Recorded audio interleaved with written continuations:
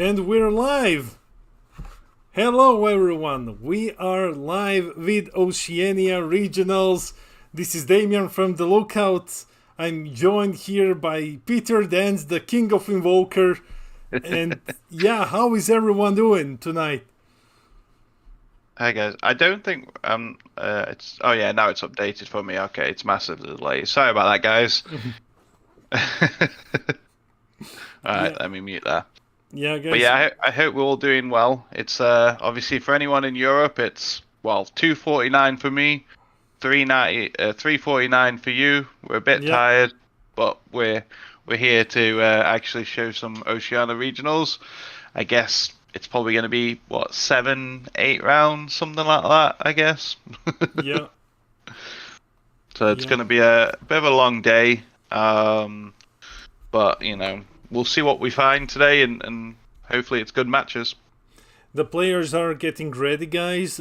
So we just jumped in to say hi. We will be streaming various tables here. It's gonna be fun, guys. It's gonna be fun. Thanks for joining us, and of course, thanks to Tak Games, the tournament organizer, for allowing us to do this official stream for you. Yeah, Yeah, it's amazing to get some coverage, because obviously we always get to watch American tournaments live. But just like what's happened recently in Europe with Raid and Trade, we actually got to see the Europe regional, which hasn't happened in a long time. Obviously today we're covering Oceania, and then tomorrow, sorry, Sunday we've got obviously Latter. So it's nice to see those regions get streams. Hopefully, maybe Asia next time, but we'll see what hopefully. happens. Yeah, we'll try to get into as many of these online regionals as we can. It's great to be able to cover various regions. So, guys, the tournament is supposed to start in like 9 minutes. We have Peter Dance here as a co-host. We have Nina on chat and Discord duty here. So we're all hyped, dead tired, high on caffeine, but like let's do some great games.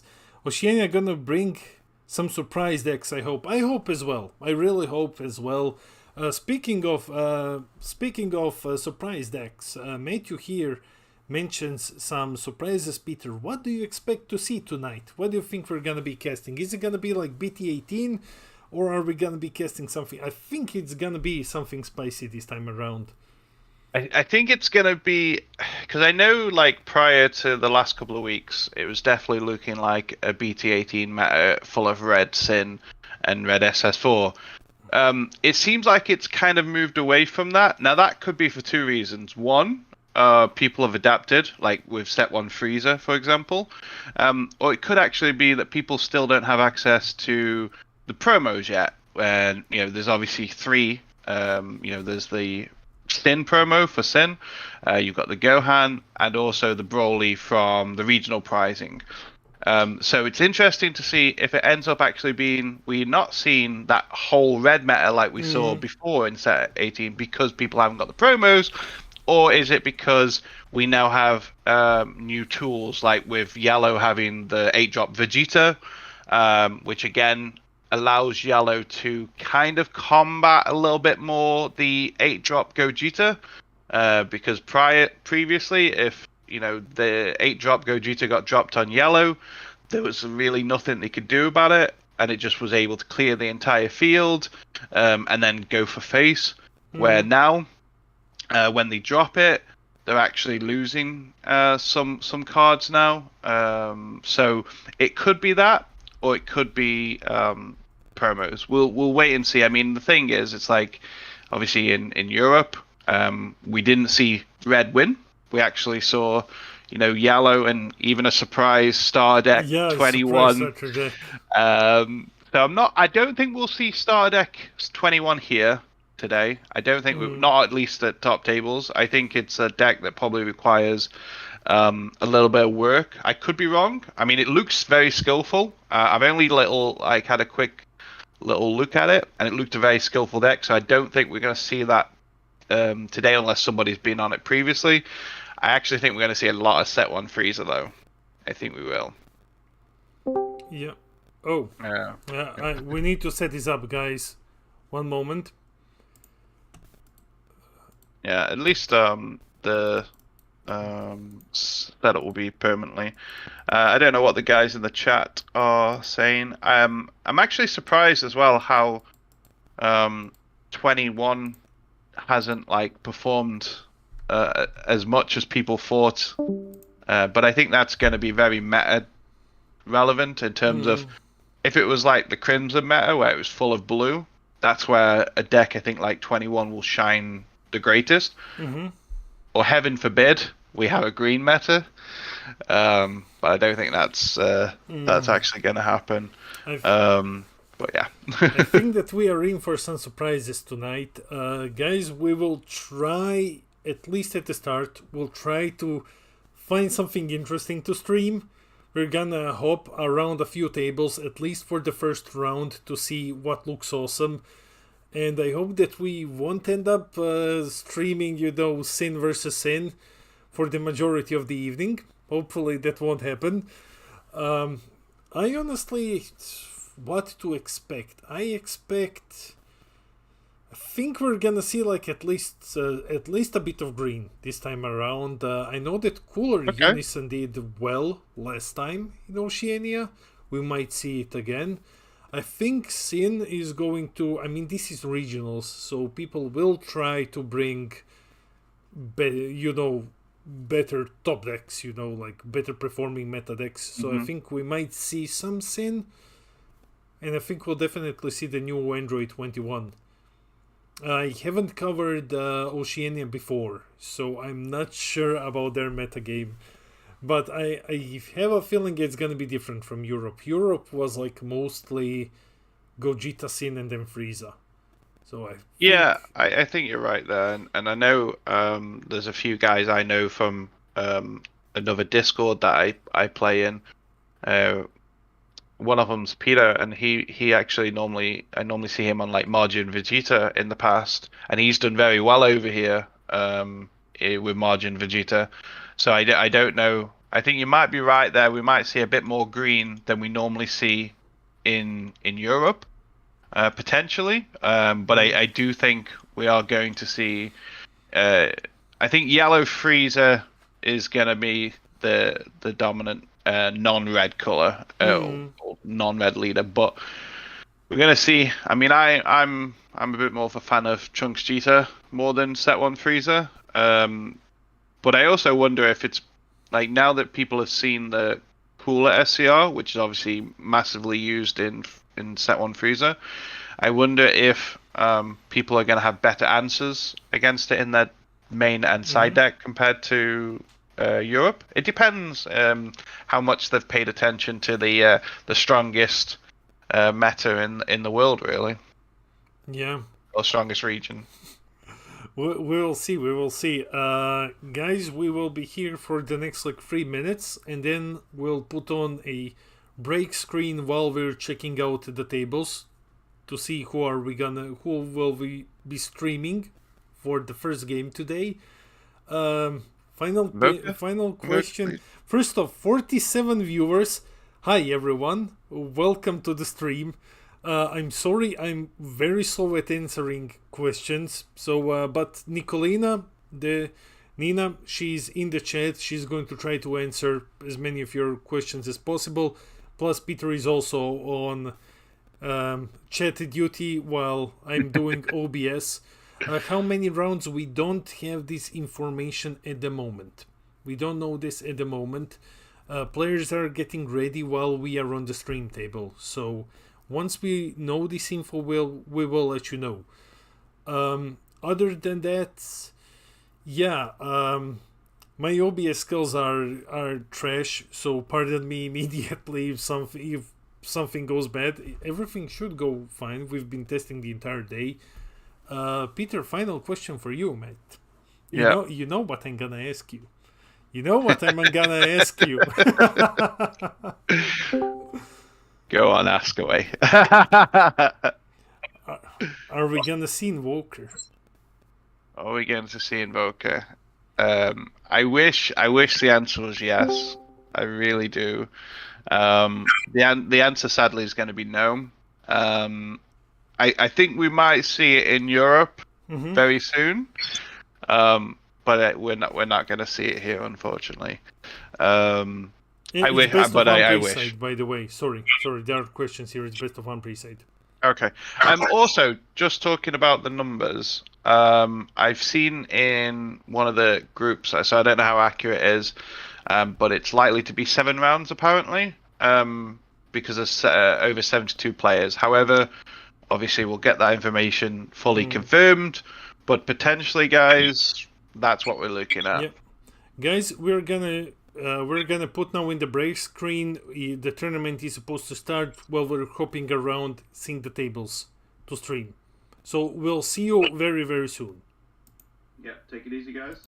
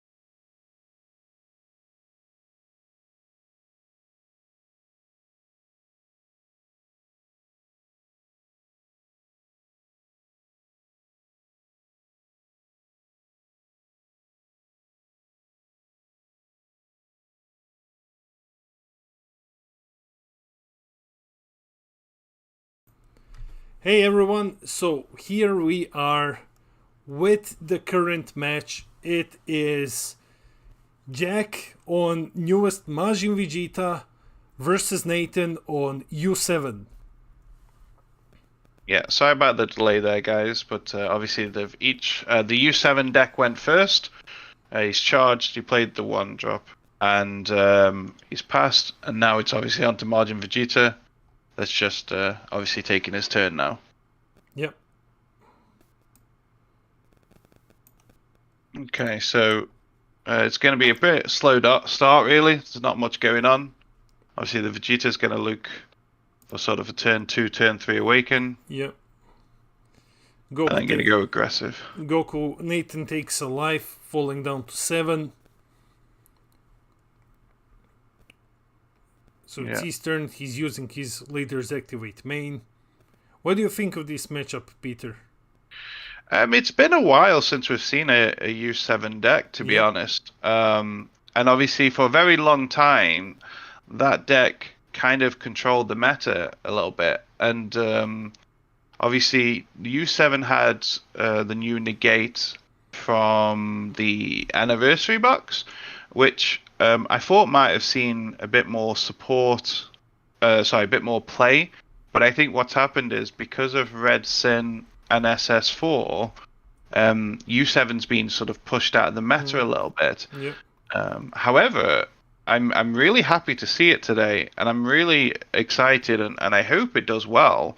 I think the problem is it's a bit too slow compared to the red decks, and I think when it comes to like the big boss monsters, you know, they're tapping 4 for the 8-drop, where in a deck like Sin, you're paying 2 for the 8-drop, and then obviously in Gogeta, the 8-drop is an absolute beast. So it will be interesting to see how well U7 does today. But I am excited to hopefully see it do really well today. What about yourself? Yeah, I haven't seen. I'm just noting down lives, so you can see Dragon Balls as lives. It's easier to follow that way. So yeah, I think that this is going to be a relatively okay matchup for U7. We haven't seen, like you said, we haven't seen this deck perform ever since Dawn of the Z Legend, the first Z set, because yeah, it is too slow for red decks nowadays. But it is an interesting pick, and I believe that in this matchup it might have an upper hand thanks to the huge aggro that it can provide. So as we seen, he's already putting down Vegeta on defense. He's swinging with his Android 17 comboing.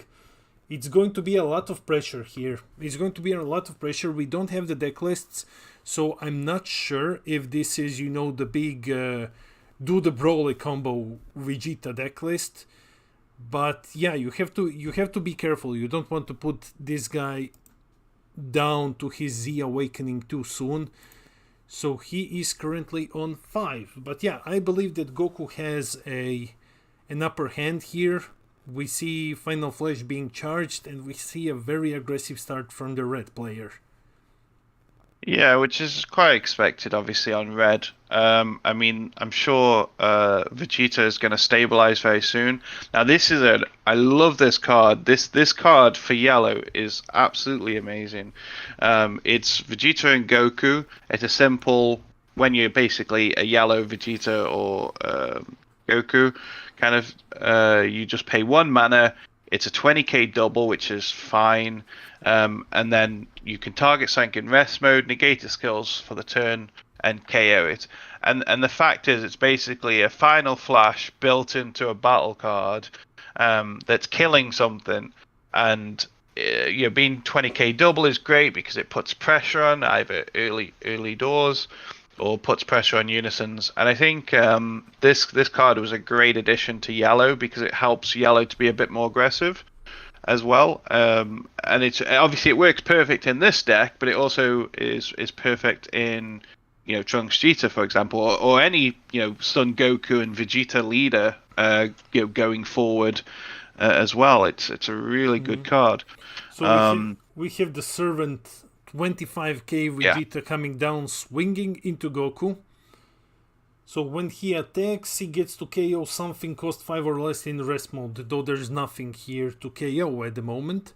He's got the 1-drop on the field. He's got the one, yeah, but it has to be in rest mode. Okay, it needs to be in rest mode. Right, okay. Yeah, I think that's sometimes the problem with these yellow cards. A lot of the time, the criteria is, they've got to be in rest mode, which is a shame. I mean, I suppose that's the balance side to it as well. But yeah, the Margin Vegeta is really nice because 25k because it's Servant, and it can get double strike under certain conditions, which is also very nice. Yeah. But the fact, I personally would like the leader to have like built-in Overlord or something, just to get sort of extra draw power from these Vegetas. But I guess you can't have everything. Yeah. So we see Vegeta going down to 4 and awakening, and Jack swinging in with the Goku leader. So yeah, we are checking. It is 19k single striker. Swinging in, he's choosing to combo away the Gohan, not wanting to take any damage. Nathan is on 6 lives at the moment, and now swings in the double striker. He is, the big 4-drop 20k double strike. Swinging, I think Nathan is saying no negates here. No, yeah, he's on 6 life currently, empty as well. He's comboing with the Frieza. And he's comboing. Oh, this is. Ooh, this is the green Xeno Frieza. He's comboing. He successfully defends himself from this attack. And Majin Vegeta is currently tapped out, passing the turn down to Goku. So, U7 on 6, Majin Vegeta on 4 lives? No, no, Vegeta. I think it is on 4. It looks 4 or 5. I can't quite tell because of the white sleeves. Sorry, it's 5. It's 5. So he alternatively awakened, basically. So I've corrected this. He is on 5. Because his condition is either when you're at 4 less life, or if you've got 2 or more energy and a yellow Sun Goku with entry cost 2 or more, draw 1, untap 1, and go down to 5 life. But yeah, let's talk about that spice for a moment. Shred away. The U7 Goku has this green Frieza card. It is the green one that comes out from the ball, isn't it? Yeah. That's I'm wondering. Oh, okay. So I'm wondering if because I think it evolves on top of a 4-drop. Let me get this card up because it's been. I think the last time I saw this was in the Surge format. Cell Surge. So it's been a hot minute since I've last seen this card. All I remember is you need to put a ball underneath a freezer. So I'm guessing it does it under the dual attacker, which is very interesting. Let me just have a gander. So he is putting down deflect critical 20k Vegeta. He also established another Gohan down there. Okay, now they're discussing something. When he is played, draw 1, then choose up 2 of your opponent's battle card, ignoring barrier and negging them. Unfortunately, neg 15 for the turn isn't enough to remove anything from the field at the moment. Yeah. I'm not a massive fan of the Vegeta in this deck because I feel like it's such a heavy mana cost because it's 2 mana to bring out. Yes, it does ignore barrier, which is obviously fantastic, but unfortunately I feel like it's a little bit lackluster. It's a bit too expensive, I think, especially in red. And yeah, just to go back to my question to myself, it's choose 1 Frieza of entry cost 4 in your battle area, and then you can play up. So what this person's doing, which is very interesting, and I've not seen that personally myself, is he plays the dual attack Frieza and then after he's finished with it, he puts the the green ball underneath it, and then plays the Xenos in on top, which is quite an interesting combo I've not seen before. It's now we are seeing the dual attacker 19k dropping in. Yep. Majin Vegeta successfully defending himself from the leader attack, comboing away the Trunks. Now losing the Goku to Golden Frieza swinging 19k. Vegeta is stepped out completely. I believe the cards under his prizes are his Z energy. Yeah, that's his Z energy, I believe. Yeah, I believe so as well. Because I mean, again, that's where a lot of people either put it next to their leader, like we can see the U7 red player. I mean, what's good about this 4-drop Vegeta that's swinging in now? It is crit, which crit is an amazing skill or keyword if you like. But yeah, token negate here, which is fantastic. That's the best time to use it when you're at 5 life, because then you go down to 4. You've got your super combos live. And because this Frieza's dual attack, what's pretty good here is he's probably going to go down to 3 life, and then he can look at doing a Z awakening. So this is this ball that we've talked about. I've talked about. So it goes under this 4-drop, and then it's going to play the 4-drop green Frieza on top, which is off the top of my head, if my memory's correct, it's a 15k double strike. I don't feel like it's super powerful, but it's also got it's extra pressure. Yeah, it's gonna put pressure on, but it's really good to see because I haven't seen this combo before. So it's very interesting deck already. It's definitely away from the normal U7 decks, and that's nice to see, especially in round 1. We're seeing some spice from this region already. So he is swinging in. Yeah, it's super cool to see Red U7. We have 92 people in the chat. Welcome everyone. Welcome to our stream. We have VG Time here. Amazing content creator. Go check him out. What's up, VG? Yeah, definitely. I mean, I'm curious to see where people are from, because obviously we're from Europe, so it'll be interesting to see if we have a lot of European players or watchers today, or if we've got some other regions. That'd be interesting to know. If we have any European watchers, I'm gonna be shocked, man, because it's 4 in the morning in our region at the moment.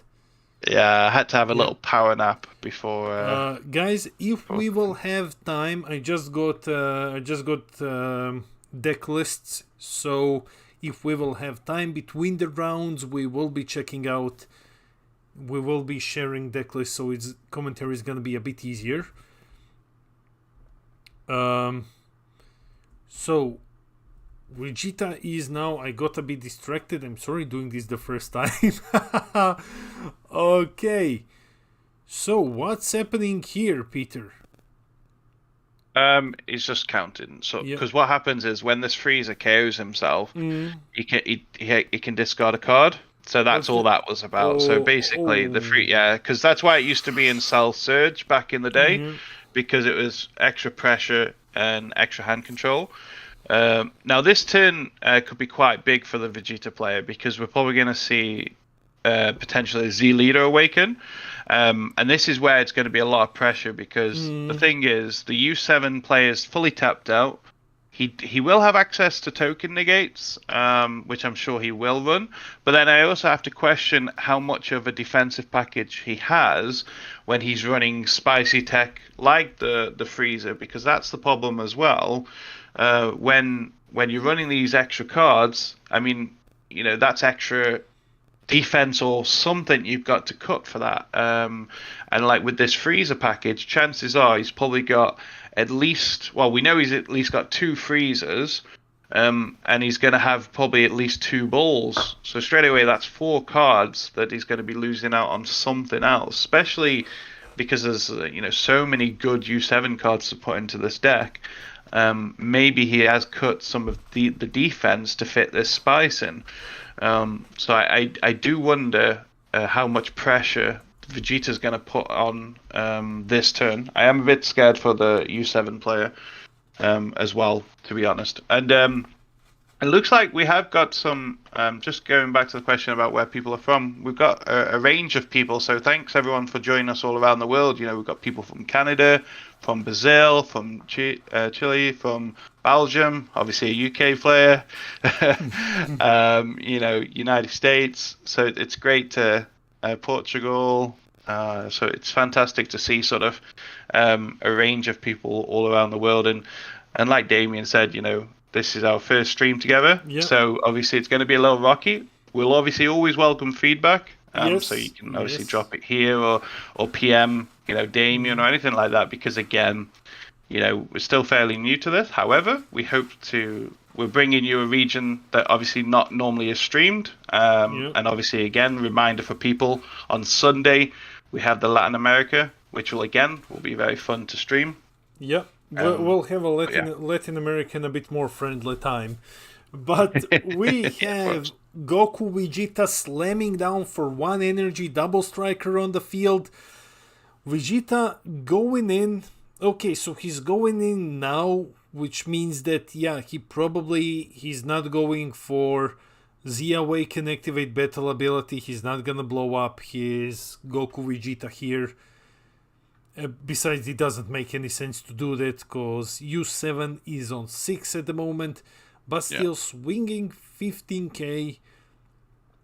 He's not even gonna be. You can let him through. He's not gonna be taking his own lives to boost himself.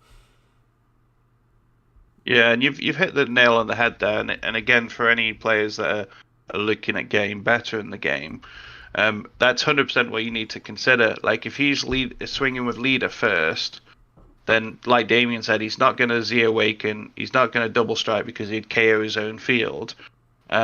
Potentially, he could do that if it was for the like Broly secret rare, for example, under certain conditions. But realistically, sorry. Yeah, no, you go, man. But realistically, because the U7 deck is going to be going into 4 mana, 4 energy next turn, what he's probably doing is prepping him. He's going to leave quite a bit of energy open, I think, to prepare to basically do the leader ability on the Z leader to kill the 8-drop. Because unless he's got tons of negates, he's probably not got a lot of answers for it. Yeah. So I think he's going to be using that in a defensive manner, and then because the U7 deck will be fully tapped out, and then again look at winning on the clapback. So, and you made a good point earlier. It's like which secret rare is going to get used is for the U7 deck. Is it going to be the 4-drop Vegeta that burns alive? Because that's another factor as well. Or is it going to be the Broly Agents of Destruction SCR? Because I know one of my guys in my locals, Lewis, he used to be a massive fan of the Broly SCR, and he was playing that before it even became popular, to be honest. But it's this is the thing with the best of 1 pre-sides as well. Because it is pre-side, isn't it? Yeah, it is pre-side. It is pre-side. So we have Vegeta passing the turn here, not opting to swing in with the double strike. Yeah, because he played after image to defend himself, dropping U7 down to 5 lives, and like you said, it is 4 energy. It is Goku time. It's a Goku window. You have to be prepared for that. What can he do on 1 energy? Well, he can play robotic into the Goku. Yeah, I think we're more likely to probably see the 8-drop Vegito counterplay here. He can't do. Can he do it on 1 energy? I think. Yeah, he can do it on 1 energy. It goes down to 1. So I think that's because again it'll be the perfect time to do it, because if he taps 4, because the thing is, if let's say you decide to save for Robotic, the problem is if his opponent has Beerus Ball, then he's not technically at 4 life, but if there was a way for him to go down to 4 life, then that would be a concern against this floodgate. So I think you just do Vegito just to play safe, really. Ooh, he's going into the Z deck, so this is definitely going to be a Vegeta, surely. Yeah. Wait a second, I just... See, guys, like I said, we're new. I need to flip the leaders on the screen. There we go. Okay, yeah, so he's going into Z deck. Yeah. So, this is also like huge. I mean, I love the red Z deck is so strong, and it's mostly down to this card, this Vegito even. Okay, so we did see the Vegito 8 drop, just like I thought we probably would see. Yeah, we have Evan U7 coming in, Evan, at the perfect timing, you know, like you could feel it in the air that U7 is being played, man. Hello, Evan. How are you, my friend? Yes, we'll soon get Invoker back on the map, don't you worry. So we have Vegito coming down, that counterplay going up. He has, yeah, he is basically roboting his opponent. And let me just check. I think that the other part is also active because additionally, if you already have no, so the permanent isn't active, but the robotic effect is, because he doesn't have a Z leader.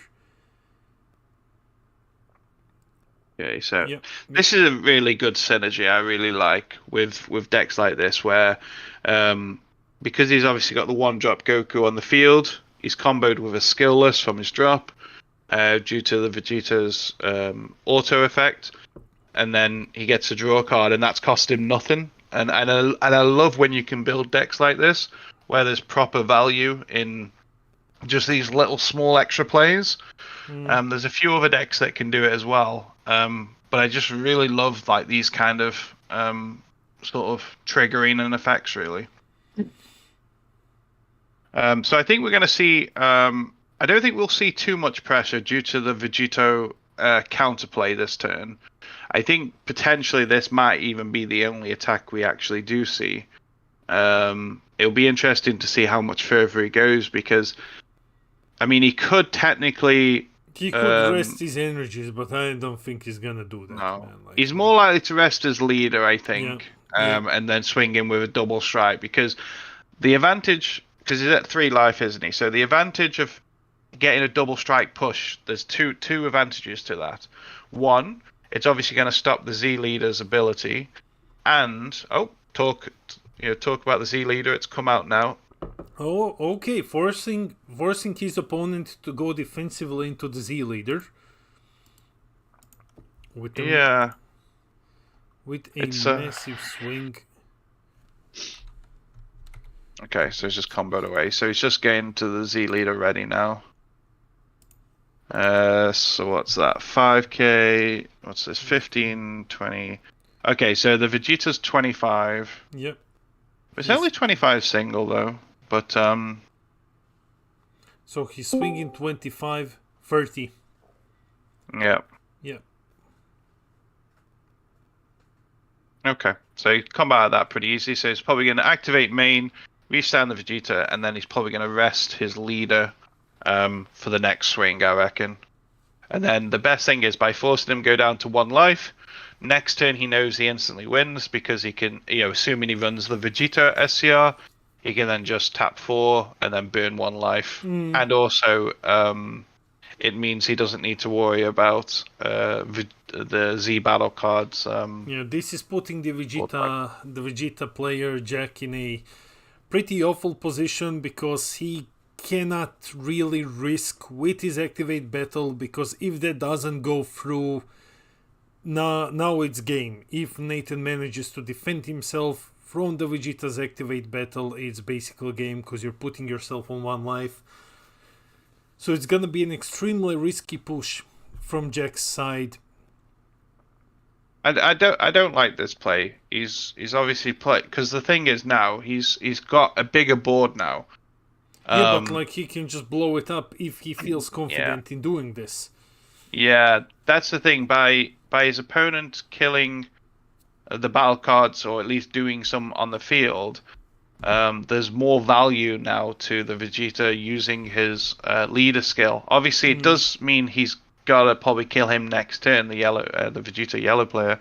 But I'm not a massive fan of this because it's kind of like you showed your hand a bit too early in my eyes. Though we'll see. If he forces the Vegeta player to use his activate battle now, he is at least using him. He's sacrificing basically his board to take away the double strike from his Z leader swing. But it's like you said, it's not. I don't believe that it's worth it. I mean, in this case, he has to force him to use activate battle to drop on one and then survive the next turn to burn him with the Vegeta SCR. But he's also completely tapped out. And I think this is one of those risk versus reward scenarios. Ooh. Yeah. Here so it it's goes. Gone down. Here it goes. Yeah, because the thing is, he's still got the U7 player's still got the leader swing. Actually, no, he doesn't, because technically he's got no field now. Yeah. So yeah, technically, there's nothing he can do now. The Margin Vegeta player has to win this turn. Assuming obviously the U7 player runs the Vegeta SCR. Yeah. He can't swing here, can he? He can swing here. Yeah, he can swing here. Because that's the difference compared to Repose. Obviously, we're not going to interfere with anything. Because we can't. Even if we wanted to, we can't do this. So wait a second. No, he can swing because he says your opponent can't attack with a non-leader. So he can swing once more. Vegeta player Jack, I'm dropping him down on 1 life. He is in his final turn, getting ready. Maybe he has. Nathan is on 5, so maybe if Jack has the Broly SCR combo, he can try to do something. He can't even do the Broly SCR combo anymore, even if he has it, because he blew up his own field. So I don't know what's the play here. It's a difficult one, isn't it? Yeah, we already saw 2 double strikers from him. He's down to 4. Oh, he's dropping down the SCR. Oh, this is going to be big. This is going to be big. So he's going to be searching for that. I don't know its name, but it's the 8-drop that came in set 20. It's been a while. I have to look it up unless you've got it handy. I know it's I keep thinking it's a Goku, but it's a Gogeta, but it's an 8-drop Goku. Yeah, it's the 8-drop Goku. This guy is a monster. This guy, he's the better turtle. Is all too easy. He does everything. Universe is at stake. Yeah, so let's go. Majin Vegeta's getting ready for his kill turn. Though Nathan has quite a bit of a hand there, and now with spending free, no more energy for counter. He needs to be sure to swing in for this win. It's still risky. It's still quite risky. So both players now are thinking what to do here. And yeah, Goku swings. Remember, this Goku can restand himself. He can restand himself once everything else is tapped out. Yeah, because this is the strength of Best of One pre-side as well, because no one knows what secret rares people are running, and that's what's huge. Because again, it kind of sets up the surprise factor, which normally in game 2 and game 3 you can play around a bit like with this U7 player. If we know if he's not running the Vegeta SCR, we can go down to 1 life without any concerns. Well, in a sense. But again, I wasn't expecting to see this particular SCR from the Vegeta player, so I'm excited. No way, man. So first swing was negated with after image. Yeah, which also means it's going to be minus 10k power as well. But he has dual attack and he has his own ability to restand. So that's gonna be interesting. He's dropping Nathan down to 3. Okay. So this is pretty huge now. Token negate. Bringing in the One Piece trash game token into what is this? What is this? No. Come on, let's see what's happening. So he can restand one more time. Yeah, this is going to be very tricky for the Margin Vegeta player to try and navigate around, because we've got a token on the field we've got to get rid of. We're probably going to see an Oolong for the last mana, or last energy if you like, because again he can copy the big boy that's on the field. But I can't see him doing this now, because it depends on how he uses his blocker at this point in time. Yeah, he can tap the token. Oh, yes, that's correct. That is correct. Let me check. Yeah, when this card attacks, choose up to one of your opponent's cards, ignoring barrier, switch it to rest mode. Yeah, yes. You can tap him out, just swing. Now he's swinging in with the cooler. Resting. Oh, so he's resting token with power of the Super Saiyan. Okay. So we've got the same result, just an extra step. Yeah, he's probably expecting something else to come in. Maybe a second one dropping. So just doing this now while he has the one open energy. Yeah, this is also why it's so important for people to understand the rules. And this is what's going to be good when we get the digital client, I think, as well. People will realize that they can do stuff like that. So he's restanding. What's the play here? So he's swinging triple strike. Last swing. He needs to... He needs to get this through if he wants to win. But Nathan responding with after image.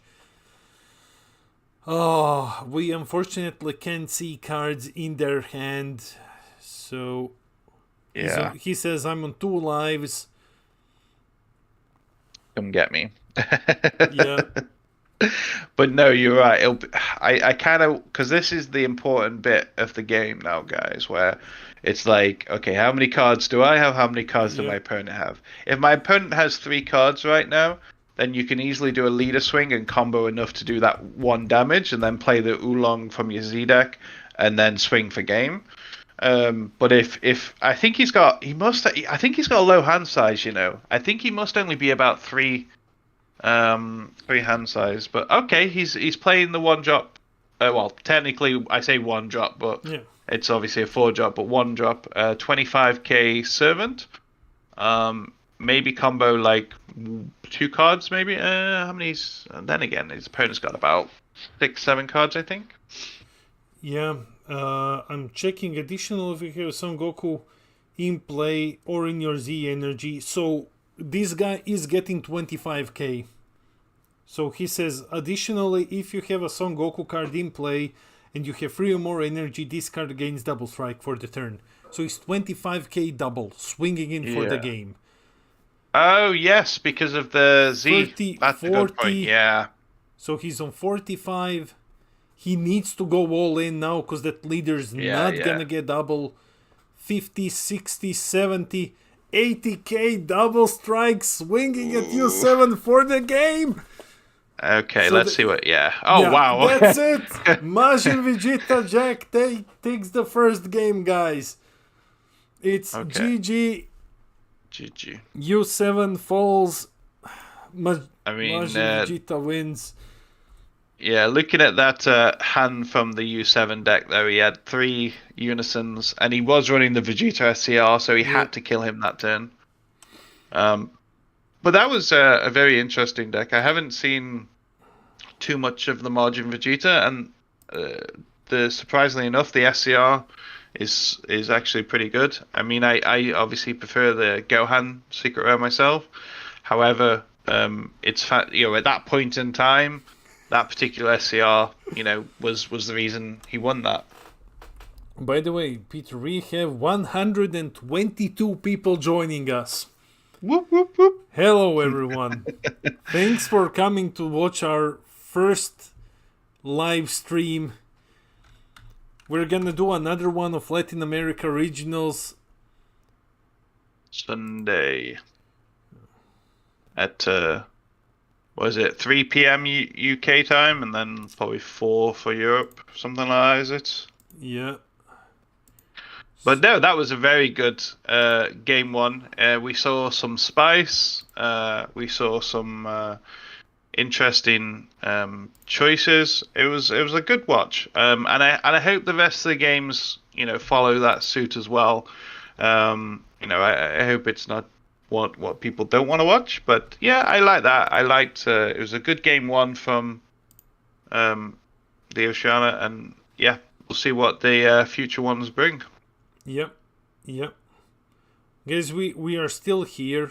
We are still, don't worry, it says that it's on a break. Players are still at the stream table, so don't worry. We're here. We will drop in and say hi once table 1 clears. We're going on a small break. I just received the deck lists, so we're gonna go through them to see what can we expect to load them on our other PCs so that we can follow the game more easily.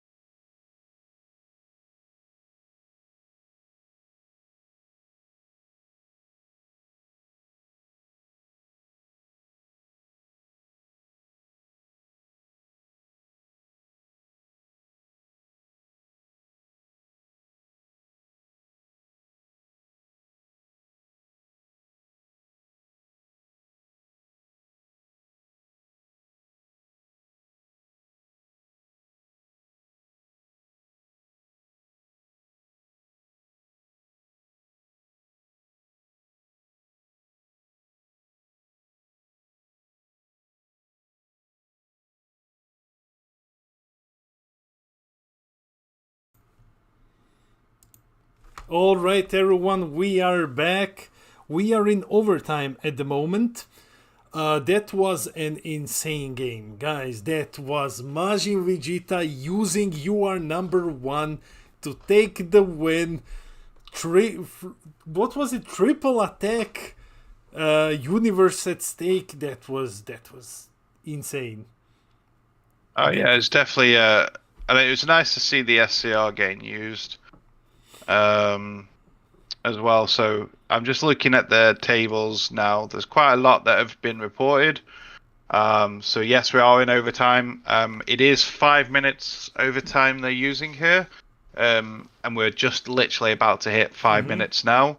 So everyone's going to be wrapping up very shortly, and then if it's anything like the regionals we had in Europe, the next round will probably be starting pretty much instantly. Yeah. Guys, we are. Yeah. Go, Peter. Sorry. No, I was just gonna say it's a bit like it's nice to have that speed from sort of watching point of view, but as a player, it's quite grueling, especially if you're playing a control deck. I can tell you, like when I was, like say, playing in the regional we had just, it was literally round after round. All my games nearly went to time, and it was just a very grueling day. Where if I was playing a deck like Sin, I would have Well, the opposite effect. well, guys, our stream table is table 1, so Yep. fingers crossed that Sin isn't winning today. Otherwise, we're gonna see a lot of it. Yeah, Yeah. exactly. We've not got so much freedom with moving around the tables, sadly. Yep. So we're going to be just sitting on table 1, which again, depending on the player, like me, I'm quite a competitive player, so I'm, after maybe round 2, I don't mind seeing sort of table 1 all day long, personally, just because, again, I want that experience. But yeah, it's nice to see, like, I personally would love to see Invoker right now, personally, and I'm sure, Evan would also want to see that as well. But, we're probably not going to see that today, sadly. However, I'll still enjoy, the matchups, and that was a good matchup. So I think in round 2, you can still get a non-meta deck. Yeah, round 2 because definitely. it's still very early. It's probably from round 3 onwards, we're probably going to see more meta decks, but it'd be great to see some kind of surprise deck like we saw in Europe with starter deck 21. That was crazy shock to us, really. Yeah. So, Peter, because you're the one who is in Discord, you have the head count for this event.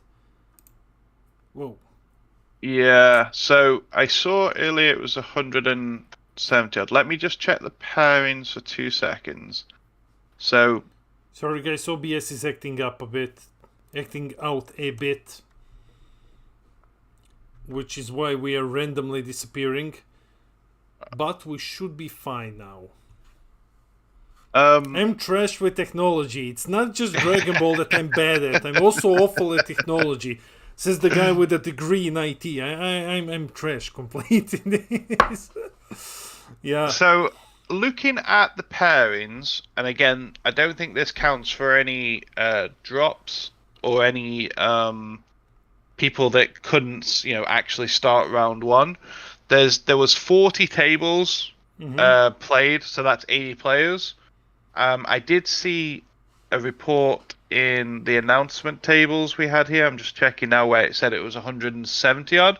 So I'm not quite sure why is there a big difference between what I can see on pairings. Yeah, I got deck lists to check, but I'm going to be doing this while we are casting the next round, because you saw what just happened with us blacking out was me opening the deck list. So my OBS is basically. Demian being all professional on camera once again. But yeah,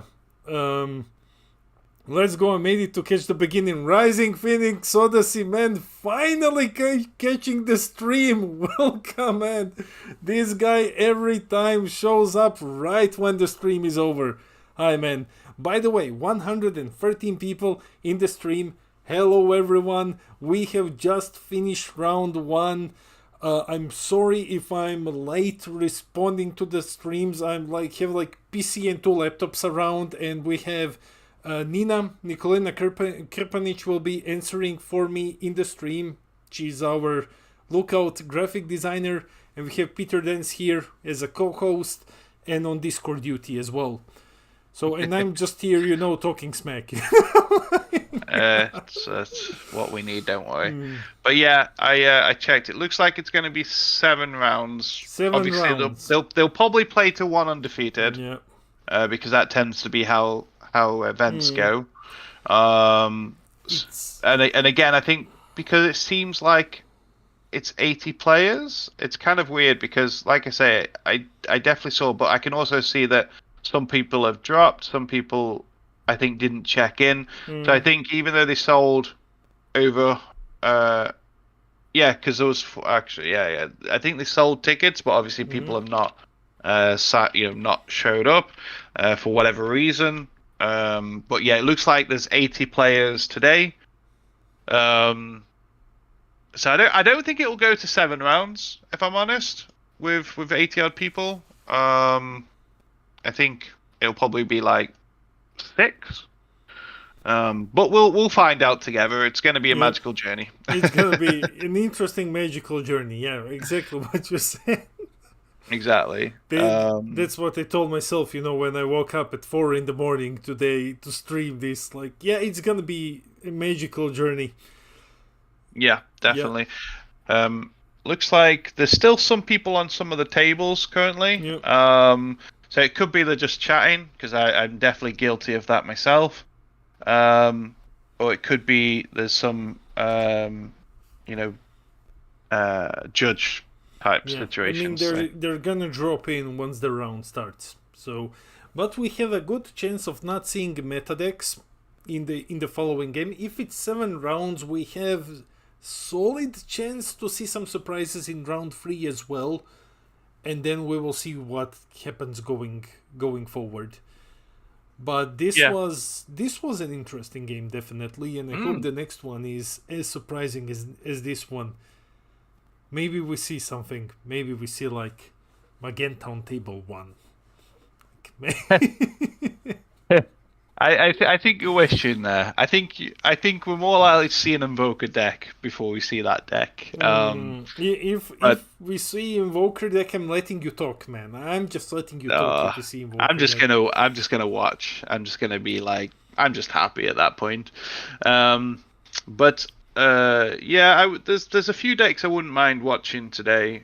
Other than the meta decks, I would like to see the starter deck 21 function, because I'm quite interested in that deck. I'm going to start playtesting that deck today. Well, I guess later maybe.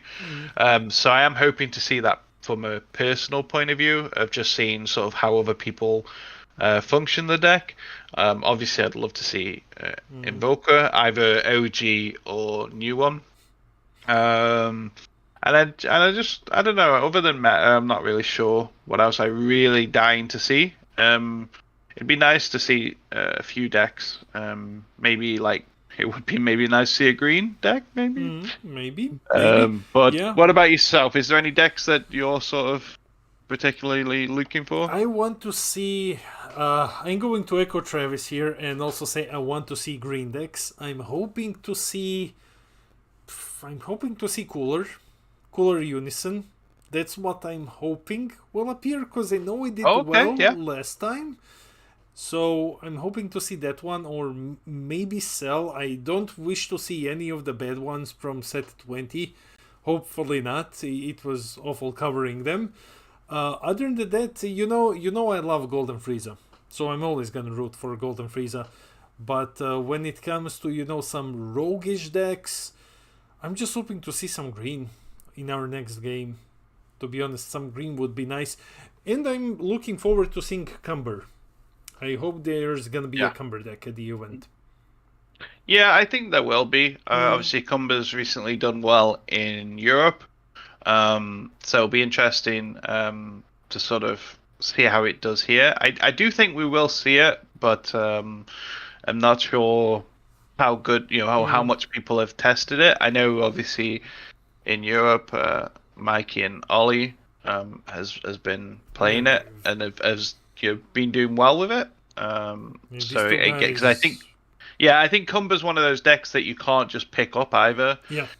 I think, especially when it comes to sequencing, and I love decks like that. I love decks that reward sequencing, and what have you, and obviously control is my color or my type, should I say. So anything that's control and sequence heavy, love it. Absolutely love it. I don't know what the delay is, because I would have thought we would have been into game 2 by now. Looking at the pairings, I think everything's pretty much reported. So I guess it's not going to be as what's the term? As heavy, but we're having someone dropping in. So hey, buddy, you alright?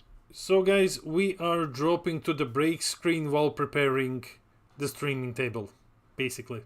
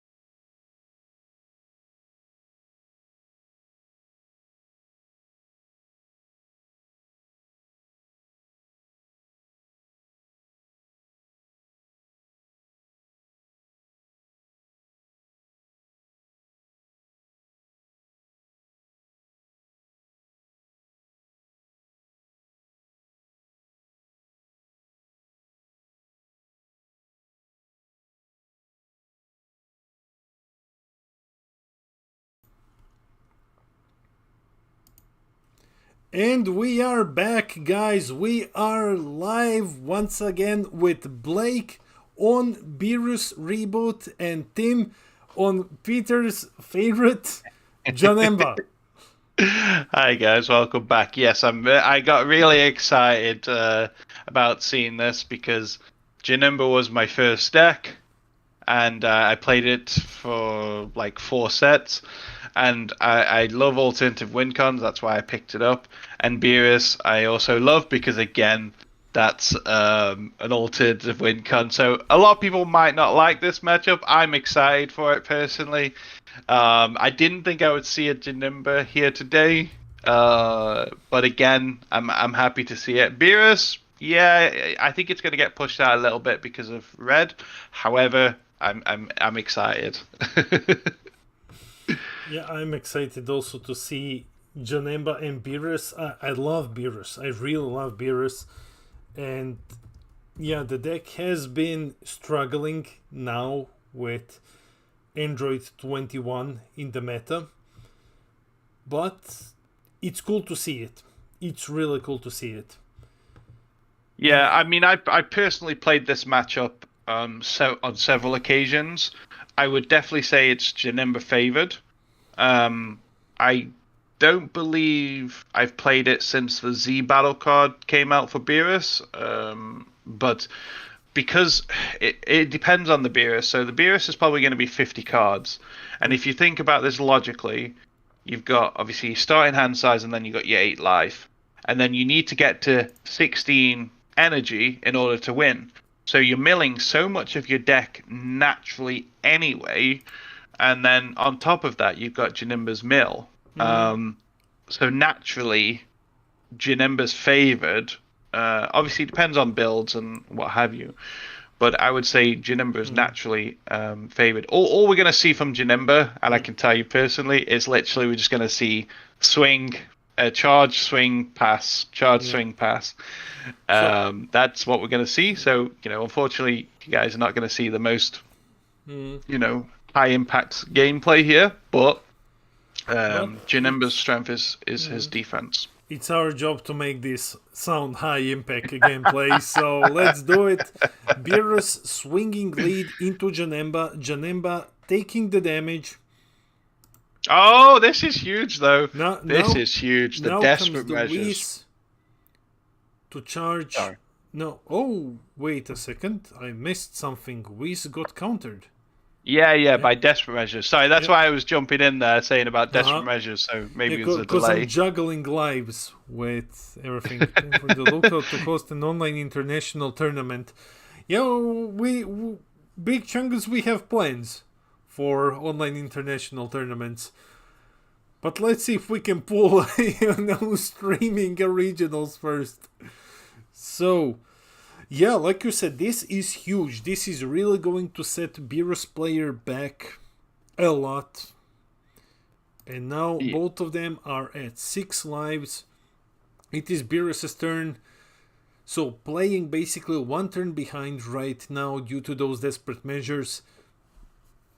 He is aiming to knock down Janemba before he gets milled. He's swinging at the leader, drawing a card.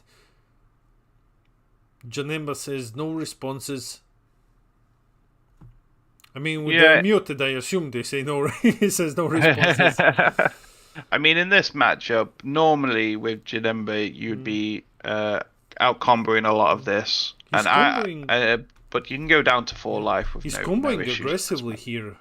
Tipping 1 to combo with Kale.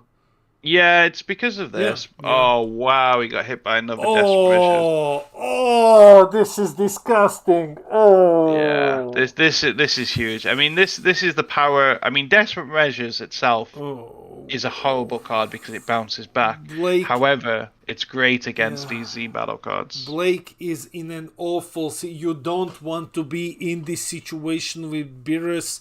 If you know he's going to mill you, you can either try to rush him, try to rush yourself to those 16 energy, or to try to rush him before he kills you. You need ramp for either of those, and it's just not Blake's day at the moment. It's just not his day. He's taking another life here. It's Janemba's turn. That's the unison, or what is it, Peter? Yeah, so the unison has a +0 effect. Which is a simple, you both draw a card and then your opponent mills a card. And then it's also got 2 other effects, which even I barely used. There's a +1 that gives it crit, and it's 15k base.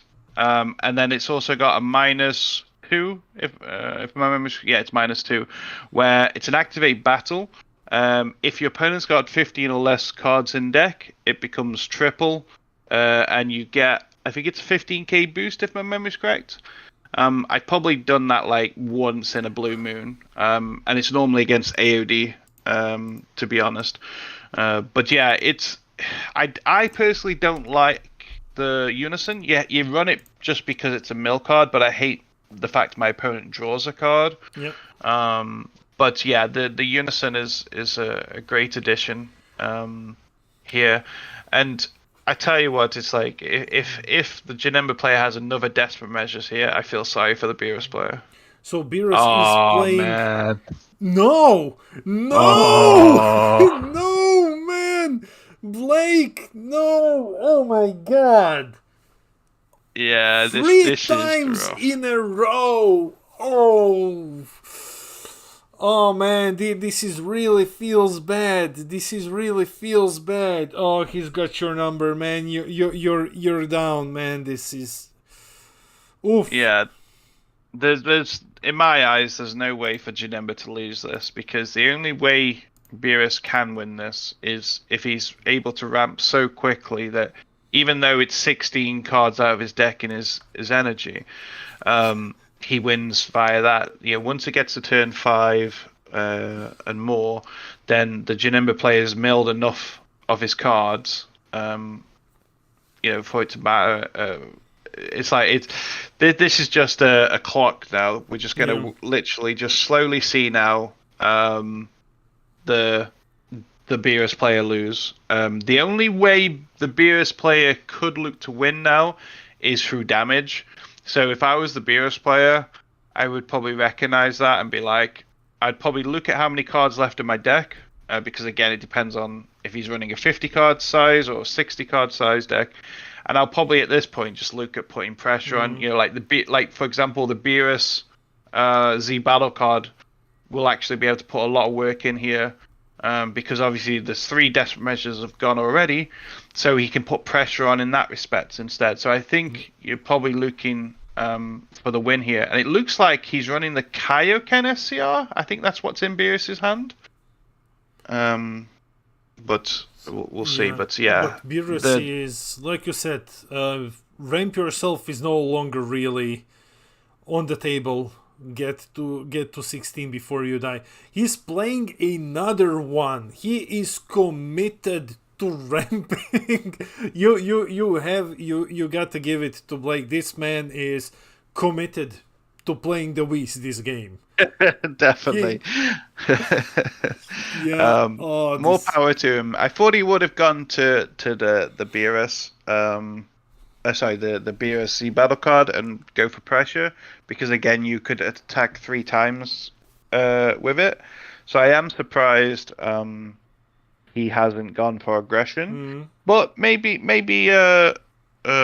Blake's got something in his hand that we can't see. I mean, the Kaioken could put in a lot of work here, but chances are the Janemba player is gonna have Dirty Burst. I mean, the Beerus player is quite unlucky because I noticed the last 2 mills from Janemba has milled the 1-drop ramp card for Beerus. So I actually feel quite, and he's obviously counting them out now. So he's milled 2. So and he's got 1 in energy. So that's 3 gone. Yeah. 3 of them are gone. Turning the Tide is in energy. I don't know, like, how much he can hold on this before, Janemba mills him out. Like you said, damage is the only way out at the moment. But like you've mentioned, and that's huge. Oh no! And he has the Kaioken SCR in hand. Oh no! This is awful. This is just shutting it down. Oh no! I mean, Dave in the chat makes a good point. Technically, I suppose in this matchup, he will actually have cards in the drop to untap for Kaioken. So that's quite a good point, really, that he's going to have access to. At least he'll have a drop to pay for untapping cards. So we're probably going to see tap 6 here for the Vegeta. Yep. Which can ramp up to 4 mono. But we'll see what he does. I personally think it's probably time to go aggressive with Beerus. But we'll see what his opponent, because also as well, again, it depends on what his deck is. So he's putting down the Vegeta, looking at 4. seeing like what Yeah, charging he's to not energy. winning by turn Yeah, 16. yeah. This isn't There's what? happening. 3, 4, 5. So I think that's 6 cards left in deck. yeah. Oh, 7 with that. yeah. This is painful. He needs to put them back, cause yeah, he can't afford to ramp or draw them.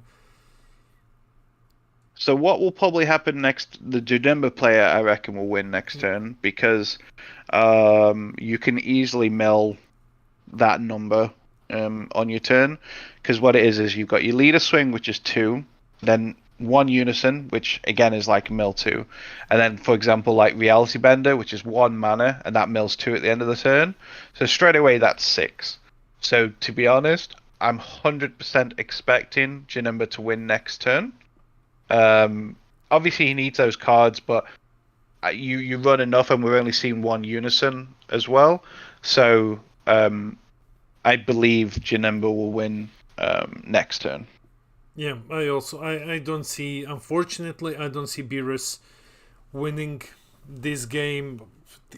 This is a loss. He can't, like you said, he can't even afford to ramp with the Vegeta, and both of them are on 5 lives. He's never gonna get to 16, and he can't possibly push those 5 damage onto Janemba before Janemba mills him out completely. So I think that we are seeing, a game that's basically, over unless there is some surprise. He has Kaioken SCR, which is quite useless at the moment. I mean, yeah, he can warp with the cunning, but that's not going to happen. Like, let's not meme on this. Let's Yeah, not, it's probably going to be met with a dirty burst anyway. yeah. Obviously he's passed his turn. His opponents. Oh, actually, he's got slightly more. He kind of didn't count them out properly. Mm-hmm. So 3, 6, 9. I think he's got like 10 or 11 cards. So yeah, that unless he put all of them back and he didn't really display how many he put that back properly, I don't know. Because he might have put all 4 back from the Vegeta, but the way he did it, it looked like only sort of 1. Yeah, that would make sense because he had say 6 or 7 when he fanned them out, and then it looked like he put 1 at the bottom. But if he put all 4 at the bottom, then that would make sense. Even this number is still doable. Mm-hmm. He can still mill this many cards because it is possible, but you would need some interesting timings. Like you would have to play the 1-drop Reality Bender, 1-drop Vegeta to Awaken, you untap 2. You'd have to look at sort of 2 unisons or so at that point. So it's still possible for Janemba to win this turn, but it's more likely to be next turn now due to how many cards are left in Beerus. But that's the thing. Beerus is now on a clock, and there's not a lot he can do if his deck is not prepared. Unfortunately, yeah, he's on the clock. He cannot get to those 16. So activate main, win through Hakkaiing is out of the question. He needs to somehow push for damage if he wants to win. But Janemba is on 5 with a full hand of cards, with all untapped energies. Yeah. Okay, that one thing I will say is that was a very important card he just picked up. So he just picked up Android 17. Mm-hmm. He's going to have 7 energy next turn. And this is quite huge. This could be a potential comeback. It depends on what happens. It's not going to win him the game, but he could at least shuffle in some cards from his hand and just simply. But I feel like he's just delaying the inevitable. At that point. I think like with 17, he returning the tide. He is buying himself some time. He is buying himself an extra round or 2, which can mean game against Janemba. Especially, we don't know what Janemba has in hand, so he could be shuffling something pretty important here. Plus, it's definitely 1 damage, it's pretty K critical, plus the Vegeta on the board.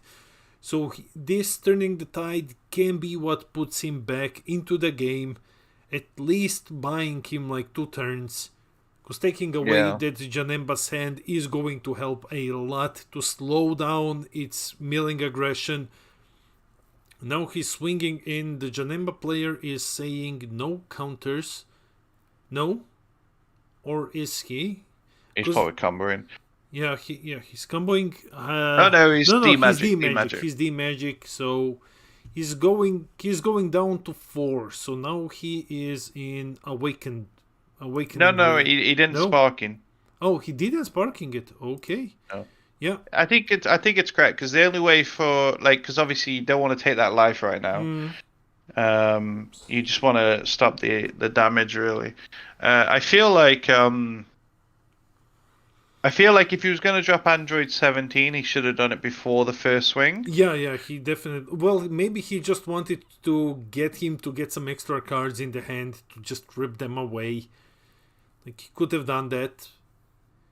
Yeah, so he might be doing just simply Kaioken into Android 17 here. Yeah. I was thinking you do that before you've attacked because the problem is now is if he doesn't respond with Jiren, we'll see what he has, what the Janemba player has. Well, obviously when he actually does the Android 17. Yeah, so this feels like the wrong order. This was the only way to do Kaioken, because he couldn't afford to untap maybe one more energy. Due to that, what is he slamming down? Is that Jiren? Oh, that's huge! Oh my god, this really isn't Blake's day. Oh no, it's not Dirty Burst, it's Jiren, survival of the fittest, coming down as a counterplay, ruining Blake's plans, forcing him to get rid of his hand while keeping his own. This has been quite a one-sided match. The Janemba player has had every single answer. I think at this point, if I was the Beerus player, I would just cry. Unfortunately, there's nothing else. Credit to this Beerus player, though.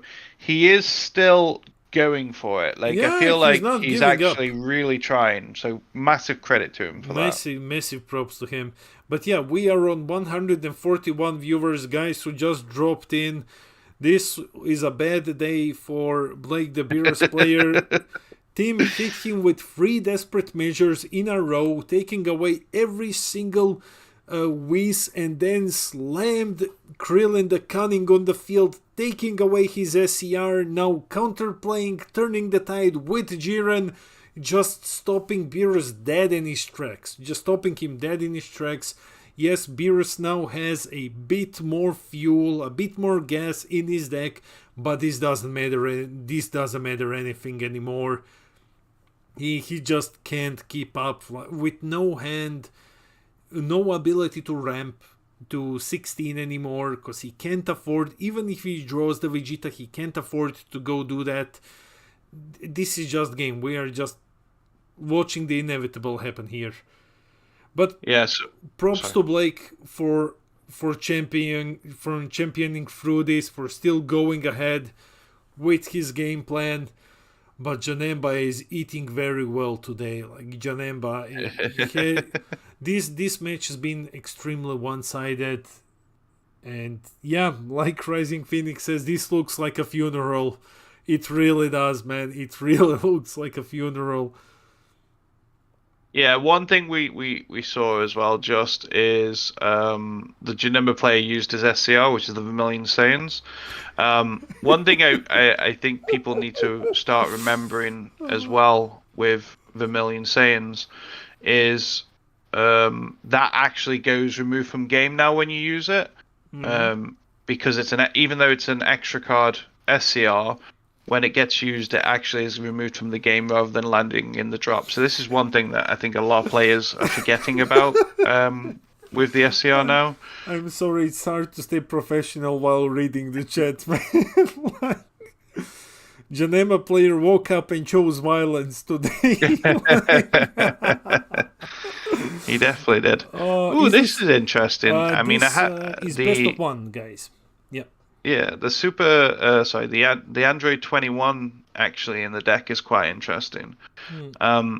I haven't really looked at it, Janemba, with any of the set 20 cards. I've not looked at it since probably set 18, but this is definitely something I'm gonna have a look at after the stream to see if I feel like it's good for the deck.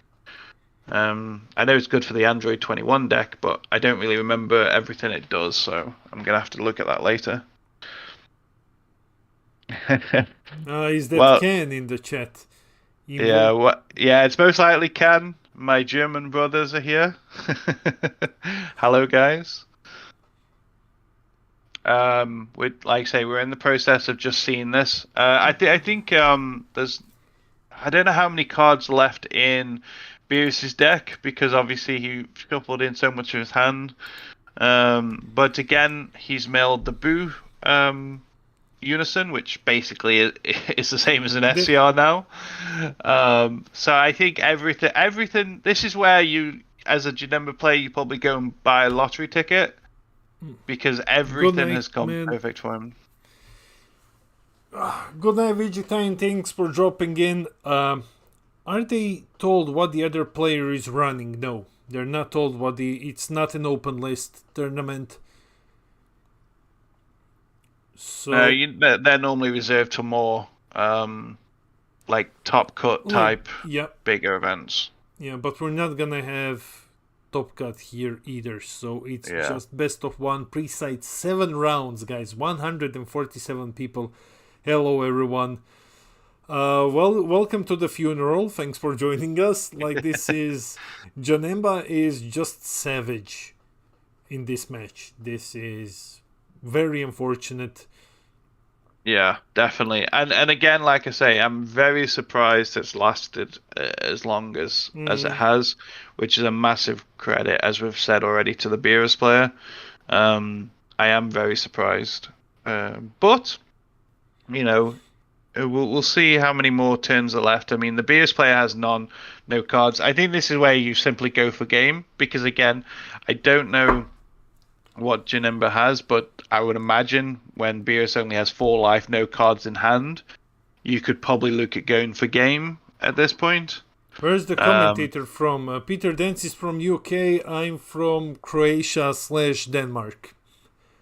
That's basically we're from Europe, and it's 5:23 in the morning. So yeah. It's quite early for us, and obviously we started at 3 o'clock for me, 4 o'clock for you. Yeah. So, yeah, guys, there isn't much more to this game other than waiting for the inevitable to happen, unless there is something that the Beerus player has in his deck, but I can't imagine anything saving this situation. So he's dropping down to 3. Wow, is that the hit unison? Yeah, that's the hit unison. That's the tech. When you're playing blue and you're playing against Android 21, that's the tech unison. Oh, interesting. I've never personally ran this in any of my lists, but it's very, good. Very interesting. Yeah, it's good when you're playing against 21 and you're going for the kill because she cannot use extra cards on her front side. You slam down hit unison and then you just flip her. And now she cannot use the magic or anything. She cannot use your cards as energies, and then you just go for the game. Thanks for doing this, guys. That's really an early start. Love the commitment. Thank you. So, Beerus is down to 2 lives. This is... Yeah, we thought Janemba's gonna win by milling, but I think Janemba is just going to... Janemba is really aggressive today, man. Like, he's not screwing around. He's really like, I'm look at that fat guy smile. He's like, I'm coming for you, cat man. Yeah, it's again, it's because of the Duran on the Android 17 just changed everything. I think looking at let's look at how Beerus can win. I think the only way for Beerus to win at this point, would be to utilize his Z deck. Again, I don't know. We don't know what's in his Z deck, so I don't know if he's got the triple strikers or if he's got the Beeruses.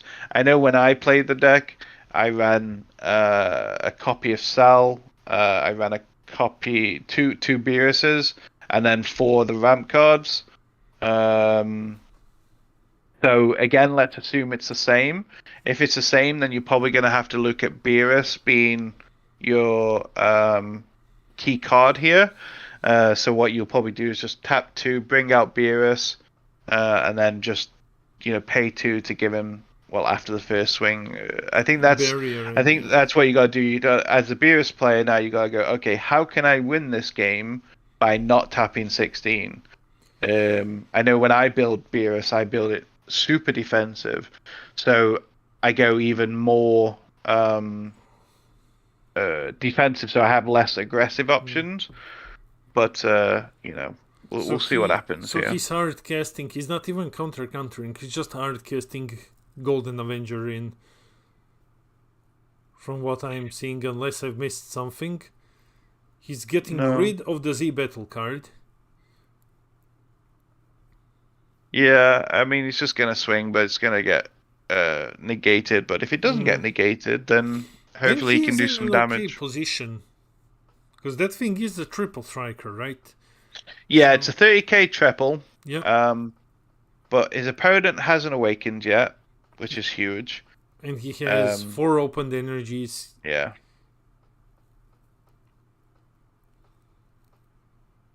Okay, so super combo here.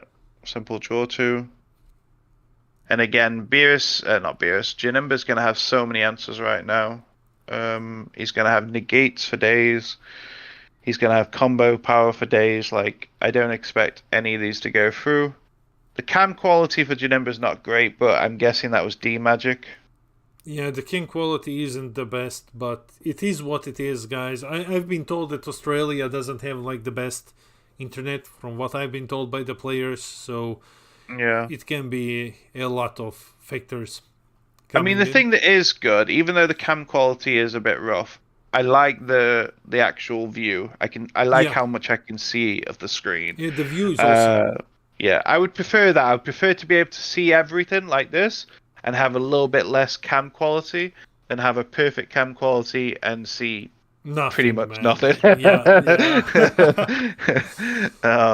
So let's see what ends up happening here. So wait, what's happening is hit is minusing, I think. No, I don't think he's gonna. He's plussing. Minus, no. Yeah, because he was minusing before and now he's plussing, so he's just gonna plus. I think Jinimbo probably wants to look at Awakening here just to put the extra pressure on, because his opponent's only got 3 cards in hand. So I expect we're going to see Jinimbo win via damage, potentially. So in comes the token negate. Yeah, he's tapped 2 for it to play safe. So what is Jinimba going to do? He's got so much mana, he can do pretty much anything he wants. He is a bit low on Z energy. What does Jiren do? Well, basically, if you were to add cards, for your opponent, so if you were to add cards from your hand back into your deck, it basically negates that ability. I don't remember the exact wording, but in a nutshell, if your opponent plays Android 17, which would reshuffle your hand back into your deck, you don't do it. Basically, that's what he says. It's counterplay. If your opponent can't force you to put cards from your hand back into your deck, but because it's a symmetric effect, it still happens for your opponent. It basically just prevents Android 17 from shuffling your hand back into your deck. Yeah, and you even draw one for the counterplay as well. Yes, yes. Okay, this is nice. So I think that's Cell. I think. Yeah. Looks like Cell. Yeah, it is. So he's just. This is huge. This should be probably game here. This should be game here right now. He's only on. Blake only has 2 cards left. If I'm seeing this, is this best of 1? Yes, this is best of 1 pre-side. We have 80 players in today's tournament. 7 rounds in total, maybe less depending on how many players stay, but it should be 7 rounds. This is the coming up to the end of round 2. Yeah.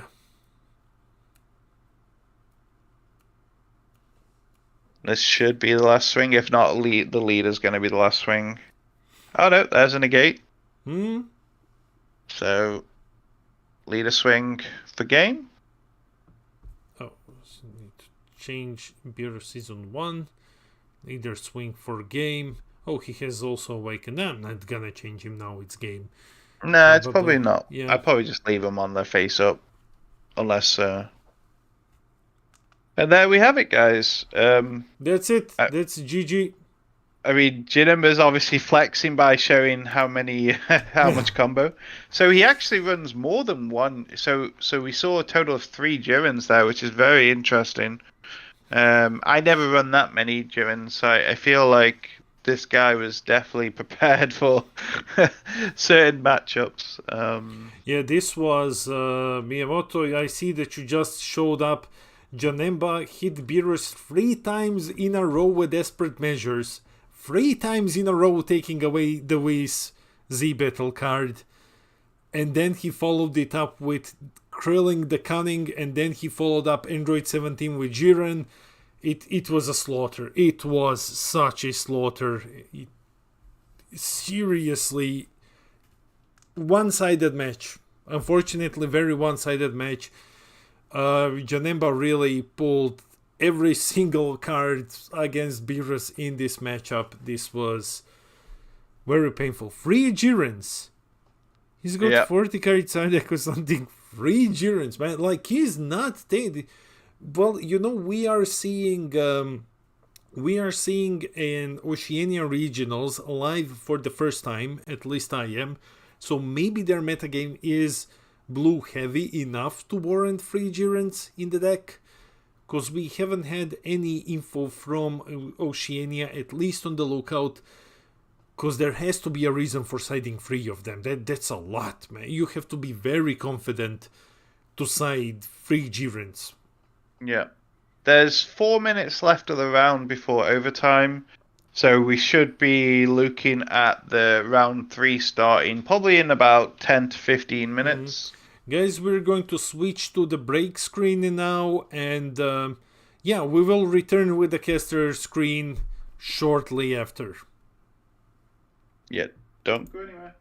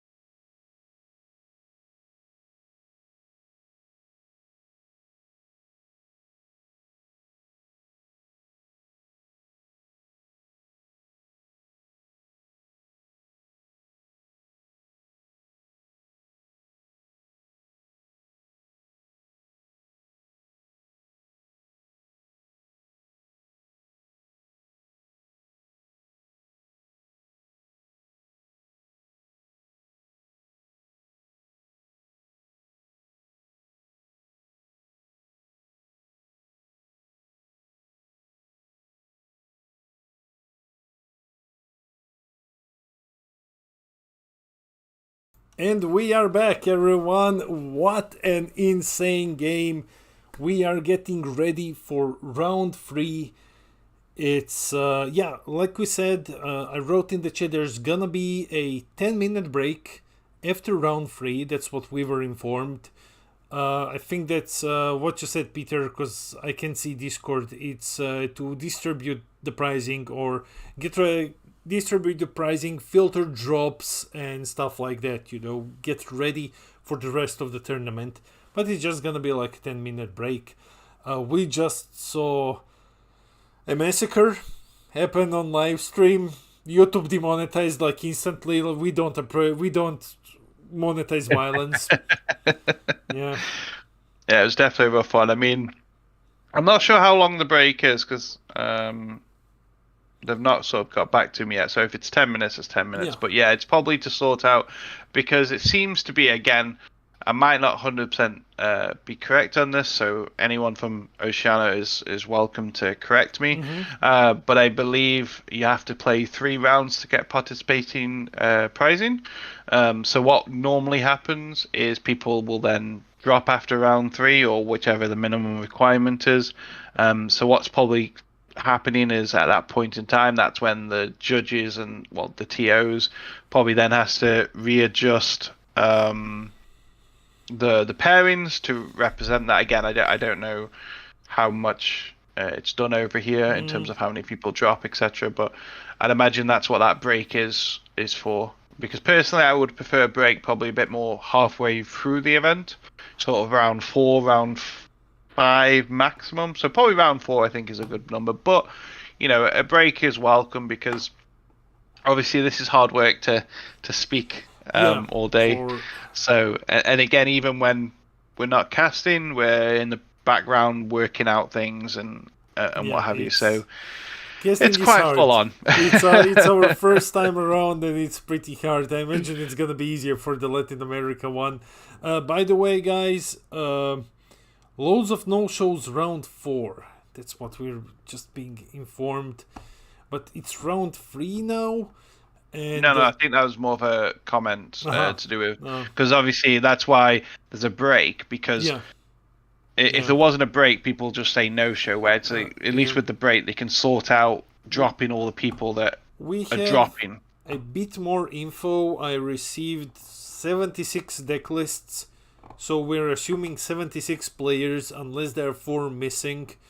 That's what I got during round 1. For all of you who are just joining us, we are entering round 3 right now. We will have all of these games on the channel next week uploaded. Plus, you can always go to live streams and rewatch the entire thing. So in case you've missed something, don't worry, they're coming next week. Or you can just skip ahead immediately once the live stream is over. It's going to be available. So that's how we're going to do it this time around. And for all of you joining us, if you don't know, we are also covering Latin America on Sunday. You can check the timing, it's on the channel and on our Facebook page. So, Peter, looks like things are happening over here. Hey, buddy, you alright? Yeah, guys, we're going... No? Or yes? It's just me quickly jumping in to see, because I hadn't seen if you'd seen it yet.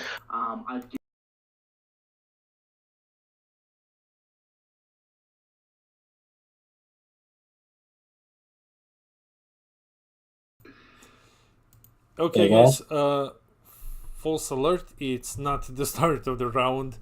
So, 111 players, viewers here. No, we're in round 3 now. So this is Mark and Jason. Okay. Hey, guys. So, guys, I'm preparing everything. Be right back.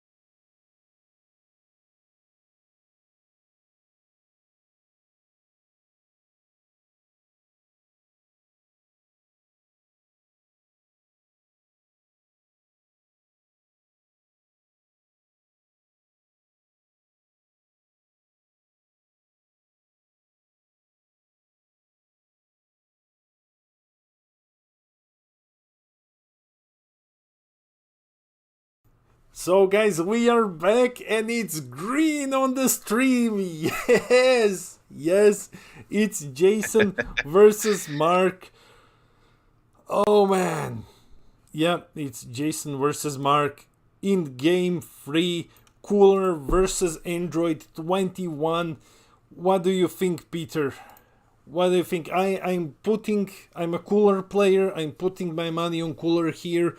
If he sides out those battle cards, focuses more on unison and hand destruction. He's got this on the back. He has a great way of denying Android 21 resources in this matchup. It's gonna look good for Cooler, if you ask me. What do you think? Yeah, I think this is going to be a cooler favored matchup because obviously one of Android 21's greatest strengths is the fact he can tap down or she can tap down your battle card energy to pay for costs or pay for Android 21 skills. Yeah. You can tap down unisons as well, but obviously when you can only have one unison on the field, it's not quite got the same impact. And obviously some of the floodgates, like the Android 17 one-drop floodgate, that only works against battle cards in terms of having to bottom deck cards on each swing. So I do feel like we are going to see Cooler take this. However, I'm looking forward to seeing this match because, again, it's so lovely to see green. And this region is, for some reason, the region that Cooler tends to thrive at. So I'm looking forward to this. Miyamoto, it's table 1. We're streaming table 1 today, the entire day. Yep. So let's get into it. Okay, this is my deck. Let's do this. Cooler starting off with Demigra. I'm going into like full sportsmanship caster mode right now. So Android 21, it's gonna be a bad day for you, mate. So Cooler is swinging. I just need to check. Oh, no. No. It's not dead already. It takes 1 damage. Cooler passes the turn. He's setting up a Demigra, which is phenomenal because now he can just use Charismatic freely. Oh, if Cooler sided BMS or something, this could be huge. Yep. Android 21 going in. There's not much to do turn 1. Other than play the 1-drop, so Cooler now knows, okay, we're waiting, we're getting a token pretty soon. It's putting this one. The problem with Cooler in this matchup is King Cold battle card isn't the most useful one because she can just tap it out. So he has to focus heavily on hand control and unisons. Android 21 passing the turn to Cooler. Cooler drawing, he is charging King Cold. That's a good call, just like I said. You can't really use them. Plussing up 1 with the Demigra. Now he's threatening 15. He's swinging 15. Jason has to take it unless he decides to combo. He is comboing off the 21, charging into the Z energy, still taking damage. Cooler is playing he's playing the 1-drop. Yeah, he is playing the 1-drop. Checking, fizzling, not hitting anything with the 1-drop. Wow. That's tight. But still he has 1 open energy, so but you don't want to really recycle the Demigra. Like, you don't want to recycle that one. So he is swinging with his leader, taking a life, drawing 1. And what's he gonna play down? Oh, he is empowering. Now, if he wants to use +1, he needs to burst 1 from his deck. So first he draws, yes, then he charges into the Z energy. He can charge anything. Now he's 5k dual attack, he needs to burst 1, plus he grabs a life because the other 1-drop activates. Now he's a 15k guy, he's 15k double, I believe. Mm-hmm. And I think it is double, yeah. Yeah, so that's okay. So he's +1, bursting away a dormant, That's fine, it's not an issue. Swinging 15, Android 21 needs to take this damage.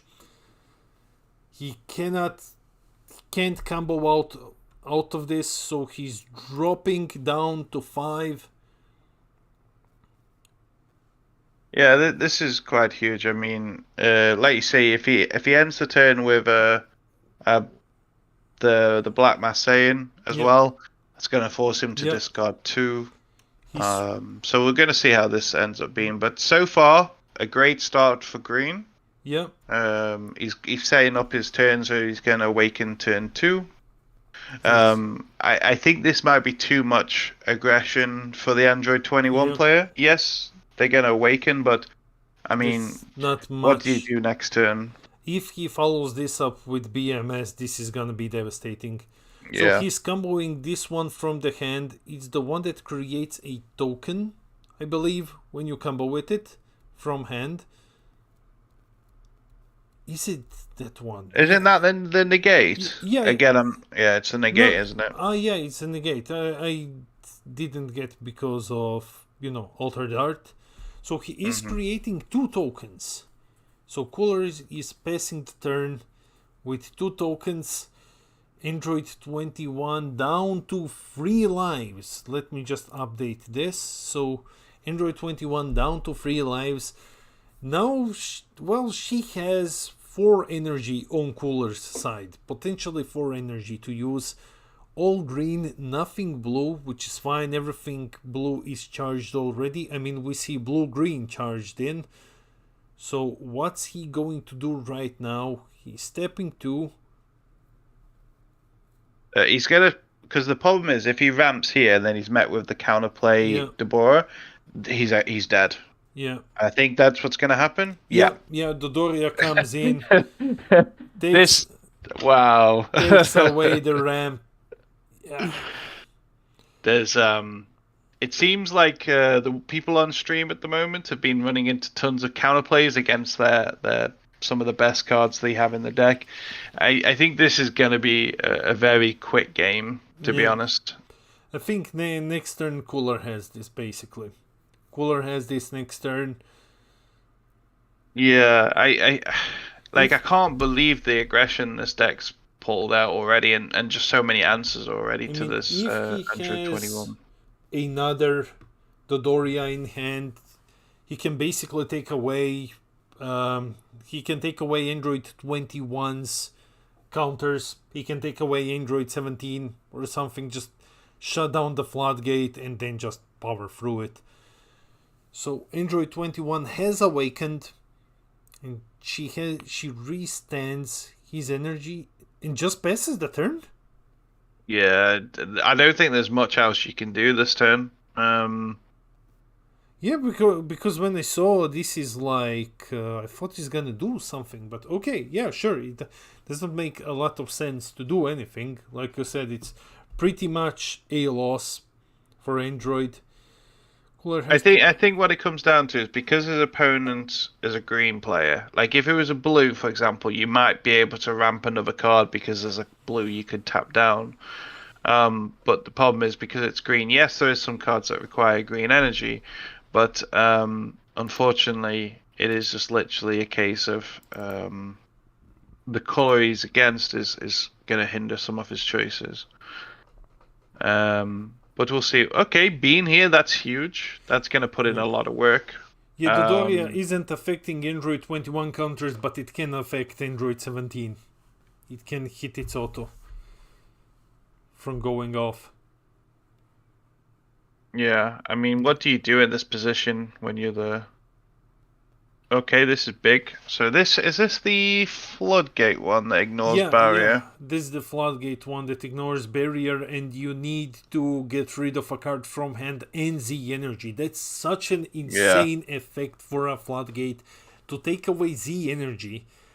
In some slower Z charging decks like Cooler, it can be devastating. Especially if preparing for this matchup, he has sided out some of his battle cards. He's not gonna have the best time taking away Z energy, especially if he wants to go into that Frieza, or he wants to go into like Fated Rivals, or something later on in the game, or maybe Jiren, it's not going to go well for him. So he shouldn't be swinging in here, but he's charging to, he's paying 2Z energy to play his Frieza down. So what else he has to attack with? Because Frieza requires something else to attack for, and to sacrifice a Z energy for his ult to go off. I don't see this happening. That's gonna cost him like 2Z energy just on one swing. So he's playing the Frieza and he's just passing the turn. Yeah, I think that's the correct play there, because you can't attack anymore, and you want to obviously use some of your energy for things. So the other alternative could have been to play a unison on top. But again, I think what he's probably going to end up doing is looking to get the triple strike, the dual attack triple strike golden unison live next turn, especially with the amount of markers on there. But we'll see what ends up happening. But I think that's probably what he's going to go for. But with this one Frieza on the board, he's giving Android 21 another energy. Yeah. Cooler is dropping down to 4.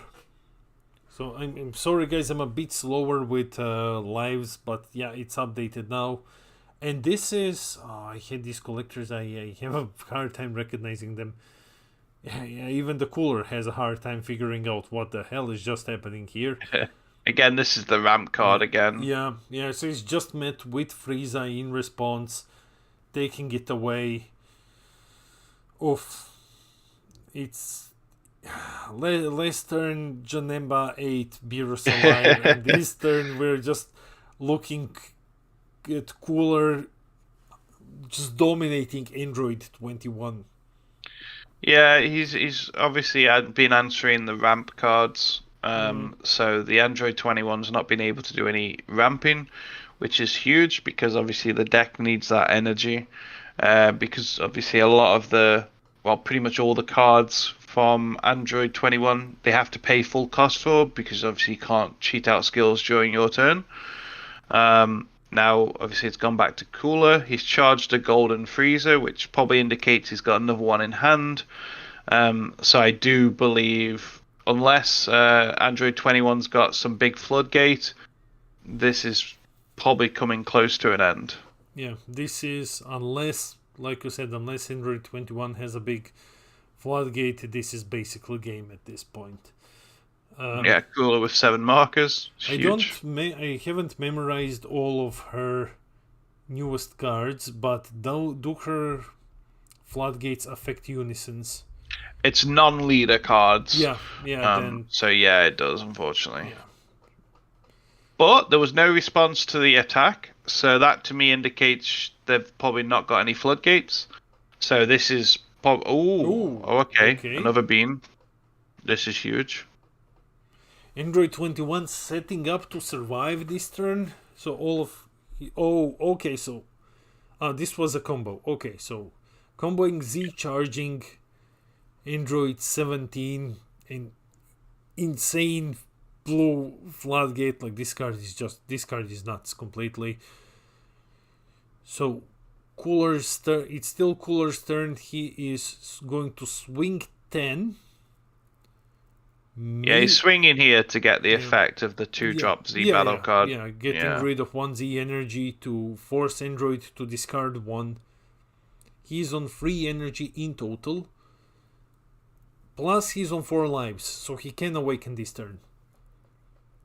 Yeah, this will be a very big turn for Cooler. Android 21 opting to sacrifice another floodgate. So I think that we have already seen like 2 or 3 defending his friends are gone. I think it's 2, if I follow this correctly. Yeah, I mean, again, normally that would be a very impactful card. Just in this particular matchup, it's not. Basically, that's what it comes down to. Just it does nothing in this matchup, sadly. Not nothing, but not nothing, a lot. But, yeah. Well, in this particular strategy, with Cooler going more battle card heavy, it would have been somewhat more useful than usual.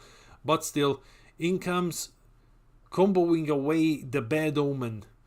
Okay, so this is good. This is good. He's taking away one of those unpreventable damages, and then putting down Frieza, forcing Android 21 to discard more. I cannot see the correct number, but I think he has like 6 or 7 cards left in his hand. 3. I think he's on 6 after he discards. He has the boss monster. I think that I can see from this. Oh wow! Another Android 17 being discarded. Yeah. The winner art. It's just a bad day for Android 17. These sprees are going up a marker, so he's 20k. Cooler awakening, restanding 1, drawing 1, and Cooler is swinging 20k unison into Android 21. 1 second, I'm going to awaken the Cooler. Yeah, and he actually took the damage, so Android 21 is down to 2 lives now. Yeah, 1 second. Okay, he's tapping 3. This is surely going to be for Golden Frieza. Yes, it is. It's okay, Golden excellent. Frieza. So this is where trouble's going to happen. The minus will get he's dual attack naturally, and then the minus will get him triple attack. Is it 10k or 15k? I think it's 10k. So he's 30k dual attack triple striker. He's swinging for the game.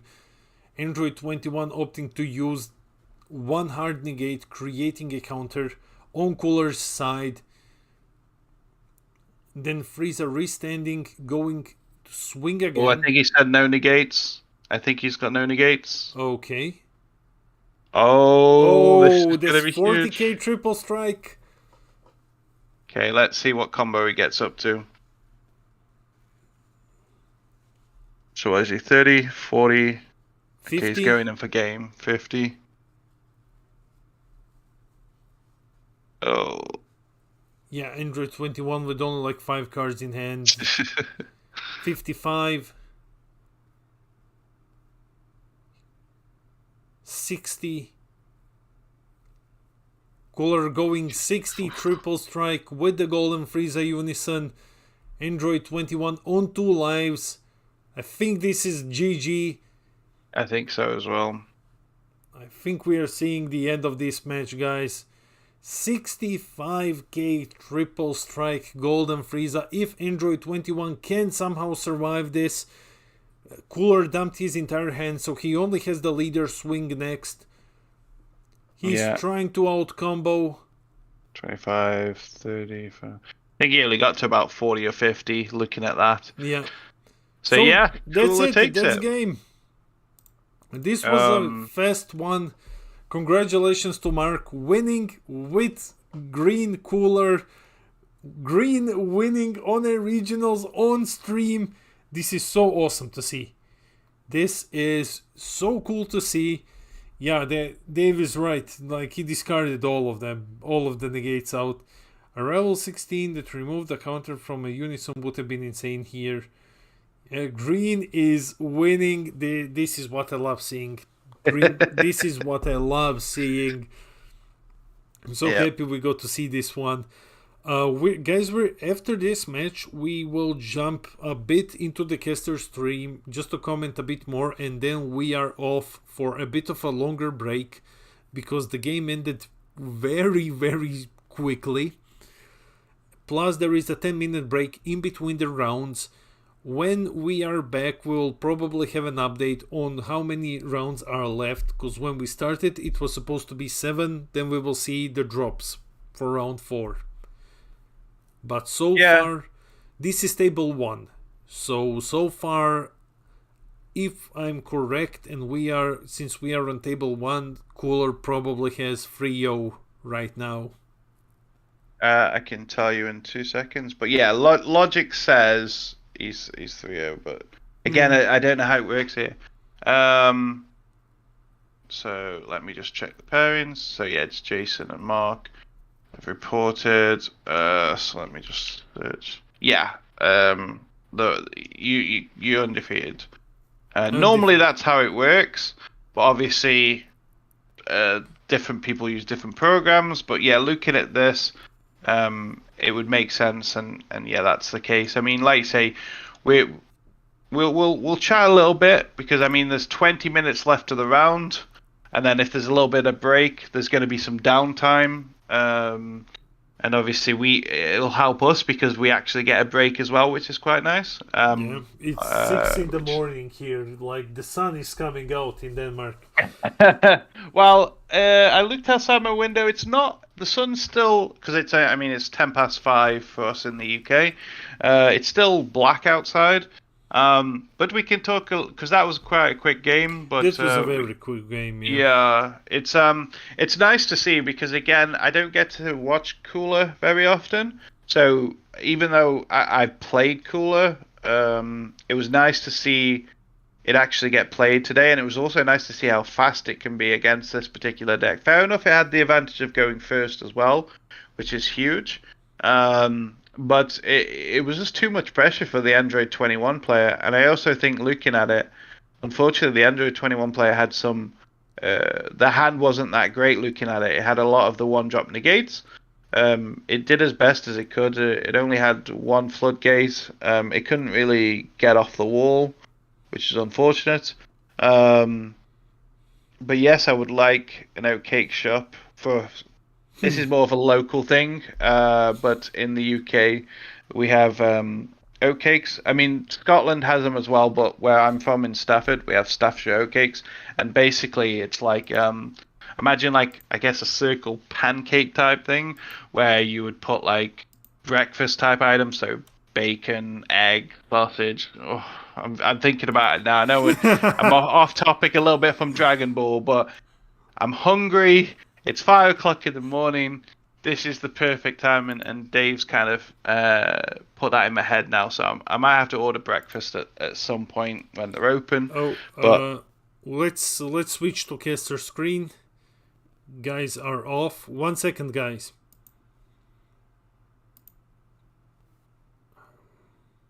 Yeah, we can have a look at see if there's anything we can do on the deckless situation. I am. Wait, we are still on. I'm turning on my camera. Wait. Oh, we're not gonna wait for them to leave. The guys are still playing. Okay, guys. I'm sorry. 1 second, and guys in the chat. Yeah, as you can see, guys are still playing. We will be joining you in the caster screen pretty soon. Oh, hi mate.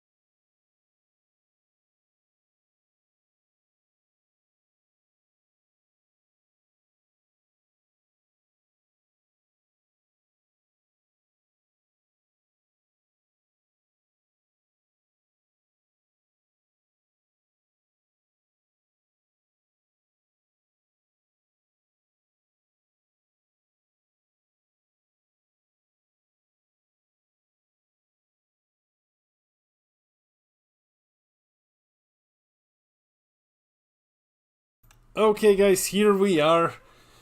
Yeah, here we are. We're back, and we're just going to quickly comment a bit more, talk a bit more about this match, and then we're gonna have, I think, like almost 20 minutes or so, because it's.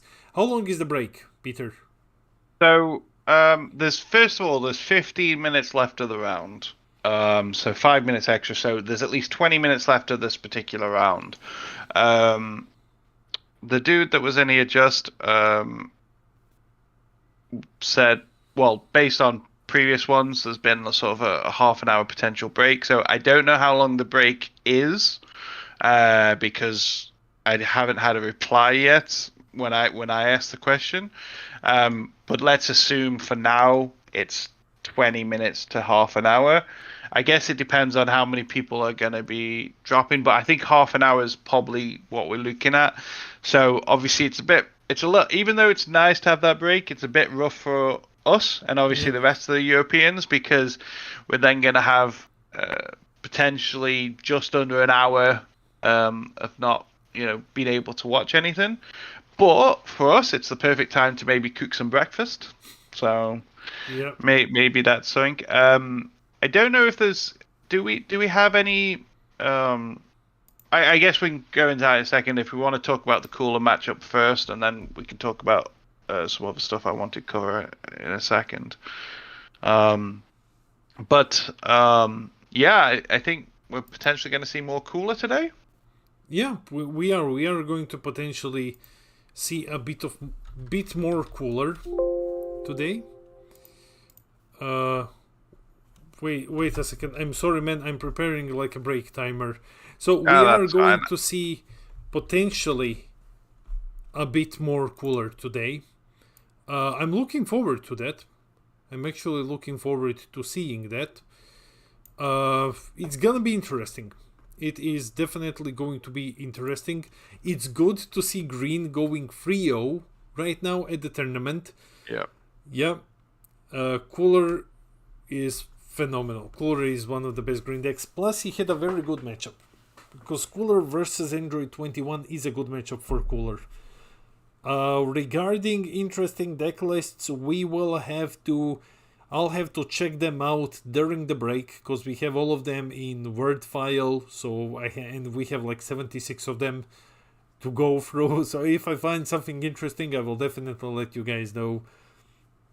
So there is 112 people here. Hey everyone, thanks for dropping in to watch our first live stream. I hope that you are enjoying it. Let us know some feedback in the comments. We are covering Oceania regionals. We are entering round 4 after the break. And don't forget, on Sunday we're also covering Latin America regionals as well. It's our big casting debut, basically. And we've seen some great decks already, so just to catch people up for anyone that's not been here since the start, obviously get round 1. We had U7 Goku versus the new star deck Majin Vegeta. Round 2 was a deck, match I enjoyed, which was Beerus Reboot versus Janemba. And then obviously game 3, which we just had, was Cooler versus Android 21 from set 20. So again, it was very good to see those decks. We've had good range so far. It's not just been Sin and SS4 or even set 1 Freezer. Not yet. But it would be nice to see. Obviously, we'll try and get some information during the break. But it would be nice to see what kind of breakdown, or at least a hint at some of the decks. Because obviously we have the list of who is undefeated. So what we might do, what might be a good idea, Demian, is we can obviously look at the top couple of undefeateds and just see sort of what kind of decks they're playing. Sure thing, mate. Let me give me a couple of undefeated, and I will bring up the decks. Okay, so we have Cooler. Yes. Yeah. What about Chris Wright? Chris Wright. Okay, opening now. Chris Wright is playing Supreme Kai of Time. Okay, so he's undefeated at the moment. Mark Andrews is what we just had. Wait. We are. It's not in order, so I've got to scroll down to see undefeateds. I think the rest haven't been reported yet. Okay. Yeah, that would make sense because obviously Supreme Kai of Time is a fast deck. Yep. So we don't have any other undefeateds currently. But we have Cooler and Supreme Kai of Time. Yes, which again are very too quick. Can't even speak. 2 very quick decks. It's easy to see why they're finished. I mean, Supreme Kai is a very interesting deck. I think Cumber is kind of going to push Supreme Kai out a little bit as time gets on. But also, there are also two different decks as well. Supreme Kai being a lot quicker, and Cumber being a lot more control. Yeah. Cumber is a lot, like we talked at the start of the stream, Cumber is a lot more skill-based. Cumber really requires excellent sequencing to perform. Like Michael went third, losing only one game to Philip Trappini on European regionals with Cumber. You have a full video on Big O Notations channel where he's going super in-depth on how to pilot Cumber. It's not easy. You really need to know what you're doing. But we have so far Cooler and Supreme Kai of Time going undefeated. Possibly we might see these two decks going head-to-head in the next round. If this happens, what do you think, Peter? If this happens, my money is on Cooler. My money is on Cooler. If he mulligans for Salsas and Charismatics, nothing in Supreme Kai of Time has any protection against removal. So it's such a bit. I've played the matchup quite a bit. Me and Big O has, because obviously for anyone that didn't know, we're in the same team together. So we've practiced that matchup. I think it was before LCQ and before Worlds. We were playtesting that matchup because I was considering Cooler as an option because I was planning on going LCQ, and I literally was, but that's another story. And I like the matchup. I think it's very good for Cooler. I don't think it's exactly like one side or the other. One-sided. I think it's a little bit closer, and it comes down to like what each person's got and what have you and what you draw. But you're right. If the Cooler deck has the counterplays, that's huge. Yeah. That's gonna massively slow down the Kai deck. Because it can hit everything it's playing except for the SCR. But of course, with the SCR rulings now, that's going to be huge. Again, if anyone's not sure, it's to do with Cumber and autos. So it's like if Cumber is the Kai is the turn player, then their auto goes off first. So with the Cumber SCR, you can actually steal the Freezer Charismatic and actually get the effect. And not the opponent. Obviously, if it's done on your opponent's turn, then his auto is first. But again, that's a big difference that's going to play the mark, depending on whose turn it is that's getting played. But that's just a small part of the big puzzle. I do think it's quite a close matchup. I think Kai potentially can still do the best.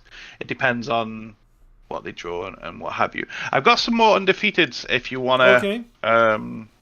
But there's 6 minutes left of the round, so we've got a few others now. Jason Barata, BARRATT. 1 second, guys. Stream might go crazy now while I'm checking. You said Jason. Yeah. Jason. Yeah. 1 second. This is Android 21. Okay, so we got one undefeated, and then Jack Wheeler, which also is a guy that, the name is a guy from the UK. I'm pretty sure that's his surname. Jax. Yeah, I'm pretty sure it is. Trunks Jita. Yay, Trunks Jita. Okay. Kevin Nayda? Nayda. 1 second. Kevin. I'm sorry, guys, that everything, the stream is going blank from time to time. It's OBS, basically, whenever I open anything else. Sin Shenron.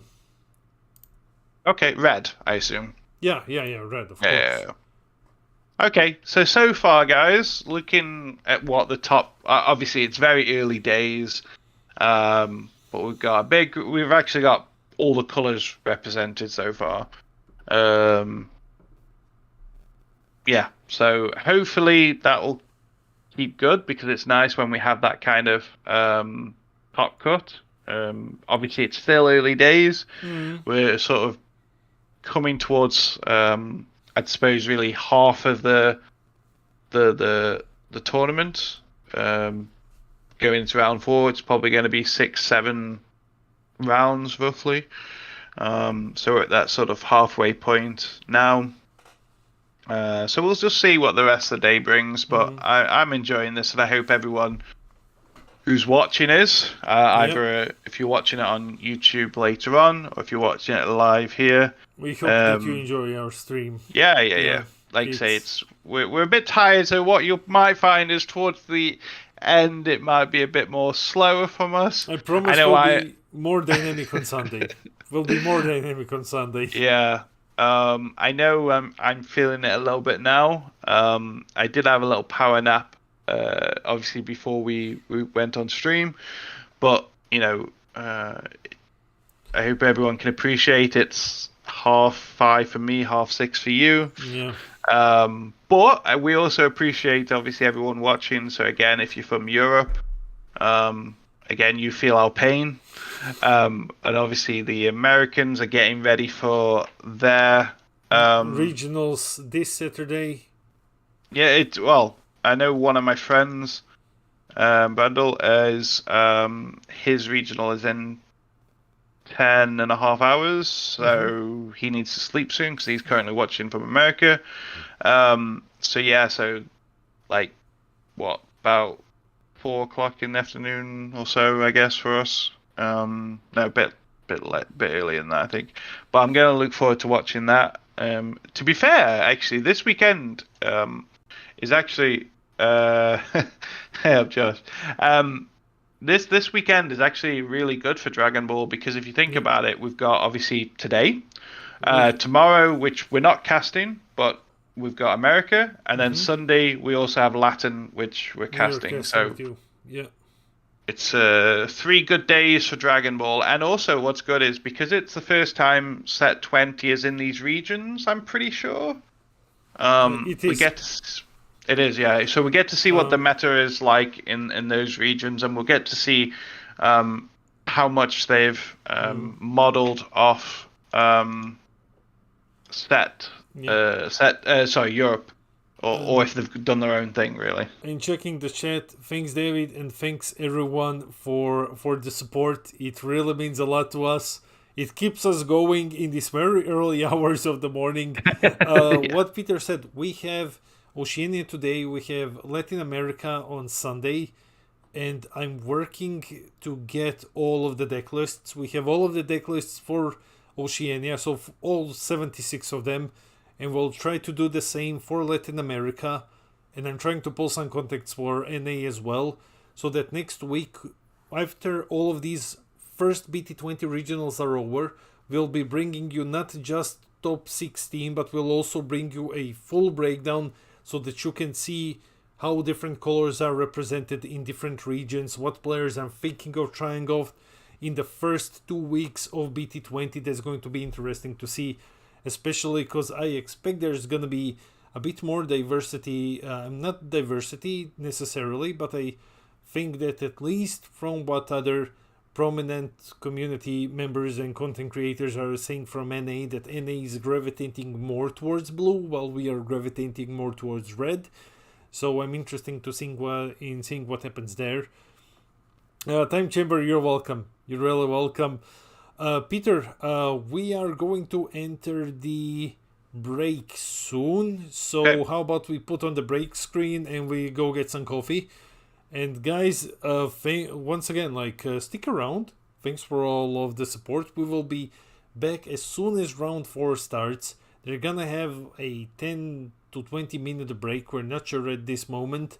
There's 114 people here. We haven't dropped below 100 people at any point. That's crazy. So yeah, thanks guys, and we will be back shortly. I think it's gonna be about a bit longer than that because I think they're just going to time now. Oh, they're going to time. Yeah, so they're just about to hit time, and then obviously that's when the break starts. So maybe a little bit more, but we'll see. We'll try to get back earlier to entertain you guys as well. Okay, Nina, can you check the Discord? Nina is pointing me out that there are some updates in the Discord right now. I haven't seen anything. It's where is it? It's in the announcements. There's something. Nothing's pinged up. No, it's all the same. It's all the same. Okay, yeah. So guys, they've given a time for when play resumes, but I have no, because it's at 6 o'clock. Round 4 starts, but I don't know what. so this probably maybe like half an hour. Yeah, half an hour. Half an Actually, hour. I didn't realize. Actually, what's pretty good is on Discord, it actually puts it to like the person who's viewing its time. So it's 6 o'clock for me, but like if you were in there, it would say 7 o'clock.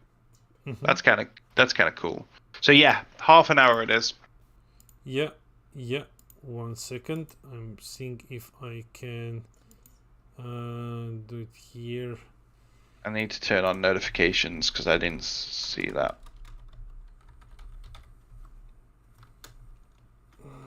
Let's put it on break time and see if I can create a. Yeah, I know it's 30.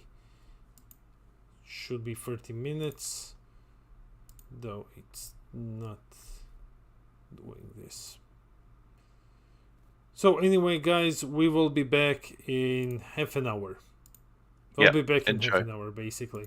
So see you in half an hour, everyone. Yeah, take care.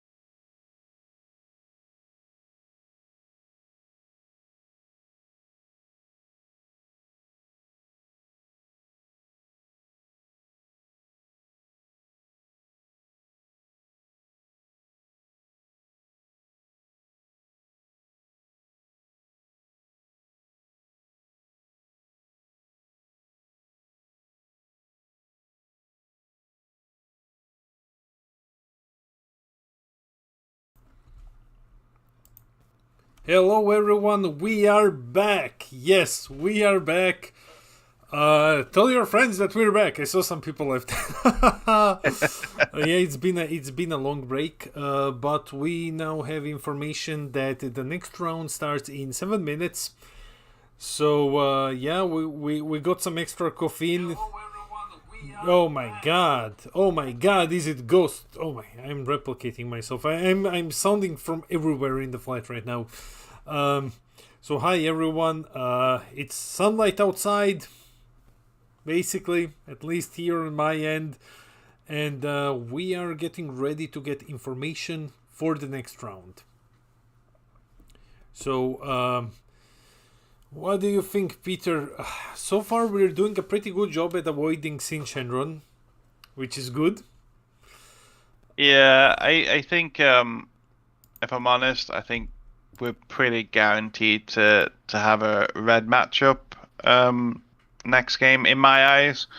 Oh, actually, I think we've got the pairings already, Oh, but it okay. says round begins in 4 minutes. So I think it's on ours. It's Jack Dobson versus. I'm not sure of pronunciation. I'm rubbish at pronunciation. Give But it your maybe best shot. we can see what decks they're on now. Um, What I'm thinking. well, you can. Oh, actually, no. We might not. Probably not a good idea to do it just in case they're watching. Then Yeah, they can yeah, pre-plan. Yeah. So yeah. let's not do that. I was just because obviously, like, it's all right saying what people are on, but if they know who they're against, then if they're watching, then it gives them an unfair advantage. So we'll hang fire on that. We scared Dave. He was drifting off on his sofa and he heard just me saying, Sin Shenron! Oh, and he's like immediately up. It is triple strike! Like, oh my god. Yeah, triple strike crit, luckily. Yeah, my voice dies every time after I do that. So, what's happening? We are having someone in here. Guys, we will, since it's preparation, we will jump into the break screen and then into the game screen. Yeah, So- we've still got about 3 minutes left, I think, roughly. No, we still have about. Okay, then. Okay. Yeah, that's not a player, I don't think.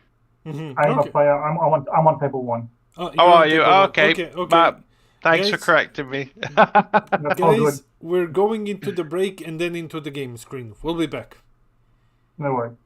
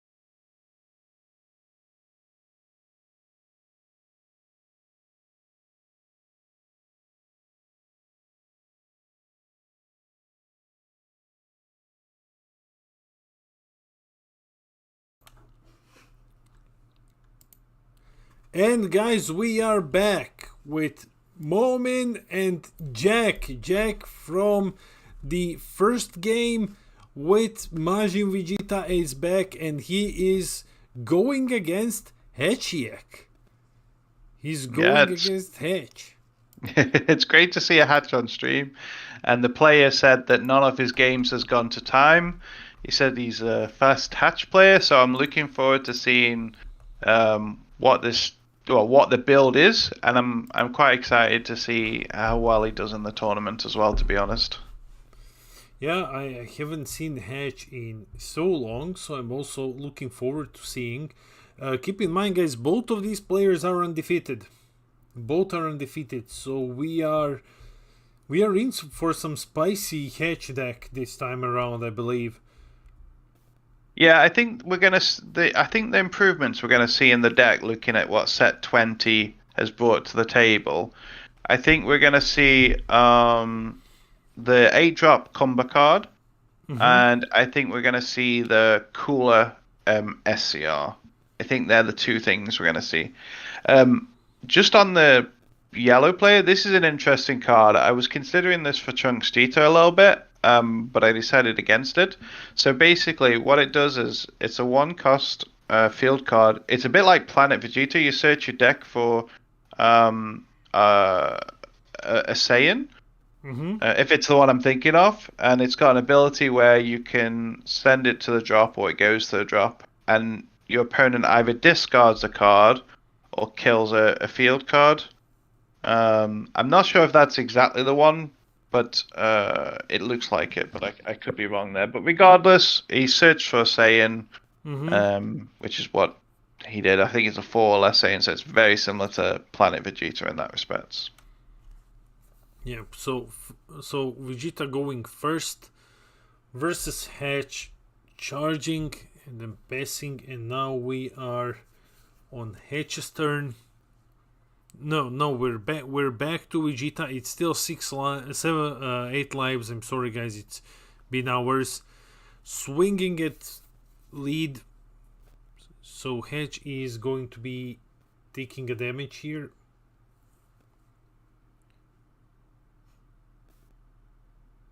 Playing the Goku. Yeah, this is going to allow him to awaken. So he's playing the Goku mid-attack. Right? Because it's still his attack. Yeah, is it... let me double check. I don't remember it being activate battle. Yeah, but then again, he's probably taking the damage, sorry. Battle. Yeah. Alright, let's get back to it. We know what we're doing now. So yeah, he's just backtracked. So he's dropping to 6. He's dropping to... What? It makes sense to awaken early here. Purely because, well, Hatch can't attack for 3 turns. Well, for 2.5 turns, if you like. So it makes sense to awaken early and start putting on pressure. And for anyone that's forgot Hatch's ability, basically on the first battle card swing, his auto procs, both on his awakened and unawakened side, where for the rest of the turn he can't attack with any other cards that are 8 or less, if my memory is correct. Was it 7 or 7 or less, or was it 8 or less? It's been a while since I've seen Hatch. Let me have Hatch says on the awakened side. You're checking awakened, right?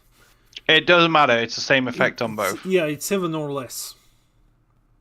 So, yeah. Unless it's a token. Now he's playing the Vegeta as well. So there's a lot of pressure on the Vegeta player's side. But it's not with Hatch having this inherent defense in his leader. Vegeta won't be able to take advantage of all of the aggro that it has. Though you know what's a good one? The SS3 universe at stake, basically, because he can take... well, I don't think that he actually can give himself dual. It's gonna be difficult for him to give himself dual attack in this matchup when he can just swing once, and then he'll have a hard time resting the rest of his field. But yeah, he's playing the new Kibitokai. Kibitokai is amazing. He searches for Earthlings and Saiyans. He costs only 1 energy. I saw some even Trunks Jita lists playing him like you're seeing right now. He can fetch out a super combo if he needs to. And yeah, the Vegeta player Jack is really in a good position at the moment here. He has his super combo, he has Goku and Vegeta up, he awakened early. It's going pretty well for him at the moment. And now it is Hedge's turn. And keep in mind, all of this happened on like turn 2. Look at his field. So Hedge is putting another card under his leader, just passing the turn back to Vegeta. Vegeta switching up the Servant 1 remaining in rest mode, because that's what the ability does here. And yeah, now he's looking to charge something. What do you think, Peter? We know what's the SCR in this deck, because this is the same Vegeta that was being played on the first game. So we know he's looking to play your number 1 at some point. And Universe at Stake is, if I recall, Universe at Stake is an 8 drop. So he can actually swing through Hedge's effect. Exactly. That's going to be the key, really. It's going to be a case of the Vegeta player needs to either utilize double strikes or he needs to utilize dual attackers, and then obviously go into an 8 drop as well. So, but the thing is, Hatch is naturally so defensive. We see it quite an early Oceanus right now. But that's the thing. It's like, that's the beauty with Hatch. I mean, it's a deck that I've liked. I've never personally really sat down and played, but it definitely fits into my style of decks. And what's quite good is Hatch can sometimes so easily win because decks are not prepared for it. Especially the aggro type decks, because you need to decide which card is going to get you the most value in the matchup, really. And it's also about how you combo and stuff like that. So again, I think you're going to be looking at swinging with double strikes and dual attackers in this matchup, really. But yeah, the 8 drop is going to play a big part in winning this matchup as well. But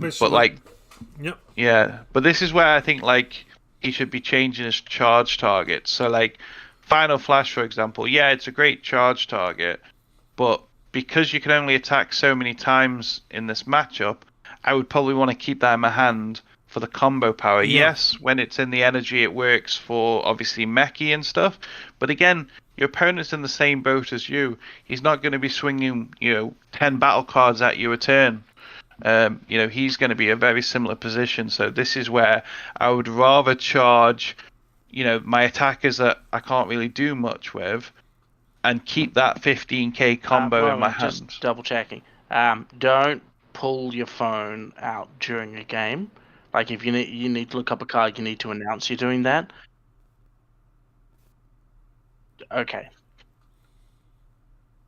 Yeah, make sure you announce what's happening and make it visible, because you can't be in communication with other players during a game. Okay, so like you said, the damage from Final Flash is invaluable when you can swing only a couple of times. What I'm not a huge fan of is, because it is so difficult to get your board rest. Actually doesn't matter, because I was thinking that Jack is playing a lot of battle cards here, and for him to fully utilize the Universe at Stake, he will have to have them in rest mode. But if he just wakes up and blows up the entire field, it doesn't matter at that point. But yeah, we know what his surprise game plan is with the SCR. Now Hatch awakening. Do you know, have you managed to follow on how many lives Hatch is, just so that I can update him? So Hatch is, I'm pretty sure, is at 7. Okay. I think he only took 1 damage, and that was early on. So I'm pretty sure he's 7 at the moment, which is again Hatch's greatest strength. I mean, I'm surprised he charged the unison there. So that to me probably says he wants to do another Oceanus potentially this turn, because again that's a great unison for this deck as well. I remember I picked them up to play this deck, but it's not something I've done. But yeah, here's 2 straight away Oceanus. He knew exactly what was happening there, and this is huge because obviously they're 2 blockers as well. So this is the great thing about Hatch. It can be so defensive, like this, and then its win con, like say, will tend to probably be the cooler SCR. It will be like 8 drops and things like that. So we'll soon find out. But the weakness with black, I think, is some of the Z battle cards. Even though there's some really good ones, they're not quite to the like late game strength of some of the other colors. Like Boo is a great one, but it's only it's only a 1 cost Z battle card. There's no like triple strikers, barrier, deflect animals in black at this stage. So it doesn't have any late game stuff like that. However, it does have some great utility Z battle cards that it can utilize again to improve on its defensive capabilities. Like I say, like with the Z battle card, he plays the Boo for 1, and then he absorbs one of his opponent's battle cards. Fantastic, and it's a blocker as well. 25k, so chances are it's probably not going to die as well.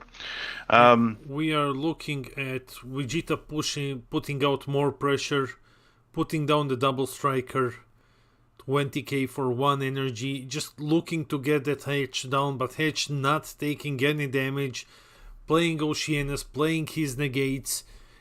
Hatch is just behind a wall of protection at the moment, which really speaks volumes on how defensive this leader is, because when you look at Vegeta's side of the field, like if you were anything other than Hatch, you would probably be clinging to life at this moment. But this leader's permanent really coming in, his auto really coming in through, really coming clutch right now, being able to shut down such an aggressive deck so effectively. And with all of this, now he's getting Oceanus back in his hand. This is another turn where Vegeta is swinging and Hatch is just saying no. So Vegeta needs a way to deal with these floodgates, cause until he manages to do so, he's not really moving anywhere at the moment. He can get like a swing, like 1 swing in, but knowing now that Oceanus is back in Hatch's hand is putting a bit of a break on his plans. So he's just gonna swing with the Vegeta. Maybe he's looking to activate to Z Awaken at some point, so we might see an activate battle here to grab a life when he needs it. Yeah, he needs to draw those tyrannical blows, otherwise this is going to be a pretty bad time for him, because Hatch is just building a wall here. Floodgates, blockers, just shutting down everything. It's not so good. It might look like Vegeta has an insane field, but when you take a look at it, the game is actually very controlled by the Hatch player. Yeah, and that the Hatch is sitting comfortably at 8 life as well. So 7 life. My apologies. So Hatch ain't gonna die anytime soon. It's approaching sort of turn 5. Gonna be turn 6 soon. We have a question by Blue Hurricane. Does the yellow Vegeta have any dual attackers? As far as we know, he only has the 8 drop, which is a conditional dual attack, basically. So he needs to have his entire field rested to gain dual attack, and he can't really do that because he can't really swing. He needs to blow up his field if he wants to give himself dual attack, which isn't optimal to do. Sorry for cutting you off there, Pete. No. It's a good question, and yeah, I think really with this particular deck, you're outside of the 8 drop potentially untapping itself, but obviously that's quite conditional. You're literally looking at pretty much double strikers. You know, and the same. There is obviously a Z battle card that has dual attacker, the Majin Buu, and the pre-release Vegeta card also has dual attack as well. Yeah. The But AOD one. yeah, but really his main things are gonna be double strikers. That will be his main sort of attacking battle cards really. And that's the key difference, I think. I think Hatch looks very, very in control right now, and I'm liking what I'm seeing.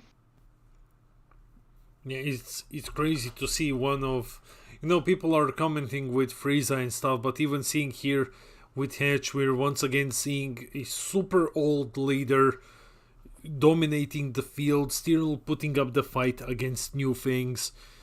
Yeah, Vegeta is trying to swing in, trying to chip for some damage, but Hatch isn't letting it go at the moment. He is in full control. Oh yeah, without question. I mean, I think Hatch probably needs to drop the unison down quite quickly, quite soon, because he's going to start running out of cards. I really like some of the value I've seen in this deck already, and it's definitely one that makes me excited to actually want to play it, to be honest. But again, it's because it's my kind of deck, really. I just need an excuse to play it, really, I think. It's your deck, you invoker player, you Janemba like, I don't want to do anything and win. I like to play decks that make my opponent have to play different or alternative win, and if it's combination in both, it's great. But I mean, I'm not really sure how the yellow player is gonna get out of this one. He has to draw into those tyrannical blows. He has to stop those Oceanias, otherwise. Yeah. I feel like it's potentially too late, and what I mean by that is, it's like you say, the Hatch player. I mean, again, another Oceanus, but the Hatch player is at 5 energy, gonna be going into 6 energy. Like, he's at 7 life against 4 of the King Vegeta, Majin Vegeta. This cooler here is big, but again, the problem is, it's like, yeah, it's big, but then it's not like you can attack more than pretty much this and lead a swing. That's the thing. It's I mean, this Vegeta's going to be a double strike now, which is good. Mm-hmm. So he's swinging at least 35 double currently, but again, Hatch is at 7 life, so the counter is great, but not when it doesn't matter when you're at 7 life. Like, it's probably should have saved that counter for later, for the big one that we know is supposed to come. But Hatch is taking 2 damage now, dropping down to 5 lives. Yeah, it's and we haven't seen any super combos from Hatch yet either. I assume he's probably using Sparking if he's not got any overarm cards. But we'll see.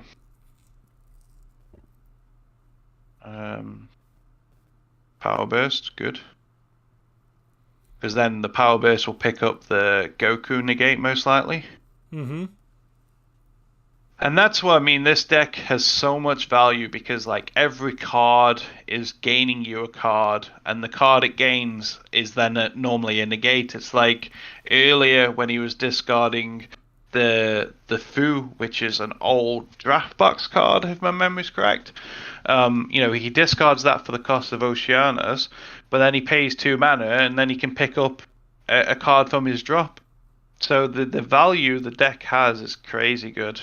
And that's what makes the deck so strong as well. But we don't see it very often. So you really need to be you really need to be an amazing Hatch player. Like, it's not a deck that's...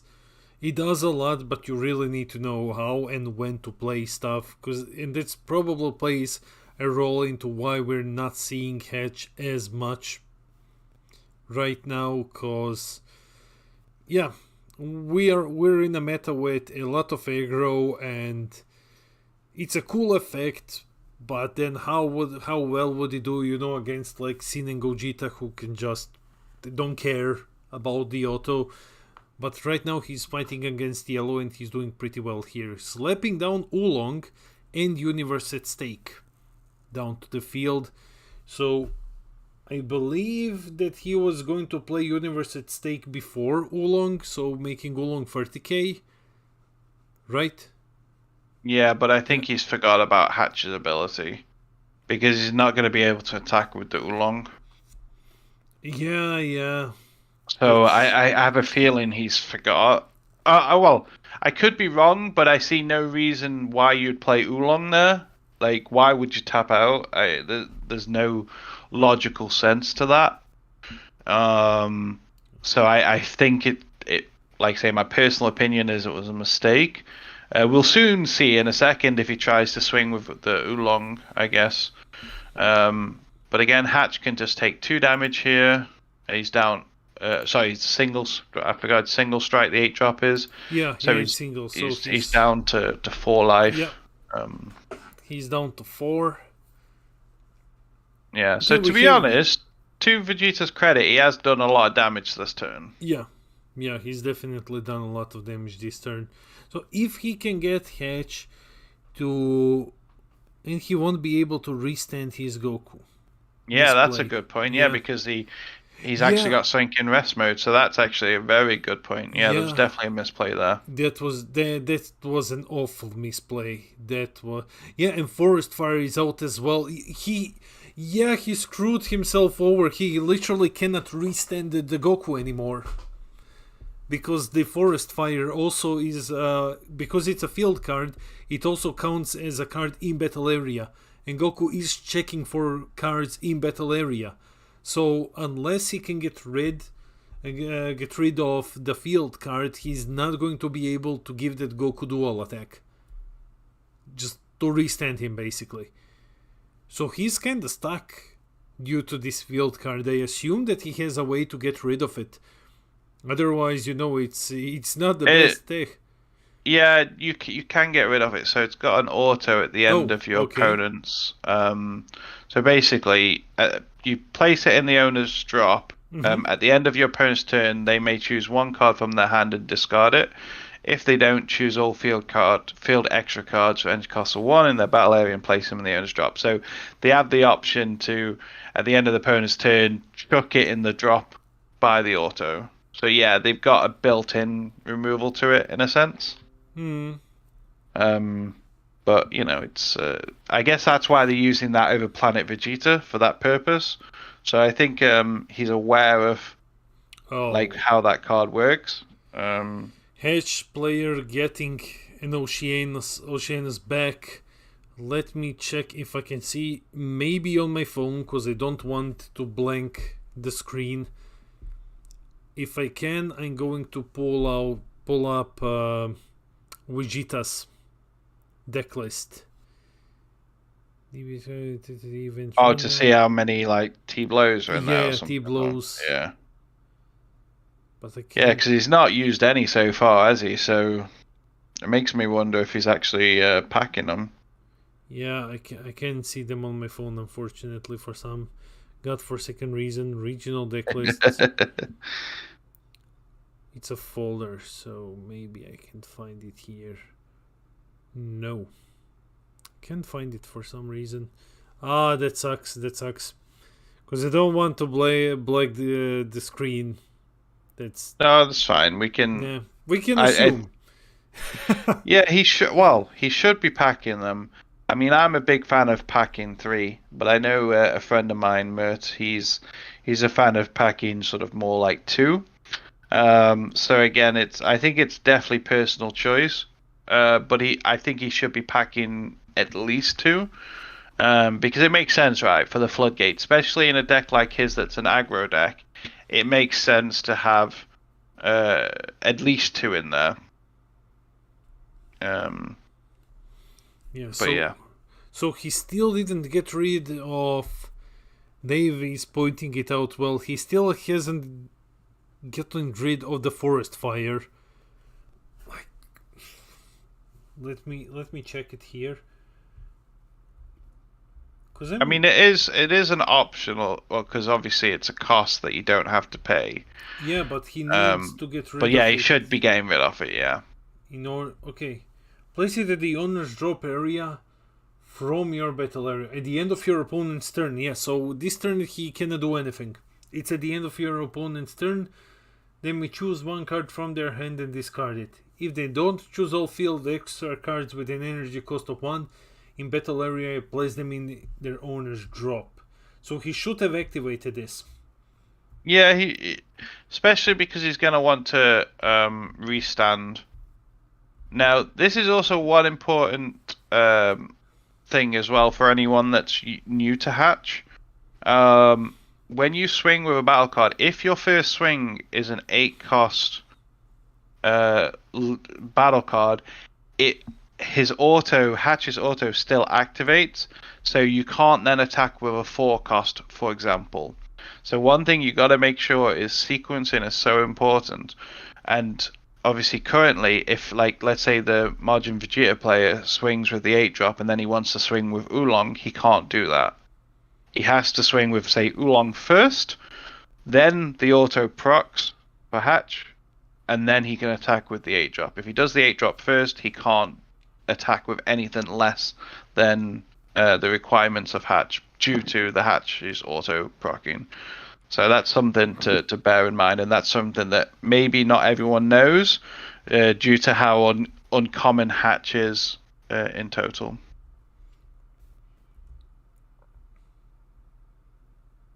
Yep. So, sorry I've been silent. I've been trying to check deck lists, but I can't bring it up. 3 blow would even stop Oceania's, would it?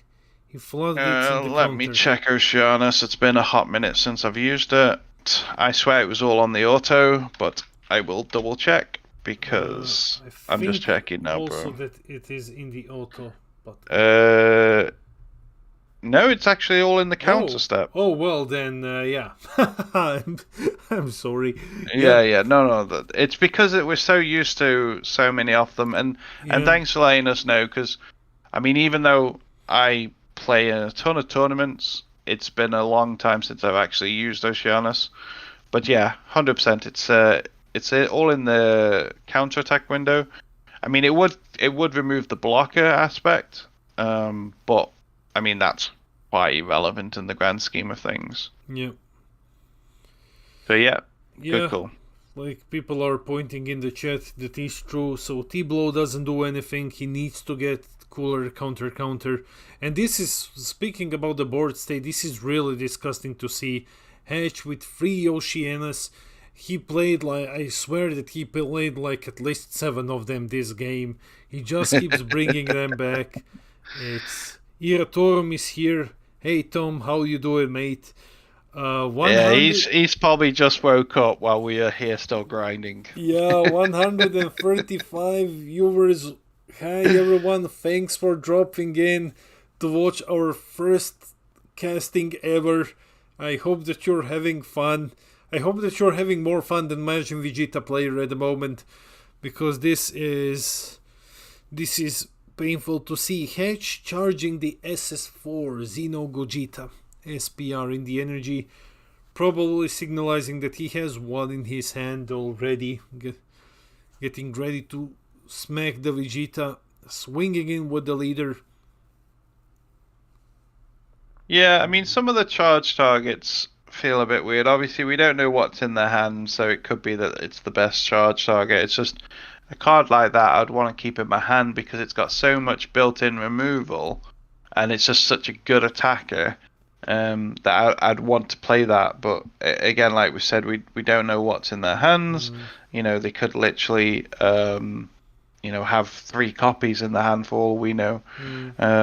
But yeah, the Hatch is just going to slowly grind him down, and that's how the matchups is gonna look really. So let's see if he actually gets rid of the field card. Yes, come on, this man. turn.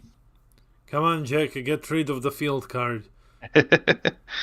Maybe he's leaving it as a bit of a surprise, or maybe he's potentially forgot about it. I'm not sure. Majin Vegeta has a chance if he can get Hedge down to 2 life and then swing through with the leader. He actually stands a chance because he's still on 4 lives, as you can see here on the screen indicated by Dragon Balls. So he can still use his Activate Battle to give himself plus 15 and double on the Z leader side. And he wants a... Wait, is it... I'm lost. Whose turn is it now? Did Majin Vegeta not get rid of his card? No, it's Hatch's turn. Oh, it's okay. It's still Hatch. Yeah. That's good. So he just swing with leader, and now he's swinging with the Unison.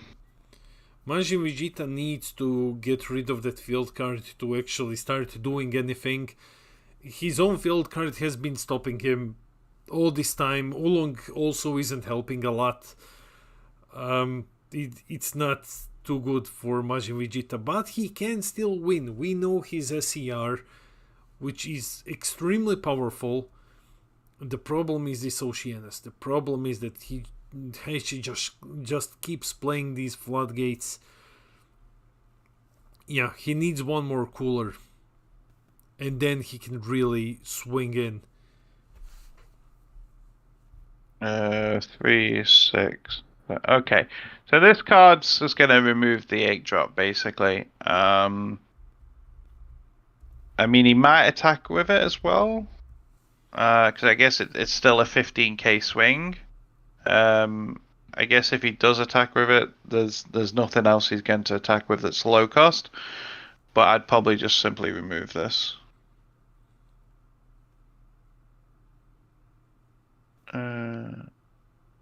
Yeah, I love the Ghost Warrior cards, and I wish that the just simply leader locked the dual attacker one. Turtles. I think that's a great one, but unfortunately, because it was allowed in any, basically any deck, which is why the card got banned. But I would have liked to have seen an errata to Hatch only, and then used in Hatch like it probably should have been, really. So what I'm reading in the chat, Majin Jack is coming for my table flipper title. I can't blame him. I would have we had a Beerus player earlier this evening who I thought was gonna take over that title, but like that guy had nerves of steel, man. But once again, we are in Vegeta's turn. He still hasn't gotten rid of the field. Not that it matters too much now that the 8-drop is gone. But here comes another Oceanus. Oh, look. Wow. Vegeta has a Bible in hand, man. He really has a book in his hand. He can't do anything. Hatch is just shutting him down so bad. Bring back Full Shrouded to deal with Hatch. Full Shrouded shouldn't have gotten banned in the first place. I think Full Shrouded was okay. Maybe we'll see him unbanned at some point. But the main question is, does the Hatch have his secret rare, or is he still searching for it? That is the question. So what did he just play here? This is the Finn, if I can see it correctly. If my memory's correct with the Finn, you target one on your opponent's side, one of yours, and then kill everything else, I think. It's been a hot minute since I've seen it, but I think that's what's happening right now. But I swear it was a combo one. Let me load it up. I know it's a Finn card, and I know it because, funny enough, I actually saw it the other day in my grades. It is... here it is. Deflect, which is always nice. 15k auto. If your leader card is black, when this card is played from your hand, your opponent chooses one of their battle cards, and then you choose the rest of their battle cards and send them to the owner's warp. Oh, I thought it did your side as well, but no. So it's a simple 2-drop board wipe, which again, works so good in Hatch, because obviously your opponent builds up a board. I really love that That's a really cool card, and because it's got deflect, there's absolutely nothing you can do about it. Finn, Which is great. yeah, Hedge is going on offensive now, wiping the board, swinging in with Finn. We see a robotic coming in, stopping a bit of aggression here. Doesn't matter, Unison swinging in. He has so much. He doesn't care about robotic. He has. Look how many things this guy has to tap, man. Like he doesn't care about this. No, definitely not. And Yeah. I think he's probably digging for the SCR at this point. I mean, the thing is, I'm still surprised about how big Hatch's hand is actually. And also, this build I've seen from Hatch is a lot different to what I thought we would have seen. You know, we haven't seen any big 8 drops. We've not really seen any battle cards really come from his opponent other than the floodgates. Like, it's quite interesting that there's not really been any, you know, like the Gogeta that's in his energy that we can see, the SPR. He's not played this. He's not played any battle cards other than pretty much Oceanus and the Finn just. Yeah. And that's crazy. Like I don't know how he's not, you know, been able to, or why he's not been able to play some of the bigger boys. He's just stalling. Not stalling. He's just buying his time. He's sitting behind, you know, a pillow fort, and you just can't swing through it.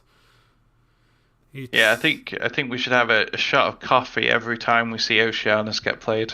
Have you checked how many rounds we have left now after round 3? Are we still up to 7 rounds? Let me have a look. See if there's. I assume there won't be an update until a bit closer. Because what we can do is, once we finish this round, we can see how many undefeateds there is. Actually, I'll have a look how many undefeateds there was going into this round. Okay. Let's have a look. Because, guys, initially we were looking at 7 rounds. We are on round 4 at the moment. And we're checking if we're still going to go to 7. But yeah, Hatch is... Yeah, Hatch is just killing it this game. Killing it slowly. In comes the Boo. In comes the Boo for 1 energy. Killing me softly. Yeah, basically that. For 1 energy, deflect double striker, 30k. Could this be the push that he needs? I mean, he already attacked with Vegeta, so I'm not sure. I mean, this can push for like 2 more damage. He's swinging in, not going through. Max power Kamehameha, stopping him dead in his tracks. Vegeta can't swing. Hatch is just in full control of this game. Like this man isn't even worried, you know. He has so many floodgates. It's scary to see this. This game feels like it has taken 7 rounds. Yes, Dave, it really feels like that.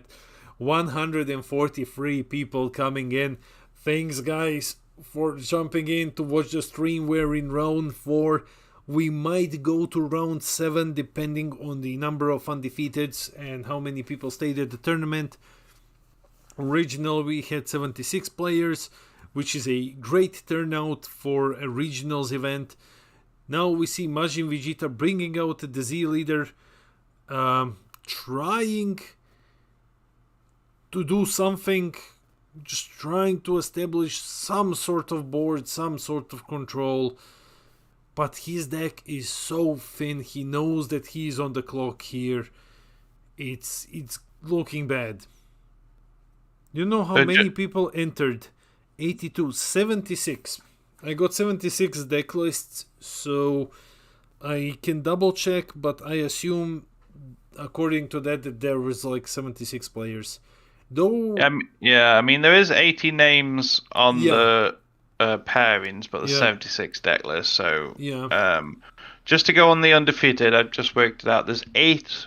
From last round, there's 8 undefeateds. So there's going to be 4 undefeateds after this round, then 2 undefeateds, round after that, assuming no one loses pair downs or whatever. So I would say there's 3 rounds after this. So round 7, I think. Yeah, so we're still 5, going 6, to round yeah. 7, guys. Oh, Assuming no As one. heads up, guys, that's time. You're now at 5 minutes and turns. okay, it is time now. So Okay. I think, I mean, like this reminds me of the game with Janemba and Beerus. You know, we're just waiting for it to happen at this point. Yeah, this is going to be quite an important bit now because they're at same life. So then after that, with time procedures, it will then go to cards in the battle area. Currently, Vegeta is winning that. So But they're starting like from round 0 now, Right. or how does it go? yeah, so this is turn 0, Turn but they 0, have right. 5. They have 5 minutes. So Yeah. it is possible to Nah, technically. that's it. No, wait, Vegeta is doing. Yeah. Vegeta surrenders. Hedge takes the win. Okay, and Hatch is using black smoke. Interesting. So he's not actually using the cooler SCR, which is One a moment, surprise. guys. We will be switching to caster screen. Just need to turn on the camera.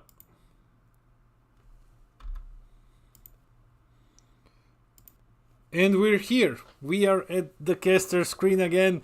Yeah, absolutely generous, guys. Like Hechiek just floodgating, stopping Vegeta. It was painful to watch this because we have watched Jack's first game, and that game was amazing. He played. What did he play against, Peter? If you remember, he played Yeah. Vegeta against Universe 7. Right. Yeah, it was against U7 Goku in Yep. the first round, which was obviously a good little old deck. And then he's just played against Hatch. I am surprised that it's the Black Smoke SCR over, the cooler SCR. I think the cooler SCR is the correct one. So I don't know. Maybe just like he's going for that sort of mill type strategy. But I'm not quite sure how effective that is. But he was definitely super defensive. He definitely was able to negate for days. I'm just surprised that that's his strategy, especially. But then again, it's like I don't mind that if he runs the 4-drop Sin. So there's a black 4-drop Sin that has Spirit Boost that can mill and restand itself. That should be in the deck. If he's going to go down the mill strategy, then he should be having them in his deck. Maybe he does and he just didn't see them. I don't know. But I would have thought that he would have that as well as Black Smoke if he was going for the mill strategy, personally. Yeah, guys, so seeing as it is time on time and the game has just ended, we are probably jumping into game 2 super soon. We're probably jumping into it now. I will check if there's any pairings up. I will start preparing our game screen. So No, there's no pairings up just yet. Yeah, so we will be jumping into round 5 soon. 7 rounds. 7 rounds there's going to be, assuming there's no weird tie or something that stops a winner, or because there shouldn't be any pair downs because we're on equal numbers. So there's 8 undefeateds before that round. So then there's going to be 4, and then there's going to be 2, and then 1. So there should be no pair down. So in theory, there should be no reason why it doesn't finish at 7 on round 7. Yeah. Which is nice. So what you're looking forward to seeing? I'm looking forward to seeing Cooler again. I hope that the Cooler player is still undefeated. That will be. I've got bad news for you. He was on table 2 and he lost. Oh, to John. Because funny enough, that's why I thought I'd just check for you, because it was Mark, wasn't it? It was last round. So, yeah, Mark lost this round to John. I don't think we've had him on stream. I know, no, we haven't. So we don't know what deck he is at. Unless he was the Sin player, because I think there was one we looked yeah, at. there is one team player who is Yeah. undefeated, which is actually pretty cool, guys. We have only one undefeated team player at this tournament. We had more Android 21s undefeated than we had Sins. So that's always cool to see. I'm looking forward to seeing Sin and Gogeta. I don't think that we have a single undefeated Gogeta at the moment. No, but what's been fantastic, and sorry to cut you off, but No, sure. is for again anyone watching, but also for us casting, we're not seeing those meta decks right now on table Yeah. one. It's been great. We've not seen anything Nothing. that I would say meta. I mean, Margin Vegeta is probably potentially the closest, but that's more to do with the fact it's yellow. Yeah. More than, and obviously Cooler is meta for green, but it's not meta for the grand scheme of things, and it only seems to exist in Australia for some reason. But yeah, it's great to see the range of decks we've had so far on the stream, to be honest. Any undefeated Friezas? No undefeated Friezas as far as I know. So, unfortunately, we are set up in a way that we cannot really check the deck lists without taking down our cameras for some reason. But the last time that we checked, we didn't have any undefeated Friezas. So, yeah, it's pretty diverse. Just like Peter said, we are now approaching game 5. Every single game, there wasn't a single meta deck. Like you said, we had Managing Vegeta, we had Android 21, which is the new one from BT20, which is trying to become a meta deck at the moment.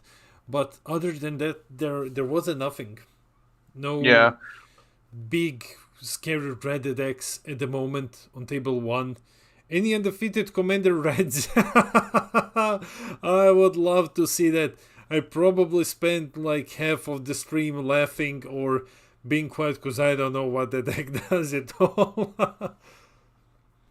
Oh, okay. So the guy that beat the Cooler is set 1 Freezer. Okay. From what's been said in the chat. So there is a set 1 Freezer undefeated. And that makes sense for it to have beat Cooler, because again, it's got the negates. It's a very good matchup for Frieza.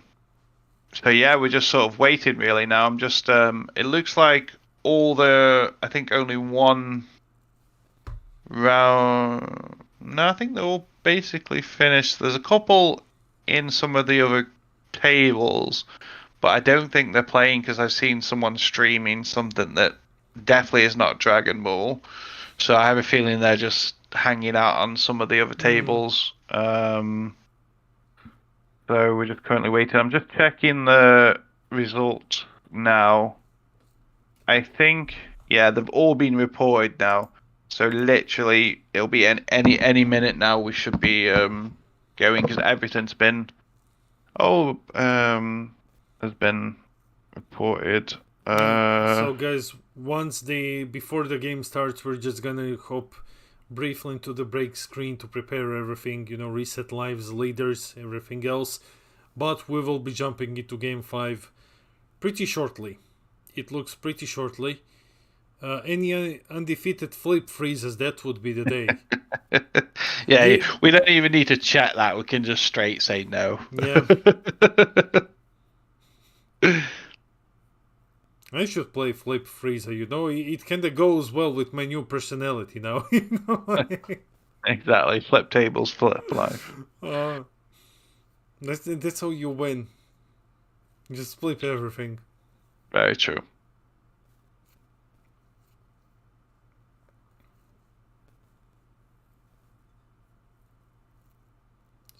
So let's see what's going on next. So we might see Sin, we might see Golden Frieza. There is also a Kai in the tournament that went undefeated after round 3. Oh, yeah. What was his name? Do you Don't remember? remember honestly. Flip table Frieza. Yes. I know it was when we looked at the undefeateds. After round 3, we looked at undefeateds. There was one Kai in them. But yeah, I don't remember the name, sadly. But guys, sadly, at least I'll have all of the deck lists up next week or at some point after we get some sleep. But at least from what I have briefly seen and from what we have experienced on stream, the only BT20 decks that I'm aware of are Android 21 and Majin Vegeta. I haven't seen anything else. Maybe there is something in the deck lists. But if it is, it isn't on table 1. Other than like the Android that was like game 3. And Majin Vegeta now again. Yeah. So BT20, not off to a strong start at the moment. Though that Vegeta is pretty cool. The margin video, yeah. Yeah. I think it's a deck that's okay. I don't think it's gonna dethrone Frieza or Trunks Vegeta. I think it's gonna be a good supplement in terms of like if those decks get hit, then he could probably like slide in there. A bit like when Icarus was hit, Trunks Vegeta just replaced Icarus. I could probably see Majin Vegeta, but also it depends on if he gets much aggro tools down the line, really. You just reminded me, among undefeated decks, when we checked after round 3, there was one Trunks Vegeta in there. Yes, there was. Yes, there was one. So we have a viewer here. We have a viewer here. Man, it's been a long night. Saying he's playing Cumber, just having a bad day. Yeah, Cumber made a very good showing in European regionals, but that's because Michael can pilot anything. Like, if you give him a black deck, he'll pilot anything to top 10. Yeah, he's a good lad, isn't he?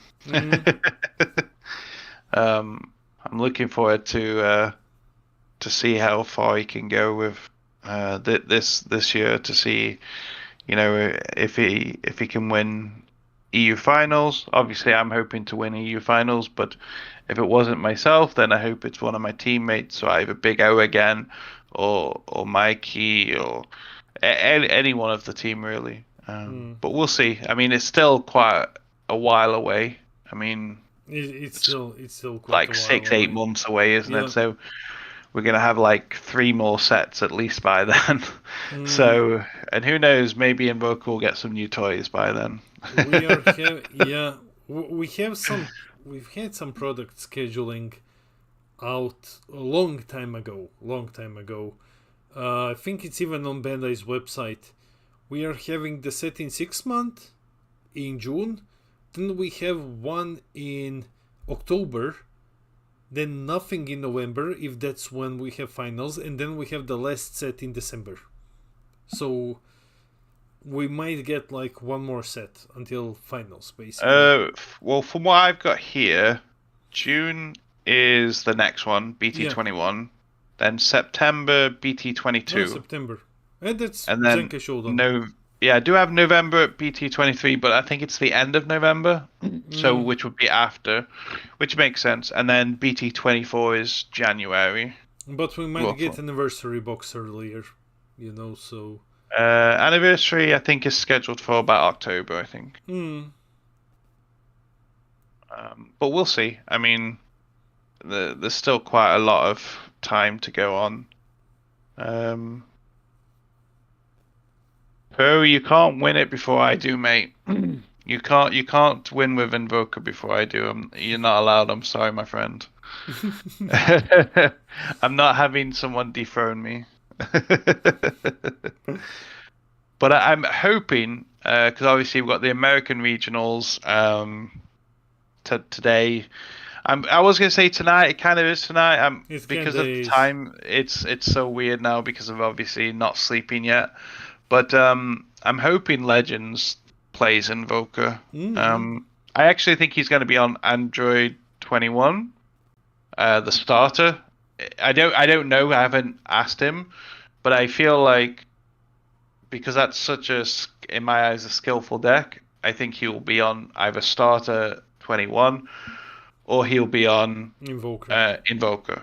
I hope. I guess that's more of a hope. But we'll see what happens. But I'm a big fan of him, so I will definitely be watching and cheering him on, really. Blaze, some cumbers at the tournament, but nothing here on the top tables. Cumber not really having a good day at the moment.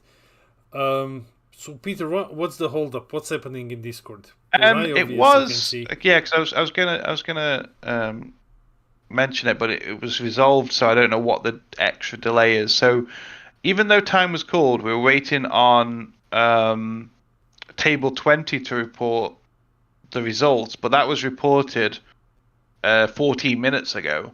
So I don't actually know what is going on.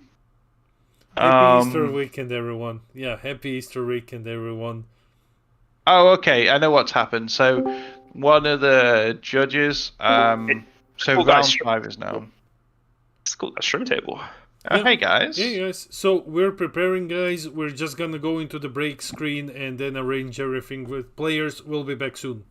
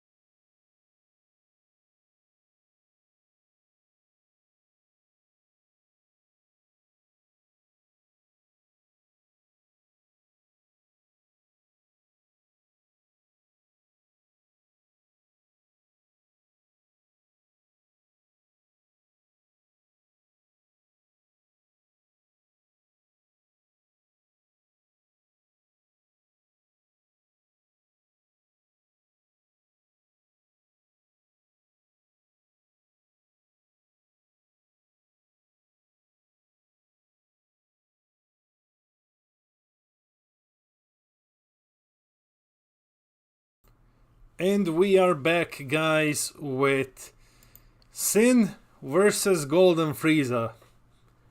So we are now in round 5 currently. Both of these decks undefeated. It's definitely going to be interesting. It's definitely going to be interesting, this one. What do you think, Peter? Because I'm on the side. Everyone who listens to me ramble in my YouTube videos knows that I'm a huge fan of Golden Frieza, and after speaking with Philip, I'm convinced that Golden Frieza can beat Sin, so I'm rooting for Frieza here. My money's on Frieza. What do you say?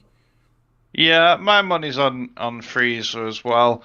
And yeah, just wanted, because obviously I was saying it just as we jumped because of the guys joining the table. But yeah, basically the only reason for the delay was the judge, their internet went down, so that's why there was a massive delay in this game starting. But yeah, I like the control aspect of Frieza, and I feel like Frieza's going to win this. But we'll see what the Sin can bring to the table, because again, Sin is a very strong deck. That's why it obviously does so well. But I do think Yellow has answers now compared to Yep. 2 sets ago. So I think yellow's got this. I love Golden Frieza so much. Mate, you know what? I absolutely love the Invoker. fact this. Well, other than that, but one thing I love about games, in a great wrestling game called Raw Deal that sadly died for anyone that's played that. One of the best TCGs in my opinion. One thing I love is when a game has the ability to have such an old deck or old cards still perform really well. Like set 1 Freezer, it's a set 1 deck, and we're Yep. still seeing it. And that to me, fair enough with Freezer, it's more to do with, I mean, it's a great leader anyway, but it's more to do with, I suppose, supporting cards. But for me, that's a massive thing. Fair enough, there's like set 2 leaders we don't see, or set 3. But when you do see the odd leader, especially with support, like sometimes all it takes is 1 card, and then all of a sudden the deck is meta relevant, and I love that. I love how an old leader can still be relevant just by 1 card. I love that so much. Yeah, I think it's cool. I know my teammate Ivan hates the idea that a set 1 leader is so meta relevant, but I think that's just a show of our guy showing off very good sportsmanship. I think that's just a show of how well designed this leader is. Like this is, like you said, this is a set 1 leader that's still seeing a lot of play. It's truly a leader who stood the test of time. And there are some set 1 leaders, like Broly isn't as good anymore, but set 1 Broly also had its time to shine in the spotlight well after it came out. So now we have Frieza as well. Soul Striker was also insane. So set 1 had some amazing leaders, man. But yeah, we are diving into the game, guys. So we have Sin losing 1 life, taking a ball from the life, just shutting him down. He's grabbing another ball from the deck, charging the Deluge of Power. What is it? Yeah. And now with 1 energy opened and this 1 ball. Okay, so if he has a 3rd ball in his hand, then he can get the Gohan online immediately. Yeah, he has 3 Freezy energies, 1 energy opened. So if I were Frieza, I would be thinking about Gohan slamming down for this 1 energy. What do you think, Peter? Yeah, what I would have done potentially is consider playing it just to swing into the Unison to kill it. It's a difficult one because you got 2 choices. You either use it as a counterplay or you use it as an aggressive piece on your turn.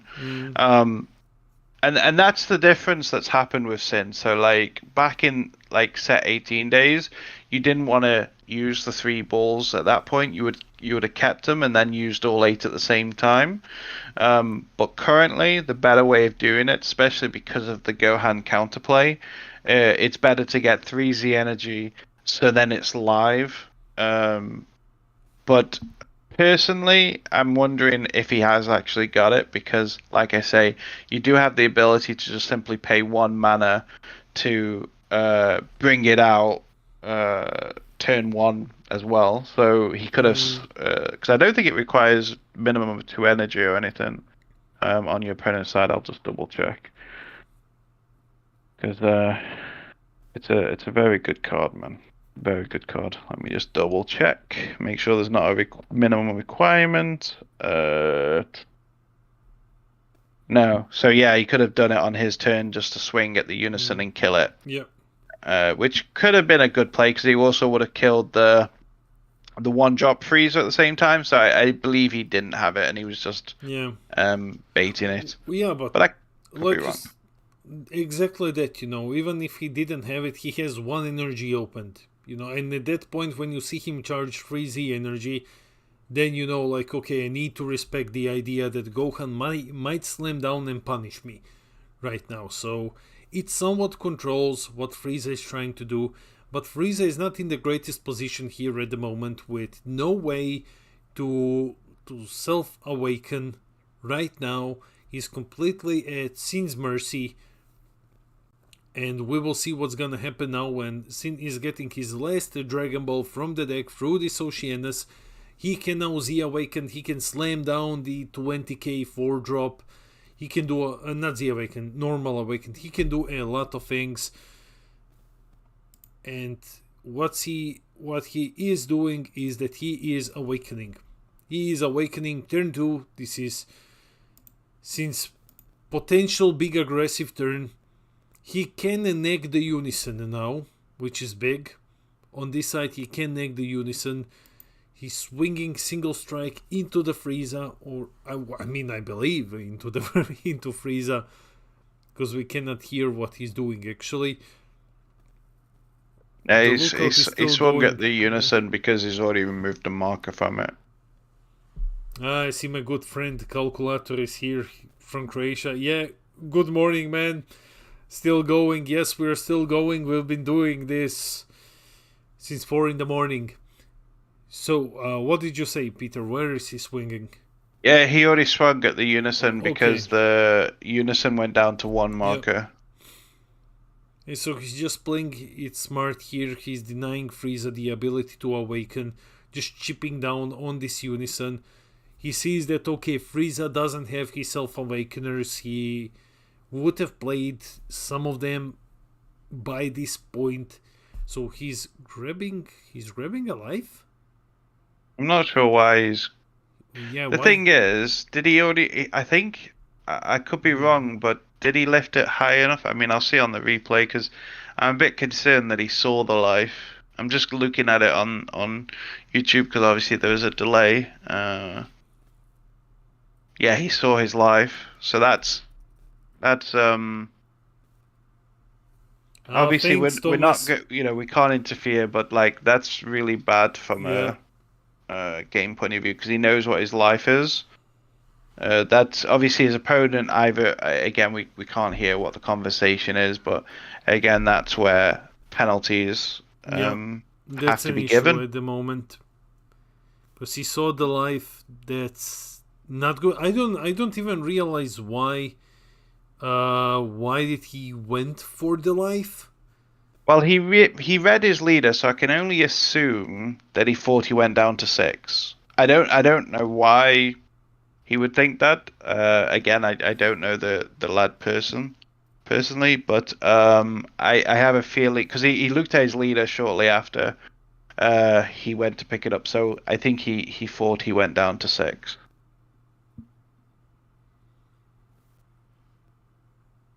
Yeah, there's definitely, I see chat saying that he definitely saw the life, but then Ryan coming in with these guys are teammates and pretty close. Okay, fair enough. Fair enough.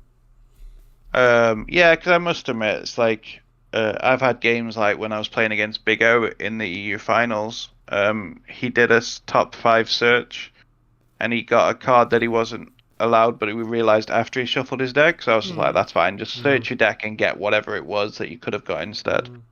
Because again, there's a certain amount of trust there that happens when you obviously know the person and things like that. So I get that, but again, it's something, I don't expect a mistake like that happen on table 1 in round sort of 4 or 5. But these things do happen because again, people get tired, but they should not be happening, and you should be striving to fix that.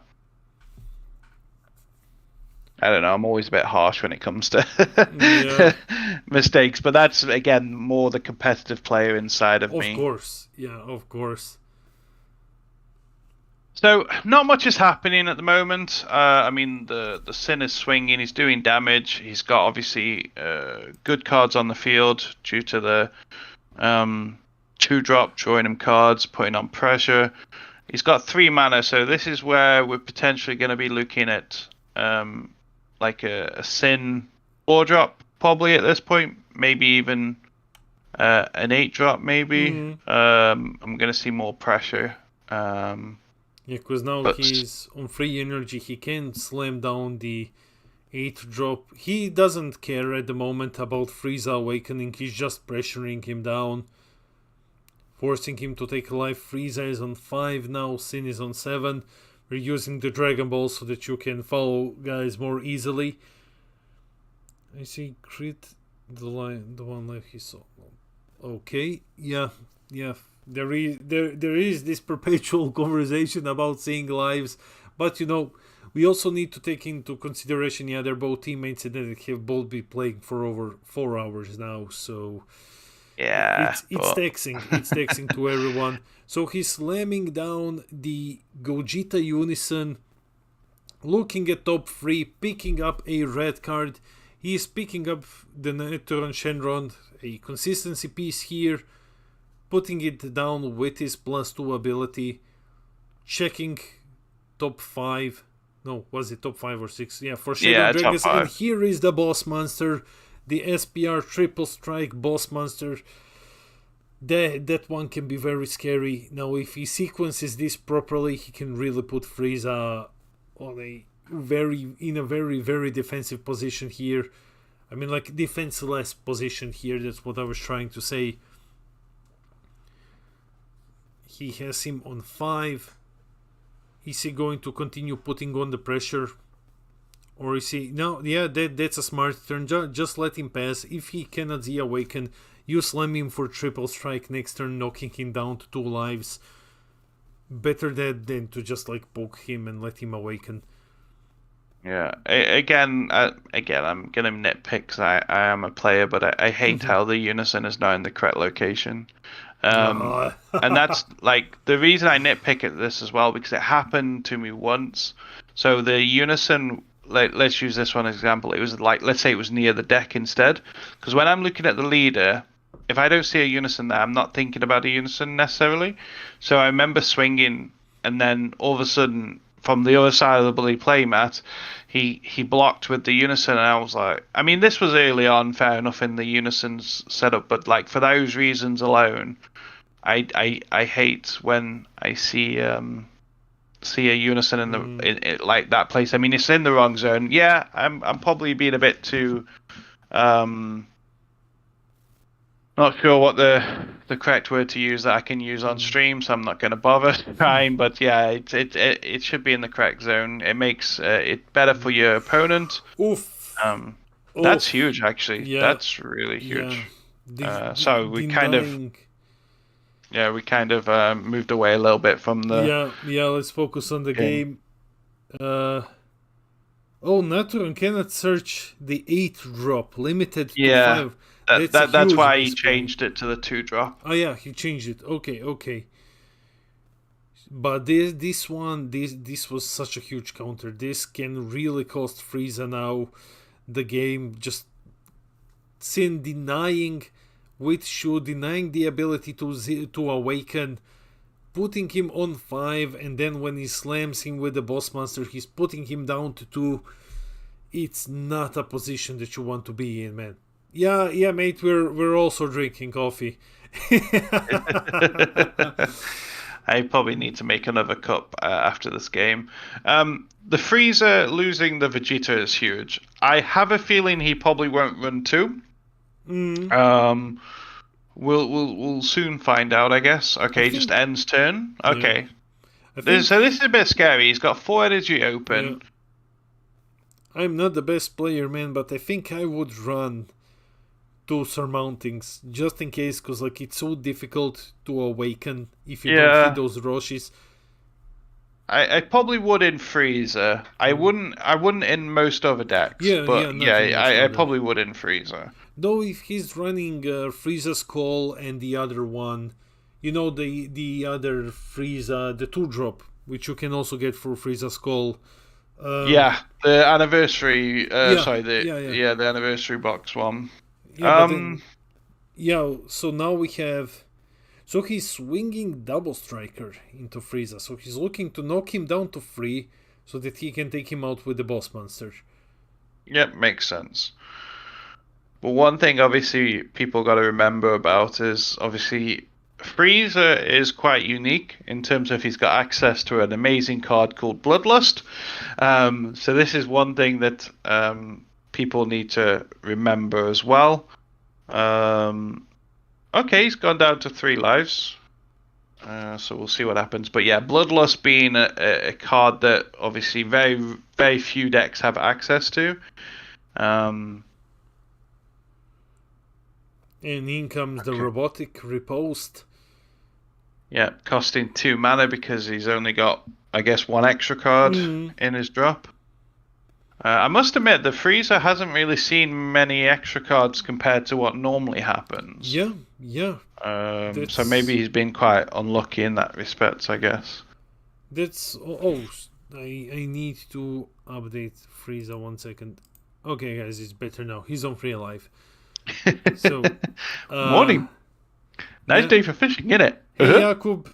Yeah, Jakub, our TO from Poland, who's going to do Zenkai Showdown with us, is here. Speaking of that, guys, we still have room at the event. It's going to be awesome. Dropping Gohan down. So, wait, is he dropping Gohan or is he comboing with it? I believe he dropped it, but I'm sorry, I was kind of looking at chat at the time, sorry. Yeah. This is a very difficult place for Frieza to be in because the Meki Reposes are costing him 2 mana instead of 1. That's huge because obviously he started the turn with 4 mana, 4 energy, so he should have been in a really good position, but instead, so I think he's swinging with the Gohan. So I think he swung 25k double. But I could be wrong because of the way the cards are. I'm not quite sure how everything looks. So sorry guys that we don't have the direct answer right now because of the way the cards are positioned. Okay, so he's forcing Frieza to waste 2 of his super combos. Okay, so he did swing with the Gohan. Yeah. That's what it was, yeah. And he is awakening.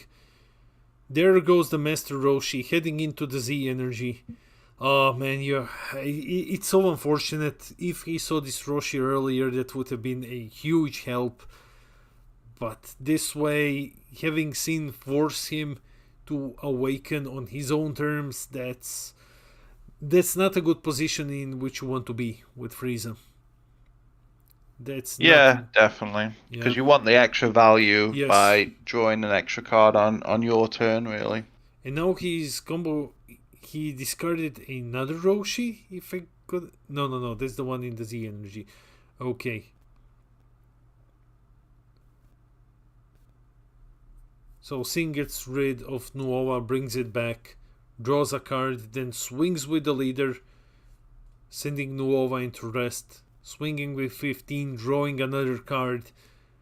That's 15k at the leader. Will Frieza negate this?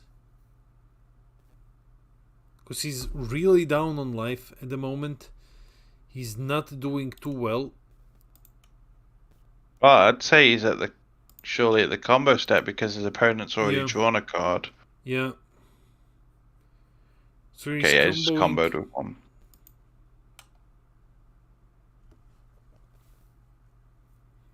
Okay, so he just passes.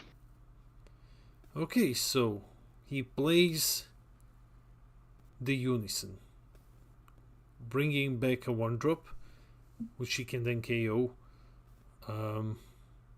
Well, now Frieza is on 3, but Sin is still on 7. It's such a hard comeback.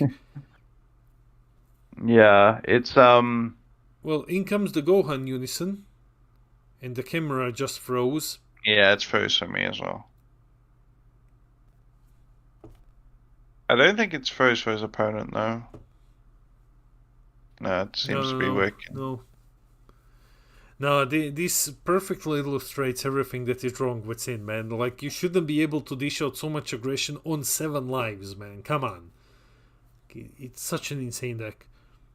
Yeah, because at least when we saw the cooler earlier, it was still at 4 lives, so it wasn't like it was like say chilling on 8 life or whatever. I mean, like say this. What's quite funny is this Sin is only at 7 life because he took a ball from his life. So technically, Freeze has actually done no damage to his life. Yeah, actually that is true. Sin only took 1 damage through his own activate main effect. Yeah. Oh, and then we got the one-off Yamcha in the deck as well. That was a really good play because obviously because he responded to the Unison getting played, he was able to then play Yamcha, which then killed the 1-drop that was already on the field, which then forced Frieza to play another 1-drop in order to get the effect. So again, that was quite huge. Yeah, to waste energy on that 1-drop was huge. I mean, the only good side is at least the Mechis will only cost Frieza 1 mana now because he's got the extra card now in the energy.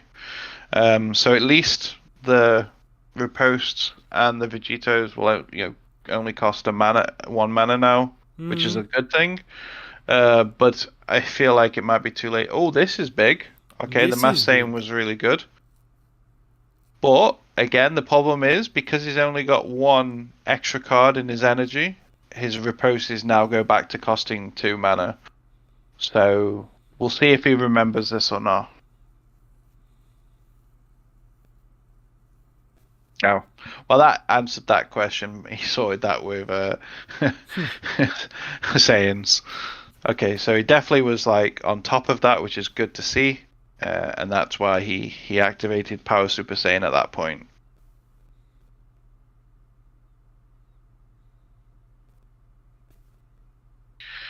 So this oh sorry what? No, I'm just saying like now we are in Sin's turn. Yeah, this is going to be quite scary for the Frieza player because he's only got 2 mana open. We'll see what happens here. He needs Floodgate, so I guess this is Robotic coming down. Yeah, this is Robotic Riposte coming down, stopping the attack, forcing Sin to rest cards. And he still has 1 open, which can be used for some more defensive tools. But at the moment, I mean, Sin has Frieza on free energy. If he can swing through that Robotic, he is going to swing through that Robotic. And now he's playing the Gohan, taking Robotic Riposte away, minusing it by 20. I don't think I like that play personally. I think, I mean, he might swing with it, which is probably why he's doing it. But I don't know. I think I would have preferred to have kept that.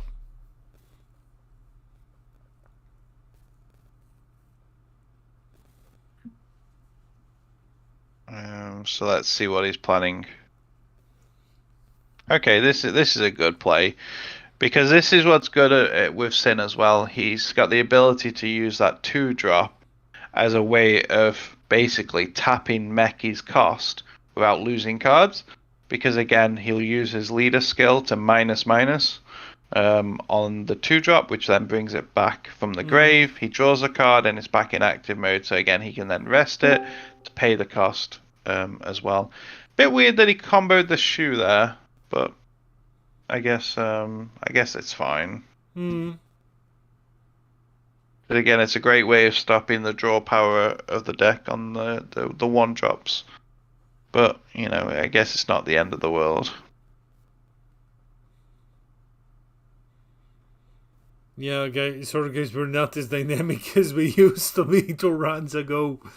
But yeah, this is Sin versus Frieza in round 5. Both decks undefeated. Though it looks like Frieza is going to be taking the L this game. He unfortunately didn't get to see his Self-Awakeners on time, and Sin really dictated the flow of the match because of this.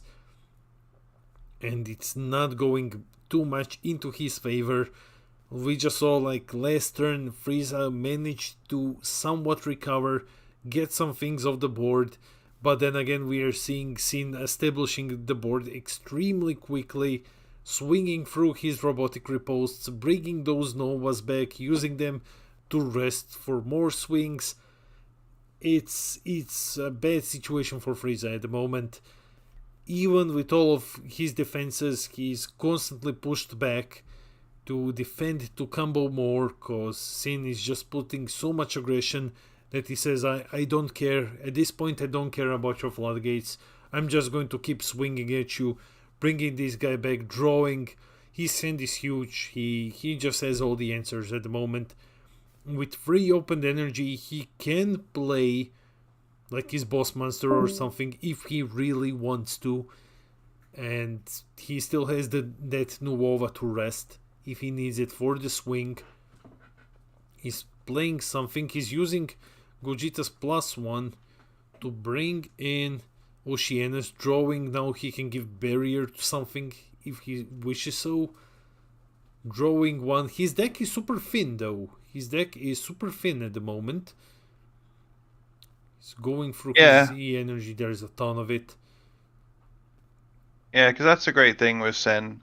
Because if you think about it, like a typical Wish deck, because it's got, you know, the Dragon Balls or the Cracked Balls in this case, that's not only 6 cards, but then it's also a -6 because it then draws. So it's kind of like having 12 less cards in your deck. So a 50 card deck then ends up being, you know, 12 cards less, and you got 8 life, and so forth. So that's the power of the what used to be the old Wish leaders. You could draw so much and thin your deck out that you were able to see the cards you required as well. So this is quite big. So the Sin is going to come out in rest mode, which is quite a big thing, and it's a blocker, so it has the ability to also block an attack. So I don't think Frieza's going to die here. Because, well, he's not, because Sin's so past as I was saying that, but yeah. Well, he has an option. Everything is in rest mode at the moment, so if he pays 5 and brings out the 5-drop Frieza, he can actually KO everything. Because this guy KOs everything that is in rest mode when he enters. Yeah, I think what's the Sin players should have done maybe is use Oceania's activate main to give the 8-drop barrier. I mean, fair enough, it is yellow, so yellow can get around that, but I think I would have done it as a precaution, but I'm guessing he probably didn't because he probably wants to use the Oceania's as a card he can tap down. Golden Cooler enters. But as I say that, Golden Cooler might steal the victory here. Can you imagine, guys, how insane this card is? More and more we're seeing Frieza taking out the super combo, going for the Cooler. We're seeing Cooler, okay, super combo, not SCR, not that good in Frieza, but Frieza going with Cooler. More decks experimenting with this card. It's insane, especially in the current meta where you have Sin and Gogeta and these decks that have such a huge hand. Cooler is a real table turner. You can say it like that. Take it from me. He's a table turner, definitely. Yeah, you're right. I think, the Cooler SCR is a great SCR for Frieza for a few reasons.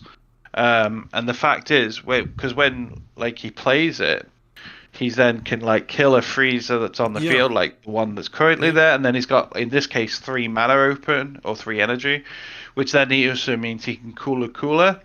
So if his opponent, let's say, was going to have a floodgate like Violent Rays, normally that would be an amazing answer against this kind of card.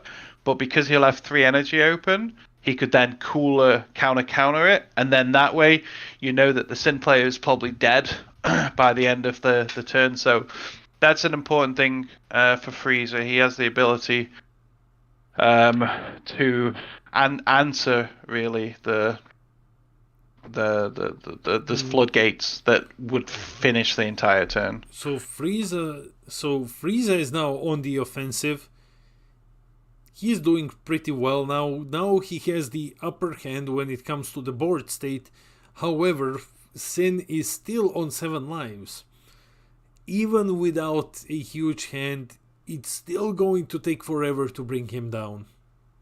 Yeah, one interesting thing, and again, I'm not quite sure why, but he's going for the unison with the freezer, with the cooler, sorry.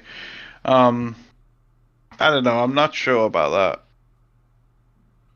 And now But then again, depends on how many attacks he's probably got for the turn, because he's got 1, 2.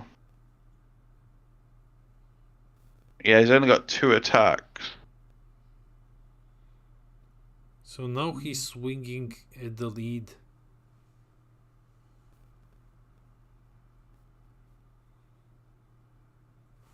Forcing Sin to grab 2 lives.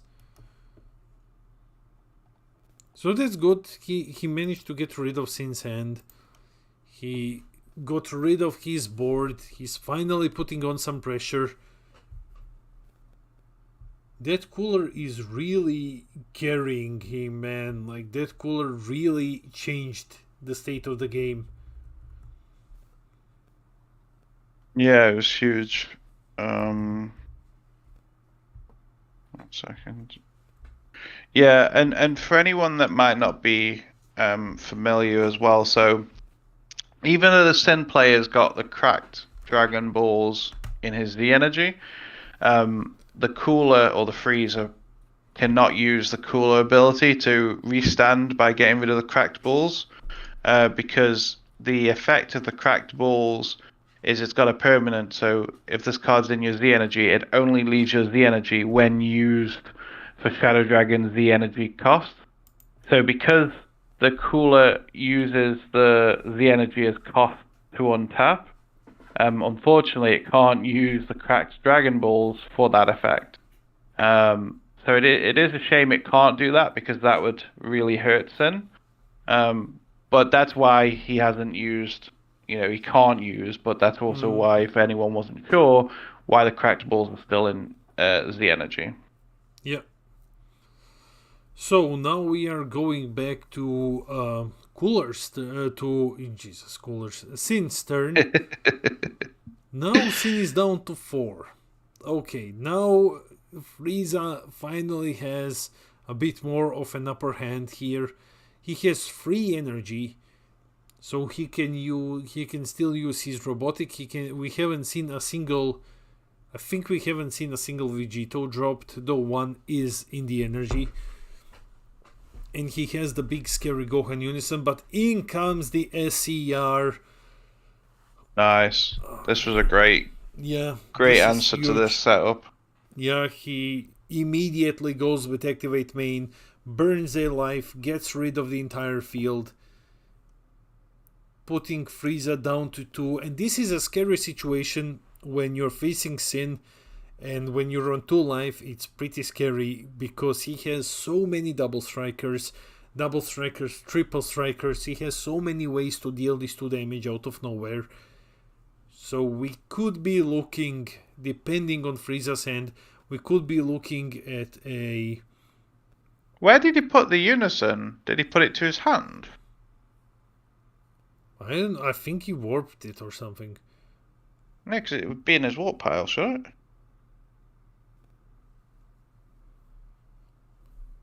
Okay, so he is playing the robotic. Yeah, he cannot afford to let, like I was saying, he cannot afford to let Sin get through, because this guy can just dish out 2 damage out of nowhere. What's happening here? So instead of robotic, he's going for the Vegito. Yeah, because it's counterplay, of course. He's only getting the robotic riposte effect. He's not getting the leader negation, because he doesn't have Z battle cards in play. So what's he doing? He's just clearing up the board state a little bit. Yeah. But one thing I will say is this game has been very back and forth, which I've quite enjoyed. Because obviously I'm surprised how much Frieza has been able to claw back. Because obviously, like a few turns ago, this was like, Frieza's dead. But he's kind of just hung in there, and obviously the SCRs have been used for both people, which have been crucial parts of the match. But I actually am enjoying this matchup quite a lot. So I'm curious to see how it will end. Yeah, because a while ago, hi Daniel, a while ago we were certain, at least I was certain, that like this is game for Frieza, because Sin was in complete control. But that cooler really turned the tide completely around, and Sin is the one who has to play a bit more defensively at the moment, with Frieza finally getting an opening window to pressure the leader. Keep in mind, Sin is on 4 lives. He can still Z awaken once he's dropped to 3. So if Frieza had a double striker now, that would be good. Like if he had a double striker now, to at least push him to 2 when he's forcing him to Z awaken. And he's playing the 5 drop. Okay, now this one is huge. This one is huge at the moment.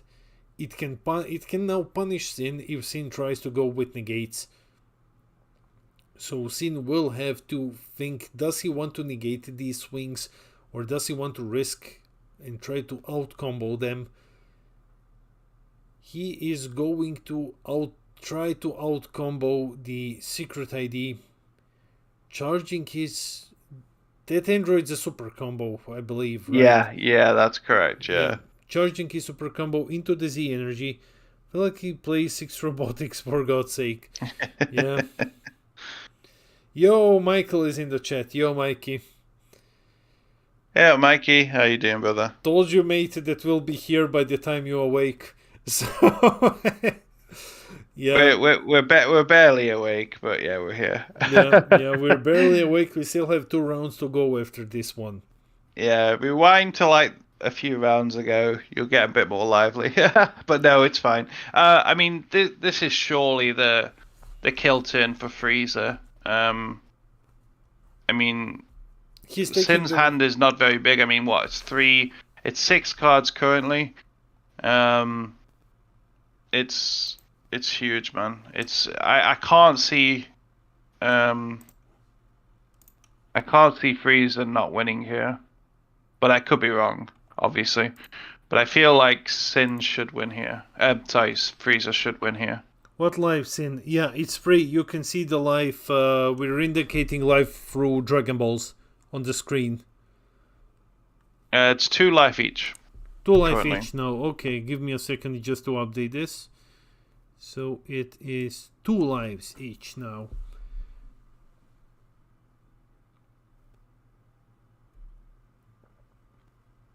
Okay, this is huge because this is gonna. So the leader's not gonna be able to swing next turn, and then not only that is obviously Frieza has the ability where, sorry, not Frieza, the Goku invest mode. He can get rid of a Z energy. Yeah. So I feel like it's gone back in the favor of Frieza, and I feel like he's got full control of this once again. We know which is crazy. Yeah. We know that the SCR is gone for Sin. SCR is gone for Frieza as well.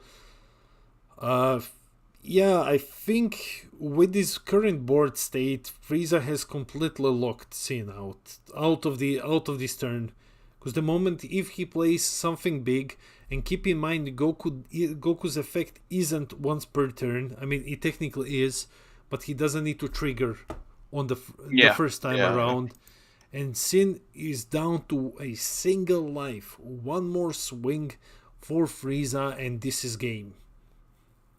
Yeah, I don't know what's obviously in Frieza's hand, but you don't need to you don't really need to push it either, because you're in full control as Frieza right now. You can. Yeah. Mm-hmm. Sorry, Peter. By the way, we are at 156 viewers on stream. Excellent, guys. Woo-hoo. This is thanks for support. Thanks for coming to check out our first ever live stream. We've been doing this for hours, mate. It is funny enough, guys, because I know that some of you are just coming in, as us Europeans are waking up right now.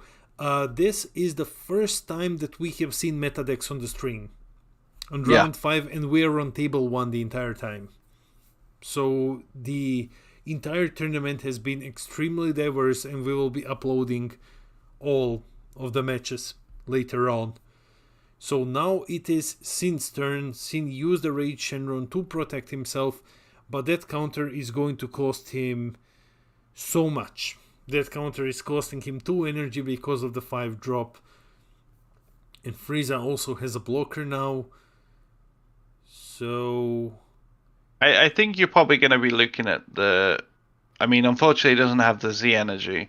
But, like, my gut reaction was probably looking more towards getting out the Z battle cards. So, like, the Vegetas. Unfortunately, there's not the Z energy to do it. But I feel like that would probably be the... what would be the correct response here. But very briefly address the chat. Dave, thanks for hanging on this long, man.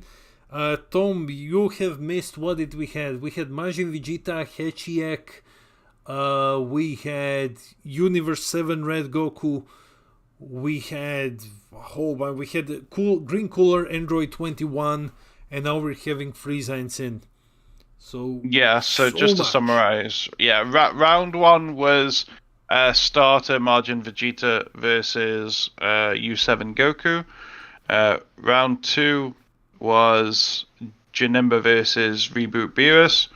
Round 3 was Green Cooler versus Android 21. Round 4 was Majin Vegeta versus Hatch. And now it's round 5. Yeah, and now it's round 5, which is Frieza against Thin. So we have the big guy out, the boss monster. ID. And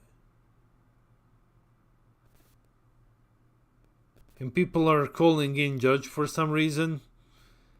Oh, it's because of he hasn't technically minused his Rage Shenron because obviously you have to minus.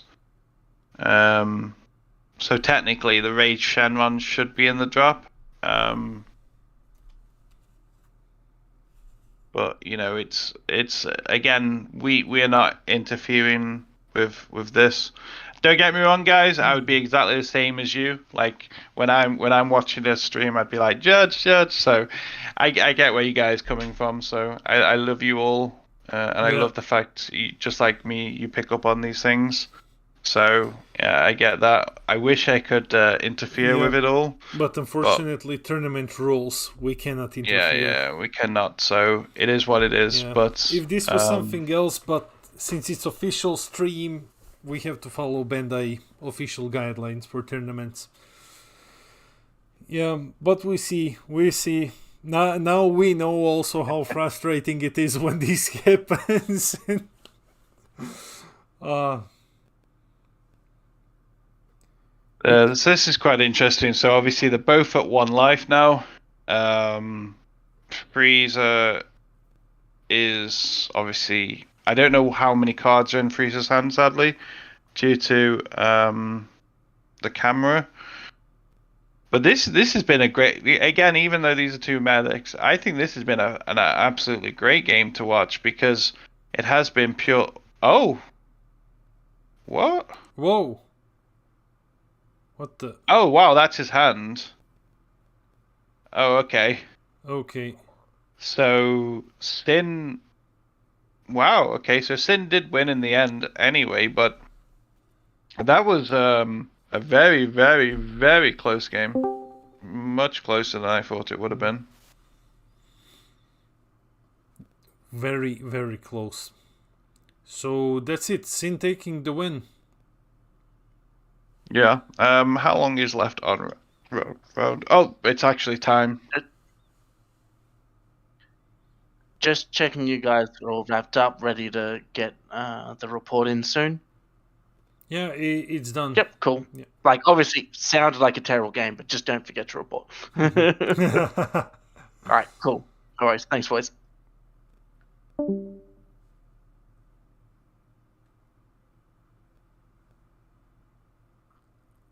Yeah. So as we were saying, there, it's very, very, very close game. I think because of how long that game went on for, I think it was one that Frieza should have won, getting to that time sort of thing. But looking at Frieza's hand, as we can still see on there, you've got you have 4 extra cards.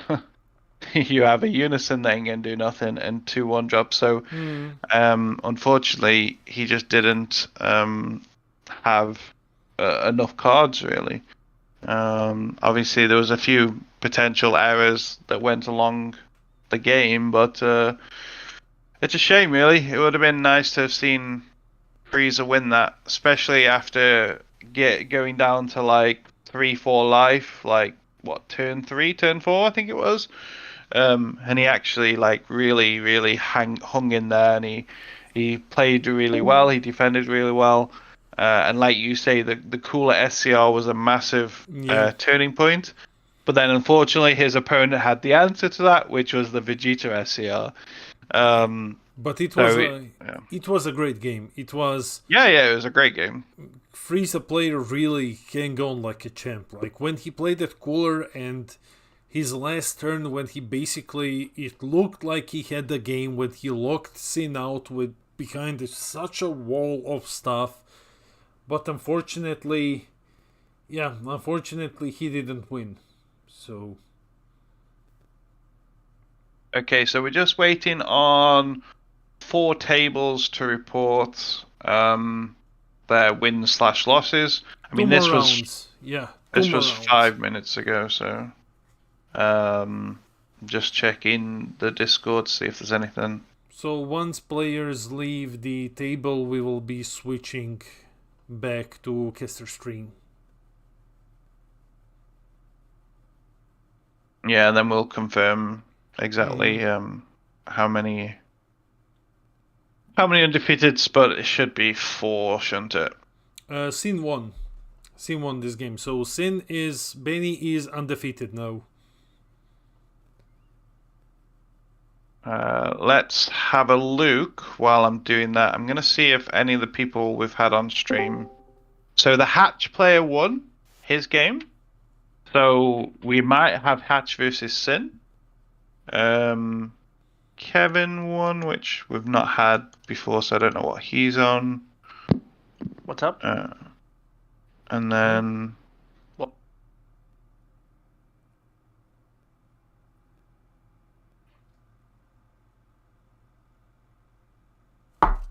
Oh, the stream chat.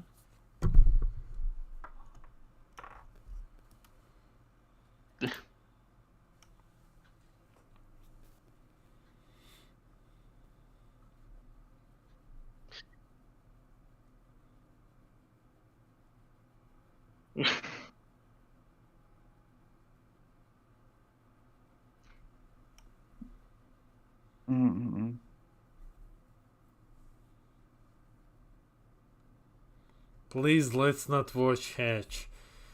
I love Hatch, man. I would love to see Hatch versus Sin. Again, boys, I'm just... Yeah? I gotta put a report in. Keeps chasing me up for it. Oh, you don't know.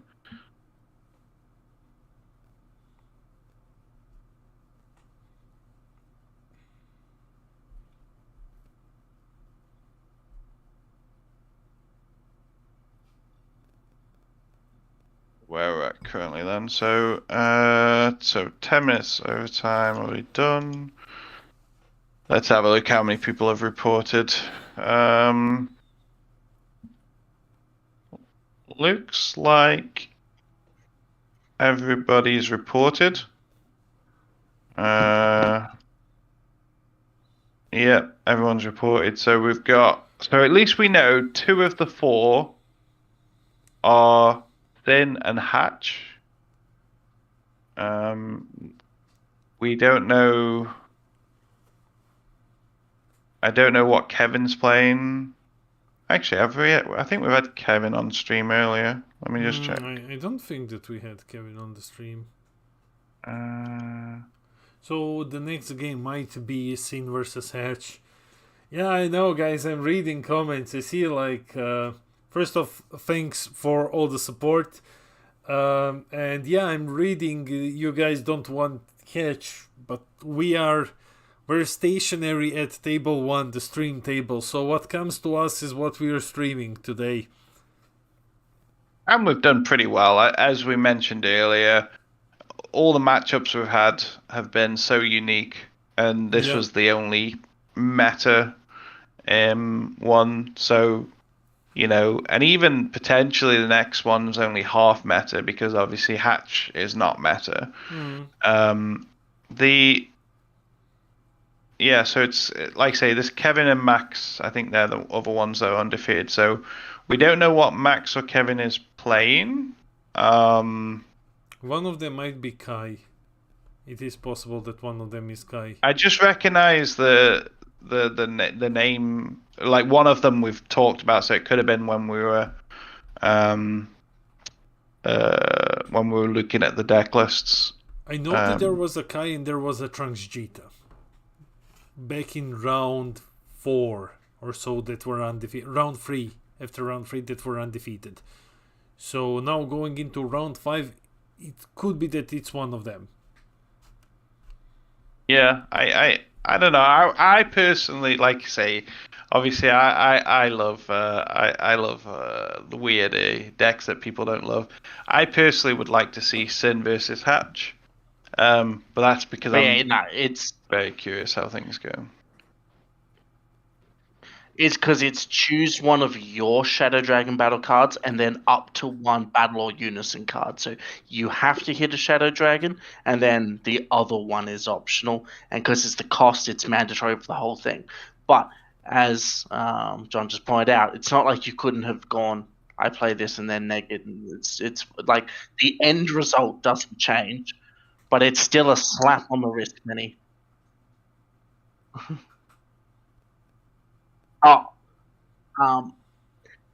Next round is up, and people can't get in because there's too many of us. Sorry, guys. Hey, it's fine. It's fine.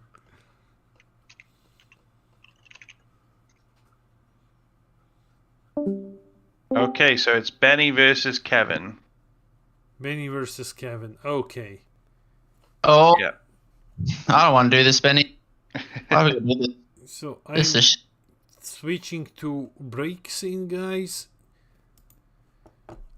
Just to so good. prepare.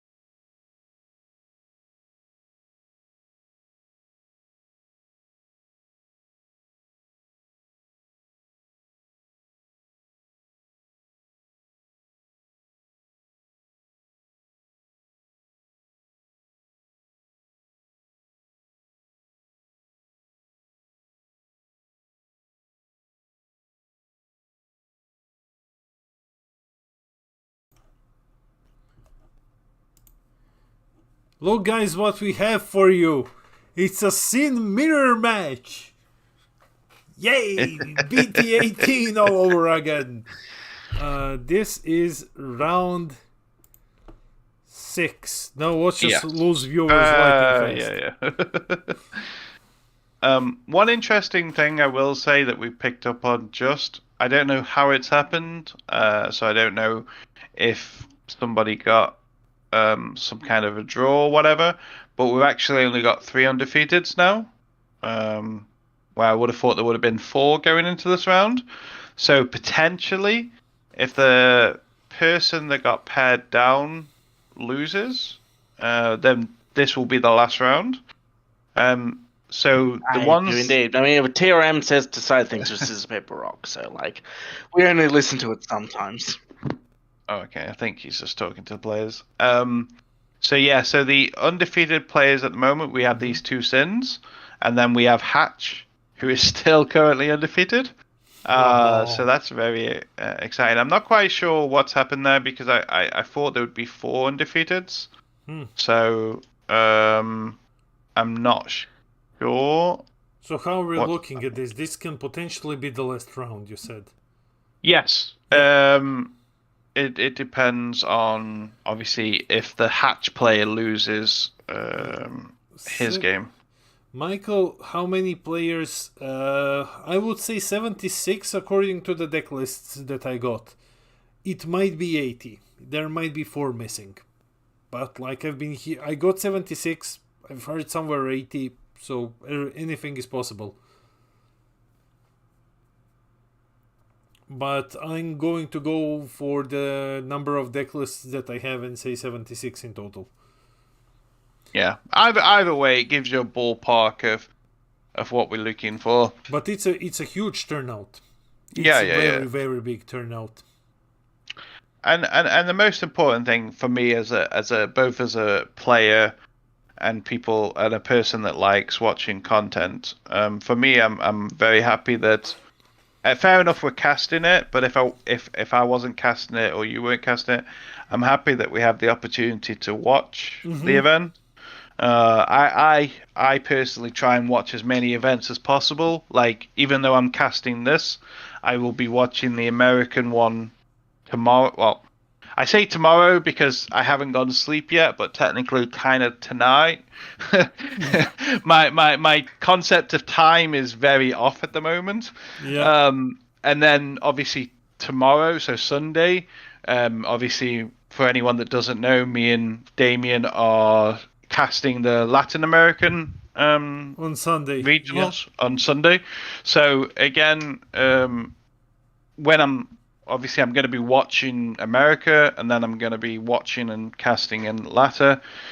So it's a great weekend for Dragon Ball, and obviously it's the Easter holidays as well. So we all have time off work. Well, a lot of the time, most of us have time off work during that period of time as well. And I've just looked outside, and it's absolutely sunny outside. So that feels great. Yeah. So going into the game, Benny went first, from what I understand.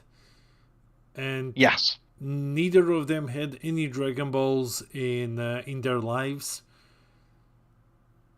So yeah, who went first? Sin went first. Yeah, you can't go wrong with that. Sin went first, definitely.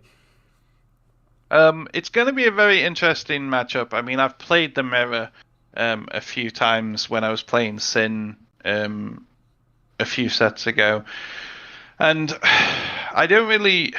It's definitely going to be build related, depending on what people's builds are like around the unisons and what have you, and also I suppose at the moment how many people have got what TP cards and promos. Like for example with the Gohan, that's going to play a big part in the game because again it's a way of stopping the 4-drop thin. So it's going to be a case of, how many of those do people run and how many do they actually own?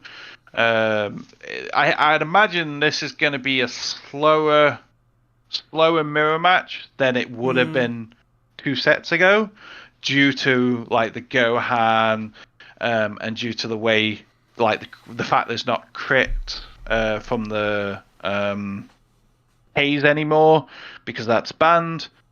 Like again, I think going first, like this is an example where his opponent hasn't got any energy up, but if he did, he could have go hand and killed this Sin, which would have been huge. So it's a bit like that. You've got to keep your energy open, but obviously going first is huge because like now we can see he's able to drop the Sin without any worries. But then what will happen is when it's his opponent's turn, he can't just drop Sin without any worry because his opponent hopefully will have energy open to deal with that. So straight away you're going to be on the back foot. So I think Benny is in a good position to do some damage here, and I think he's got the potential, depending on what's in his hand, to win this as well. Benny, just remember, don't move it to Z energy until the end of the battle. Just like I know he's not going to interact with the combo area, but just for processing, just wait till the end. Peter, the Kevin is on 6 or 5? I want to say 5. Yeah. I'm gonna set it down to 5. It'll be a 5 at some point. Yeah. But yeah, I'm 90% sure it's 5. But yeah, this is the thing. It's you have to really consider your energy. Like, just think, like I said, if if Kevin kept one energy open for the Gohan, assuming he had it in his hand, then that would have changed his turn so much. But like as we can see here, Benny has one energy open, which I can guarantee you is going to be for Gohan. And this, again, will be a massive difference because now, no matter what big threat Sin plays, I say Sin, sorry, but Kevin plays, he's going to have an easy answer to it. So again, this is going to be a big turn for Kevin, but then I think Benny's going to be able to deal with it. The Unison is a good play here as well. Mm-hmm. So we'll see how it goes, really. Oh, here comes the Goliathite. Okay. Yeah, this is a good piece of tech, but Mm-hmm. I mean, when I was playing the mirror match, because obviously back then we main decked this because you were seeing so many Sins. The problem is, it's like what you do is you just don't play your 8-drop turn 3 and you just wait an extra turn, and you're fine. Like it then does nothing after that. So.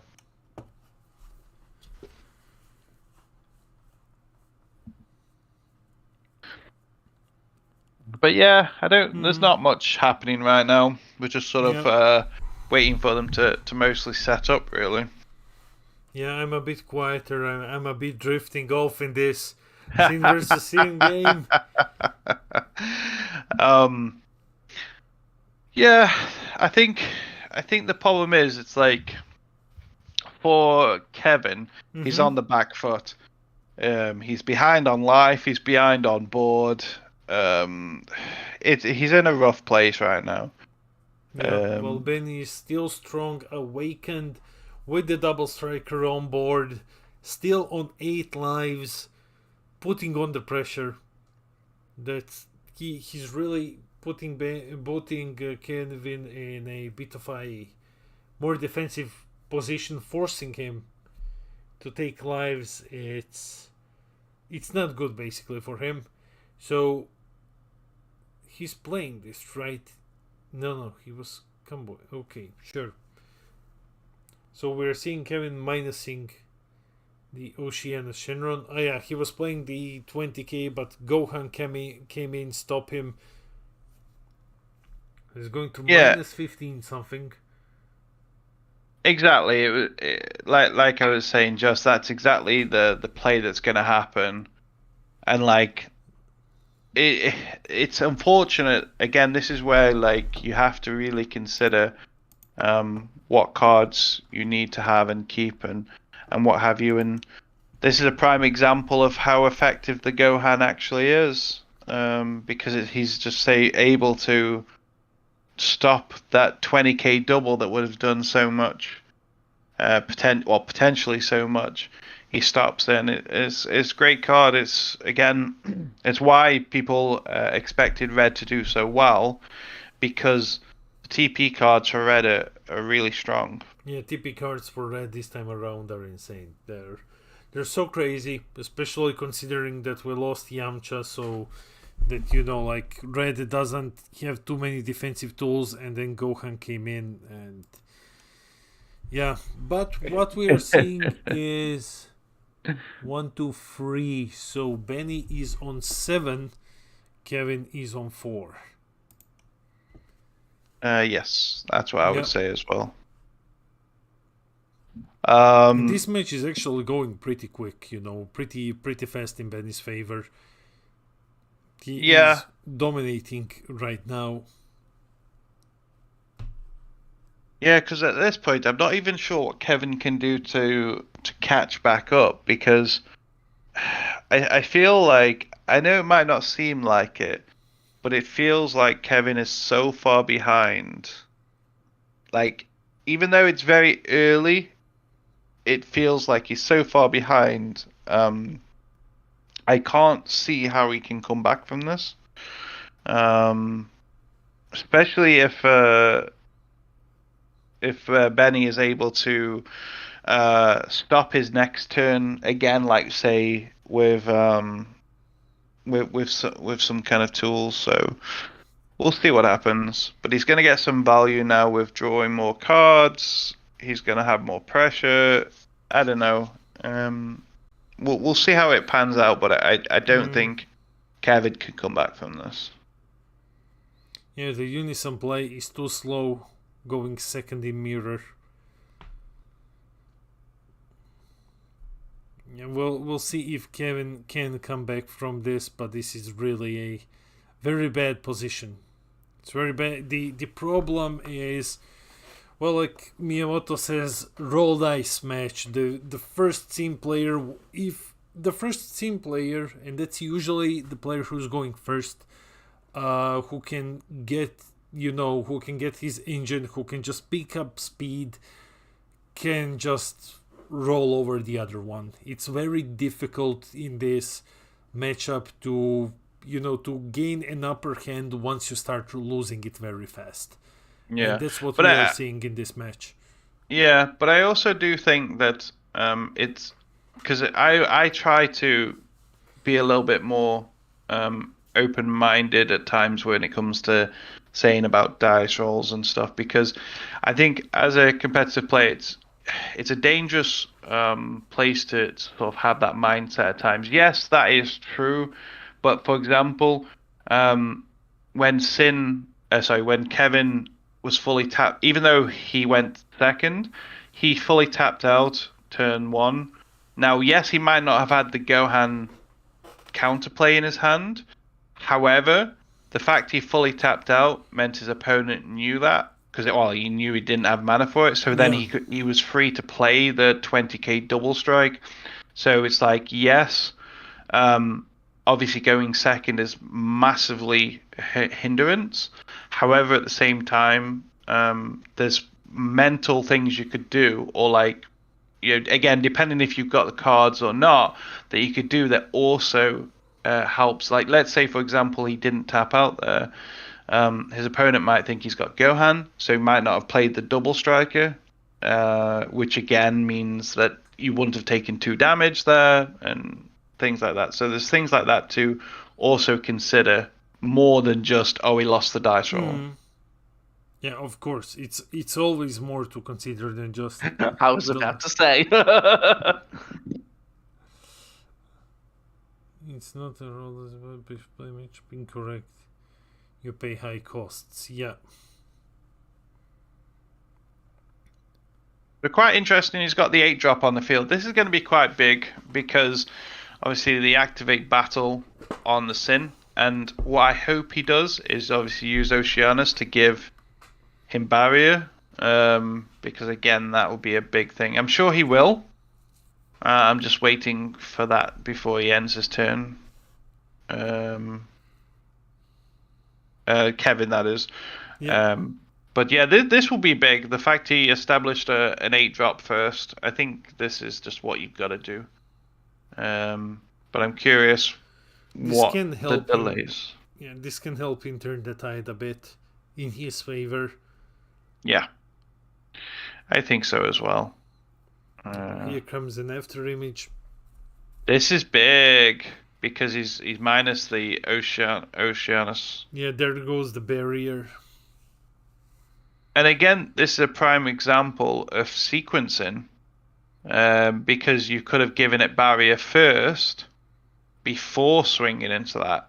So Yeah. again, this is the things that make the difference. Yeah, like you were just saying, these are the small mistakes that you make in this matchup that can really cost you the game. Like very, very small mistakes. Yeah, I mean, and seemingly small. Yeah, and that's where like people can focus too much on, oh, he went second, well, or whatever. And don't get me wrong, guys, there is some truth to that to a degree. Like it does matter, but then like that, like if the 8-drop Sin dies next turn, it's because he hasn't got barrier, not because of him going second. Or things like that. So we'll see what the matchups looks like. But I am quite interested to see how it looks. But I think not giving it barrier is sadly potentially going to cost him, because he actually was in a good position to sort of start crawling back, having the 8-drop on the field. It felt pretty decent. But we'll soon find out if it's going to be a bad thing or not. I mean, looking at the clock, we have 20 minutes left of the game, so there's still a lot of time left. So this is definitely not going to go to time. But we'll see how it develops. I think we're going to see an 8-drop from Benny though as well. To be honest, Definitely. I think we're just about to see the 8-drop come down, put on more pressure. Because Kevin is still down to 4, and yeah, if Benny can just pressure him a bit more, he may actually have the game. I mean, he's doing amazingly well. He is. I just need to update quickly. He is on 6 lives. Yeah, 6 against 4 still. I just quickly want to chime in because I don't know all the cards off the top of my head, but the 5,000 power on Sin lasts till the start of the next turn, so it should. So the start, not the start of your next turn, so it doesn't carry during your opponent's turn. Very good. Obviously the judge has. Yeah, all good. Just clear it up. The judge is very good picking up on little things like that. So credit to the judge. It's always nice to see. Obviously, as we said before, me and Demian, we can't interfere. I mean, they're muted for us. They muted us anyway. But it's good to see a judge picking up on these really quickly and sort of clearing out the state as well. So credit to Ryan on that. Yeah, definitely kudos to Ryan. Kudos to judge. So let's see what's happened. So obviously he's played the 8-drop, which we thought would be the case. And we'll see what happens. Okay, so testing the up, very nice. I mean, unfortunately, testing the up's going to die. They are undefeated, so they are both are undefeated. 5-0.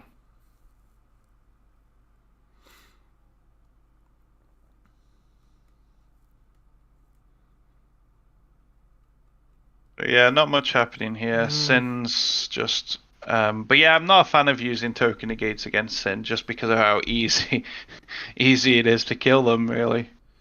Well, I think... Well, Kevin used token negate, now dropping himself down to 3 lives, getting into that Z Awaken level.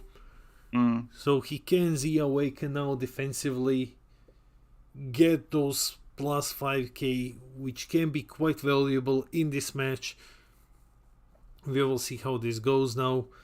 Good judging and great hosting, Peter and Damian. Thank you, Eric. Thank you so much. Thanks, buddy. Appreciate the love. I mean, like say, we're kind of running on fumes a little bit, but yeah, you we're know. kind of running. We have been hosting since like 4 in the morning. Yeah. So, yeah. I mean, it wouldn't have been too bad if we woke up at 3. Yeah. Like, but obviously we all like I had to go for work at 9 o'clock this morning. Well, I say this morning, technically Friday morning. So I had, my full job to do, and a few hours sleep, and then. But we Yeah. will be in our A game tomorrow, Sunday, for Latin America regionals, because it's Yes. 4 in the afternoon. So we were at the A game at the start, and we're bringing the heat also on Sunday. So Benny, same thing. Start of the next turn, not start of your next turn, is when the 5k goes away. But yeah, that's why it's great you guys are here along watching and talking to us, because again it helps us to stay awake and a bit more motivated. But it's fine. It's all good. So guys, there's only one. Oh, sorry. Yeah, no, go. Sorry. No, I was just gonna say. So there's just only one energy open for Benny, Yeah. which I assume is going to be for Gohan. But again, he's not given the Sin. Or has he given? Yeah, he's probably given the Sin barrier already, Annie. So, I'm curious to see what Benny's plan is. But I assume the 1 mana is for another Gohan. I assume. I But assume. we'll see. I don't know what else would he play for. That 1. But like, it's not like he's gonna pay 1 for After Image. Yeah. Yeah. Yeah, exactly. Is so this the let's- last round? Possibly. Peter, what's the condition for this being the last round? So the Hatch player who is currently undefeated would have to lose. Yeah. Then there would be an undefeated. So I think I trust in Hatch. I think Hatch is gonna win it. Yeah. So which also means the final would be Hatch versus Sin. Yeah. And Which guys, I want to see personally. we had Hatch earlier on the stream. We're gonna have all of the games uploaded on the channel eventually. So individually, plus you'll have the access to the stream, of course. Hatch played very, very defensively, like extremely defensively. So it would be an interesting match to see, Sin versus Hatch. Oh, Is it okay. that- The Sin player lost. John just. Okay. So we're going into round 7 as well. No. No. Hatch lost, so there will only be 1 undefeated now. So Hatch lost. Yeah, because there was only 3 undefeateds, from what I understand. So This is the last round. Okay.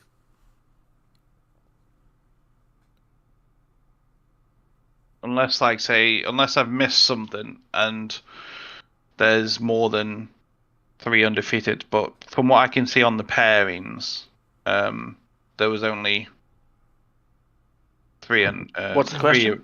3 undefeateds. Yeah, because Yamcha doesn't specify a cost of the targets, just give it negs.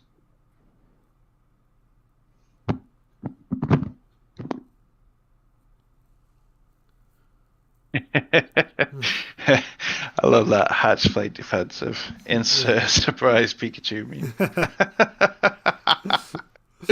Yes.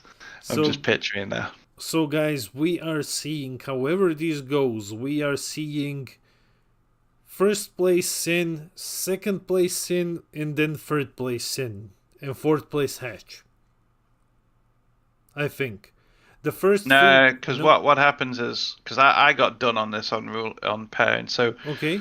because it's not like top cut, what ends up happening is the person that loses this, you would expect Okay. them to be second on the rankings, Yeah. but what will end up happening is they'll drop to like 7th or something because of it's weird, but the way the pairing system works with when it's not a top cut, it's actually better to lose your second to last game than lose your last game. You'll actually end higher on the ladder. That's not a Yeah. huge fan of that one. But yeah, what we're seeing here is another boss monster slamming in. So Kevin puts Benny down to 4 lives. Oops. 6, 4. Right? Yeah. Okay, Puts this is Benny down to 4. He has 2 boss monsters. He's swinging triple strike, comboing his entire hand, man. Like, it's not the entire hand, but it's still a lot. Oh, that's interesting. He doesn't run the Vegeta SCR. He uses the Radiant Saiyans SCR. Yeah. I always considered this more as a budget option to Vegeta. Maybe it's more preference for the person, but I always considered it. Vegeta should be the correct SCR. However, this is still a decent SCR. I mean, this is still swinging for a lot of damage. I mean, it's not clear if it's got the 5k boost from its power yet, but let's assume it is. So 35, 45, 55. This is 65 triple. So it's potentially 60 triple. It depends on if he's got the 5k boost or not, really. So it's quite funny that a few moments ago, I was sitting here saying Benny's 100% won. Oh, this is huge. Oh! Oh no! Just no. as I was speaking, but yeah. So basically, this one drop in a short answer, it's a battle trick that basically will get rid of the attacking card. It would go to the warp and then comes normally back come later. back. Yeah. Oh no! Off goes super combo. Go 2 super combos SCR gone. Which card is it?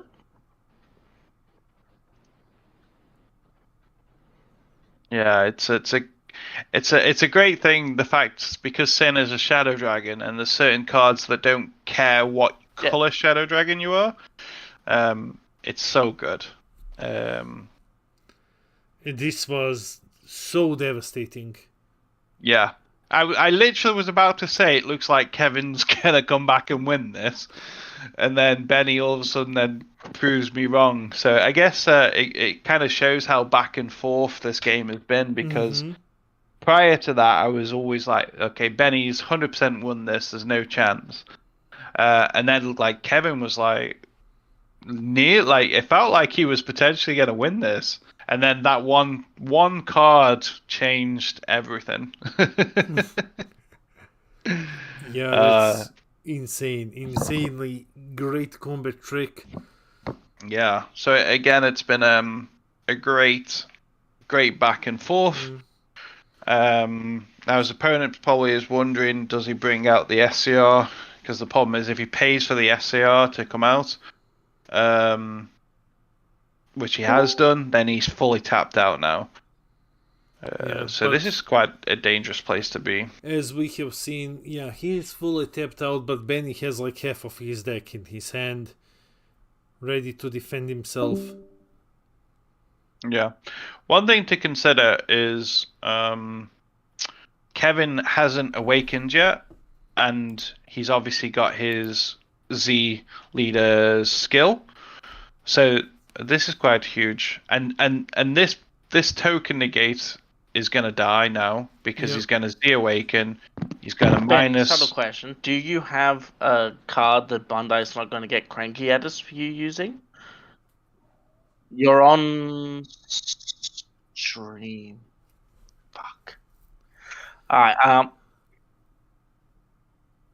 right. Honestly, well, yeah, that's fine. It's just, do remember, Bandai doesn't have a license to show other card games and other franchises. Yeah. Yeah, okay. Benny, just use... I mean, he cannot hear us. Just use token negate or something. Kevin quickly remove the Pikachu and it's okay. So, yeah. Kevin has Z awakened right now. Yeah, he's going to use the minus 20, get another Omega on the field, kill the token, Oh, okay. He didn't have an 8-drop in his hand, so he's had to play this 4-drop.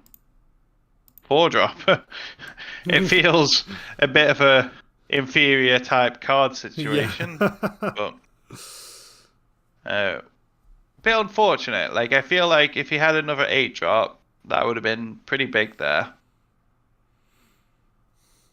But unfortunately, he didn't. Oh. Where's that come from? That's turn, I guess. Well, the 4-drop, you know, he has blockers, so, but still. Yeah, if he had another 8-drop, that would have been ideal. But Yeah. sadly, he didn't. It's a shame there. It's a real shame there. I think maybe he could have come back.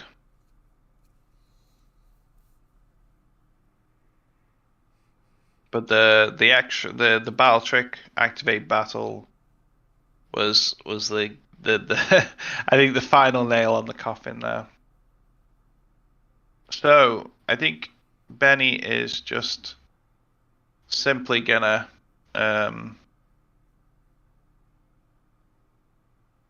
win here.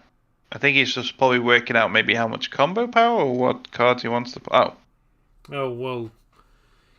Here comes the big guy. I think he's gonna active main immediately. He's gonna swing. Yeah, I don't know. I guess it's the best play there, but Yeah. Yes, because it does. his leader does have double strike, and his opponent's leader gets -5k. And now he's swinging 20k double. If Kevin doesn't have a negate, Benny has a novel in his he hasn't crit a life, has he? Oh, now he is. Yeah, now he has, and now Benny can just, if there's no negate, he dumps hand and wins, basically. Yeah. Maybe, you know, testing would be good. Right? Oh, and in comes the 4-drop double striker. Swinging 20 to 20. No?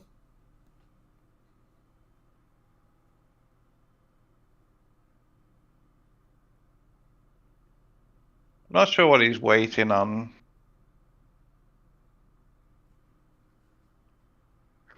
What?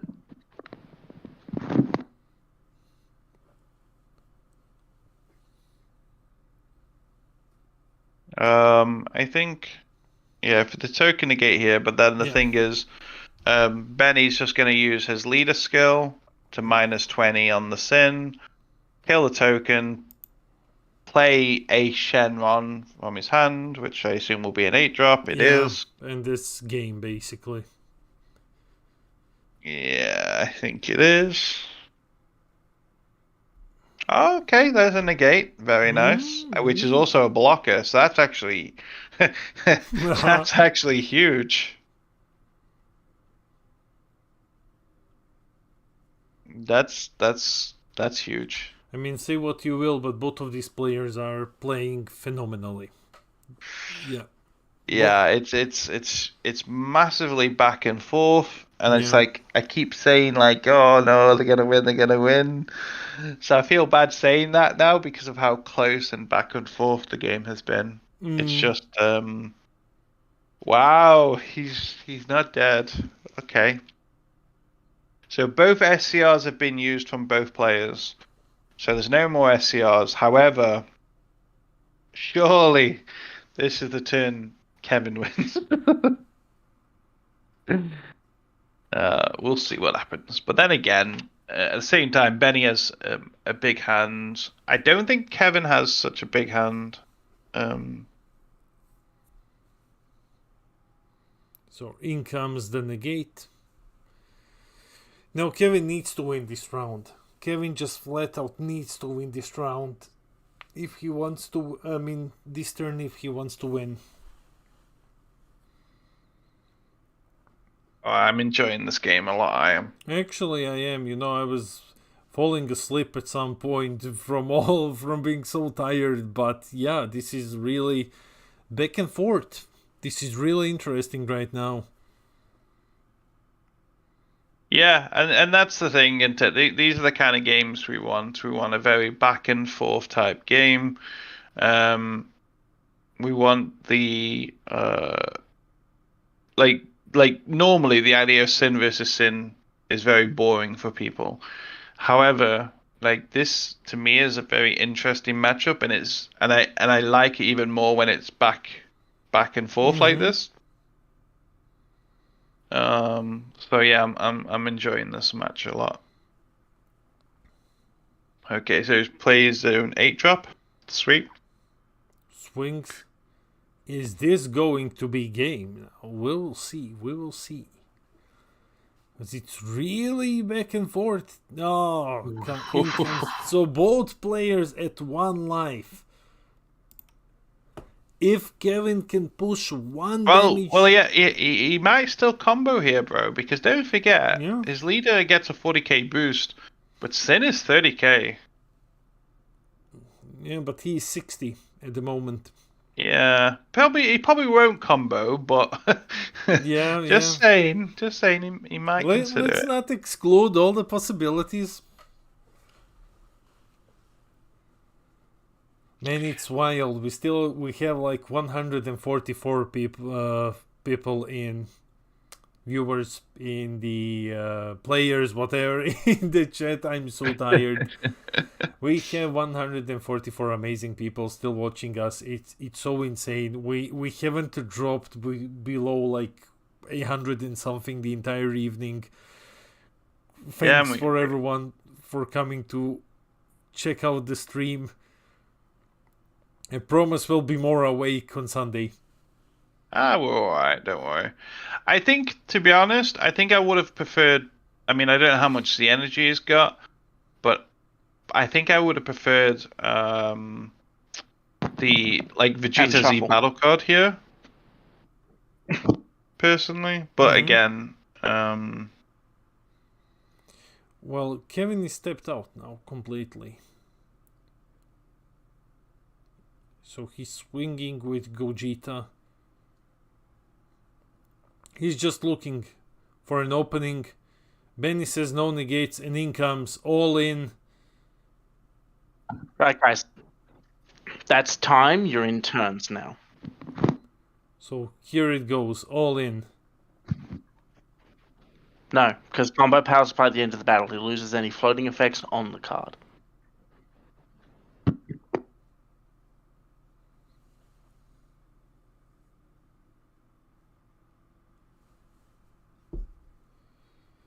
let's have a look. So what we got? We got 15, 25, 35. Okay, so we got 45 unison against 20, 25, 30, 40, 45? Is it? Yeah, comboed it. He out-comboed it. Yeah, so that's game. Benny wins. Yep. Benny wins, but I fear again we don't know what was in their hands, but that was super close game. That was super close. So there it is, guys. Benny is the regional champ. He wins the regionals with Sin Shenron.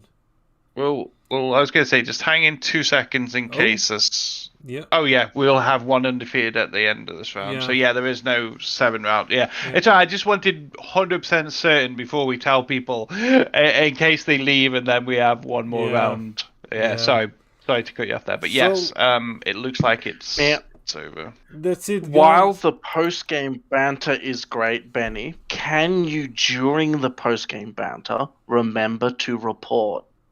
Like, keep bantering, just don't forget to report this time. I love to hear it. Yeah. Would be great now if we could get the tables for ourselves so that we can jump into the caster screen again, so that we don't need to switch the tables to say goodbye to our viewers. Yeah. But congrats Benny, congrats Kevin. This was really really good. I enjoyed that. It was a good finals. Andy, you came very late. You came very late, mate. This time around, we've been doing. We this all for know hours. the real hero of today is John, for meaning that we finished round 6 instead of 7. Yeah, Yeah, he's the people's champion, so. definitely. So we have seen Shenron winning the Oceania regionals. Well, welcome to BT18, I guess.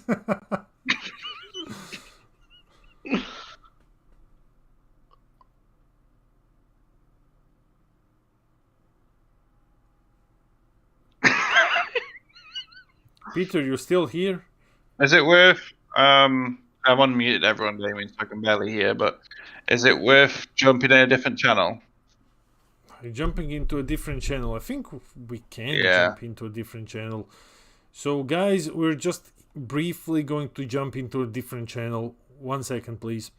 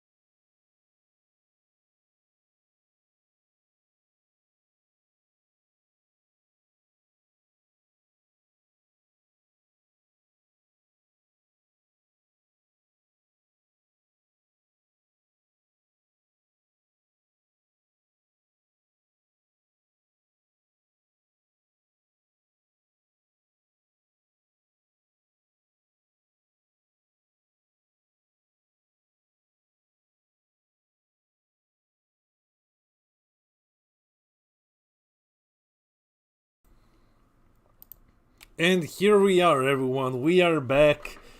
We have just finished the Oceania regionals. Seeing Benny win with Red Sin Shenron, taking the regionals undefeated with Red Sin.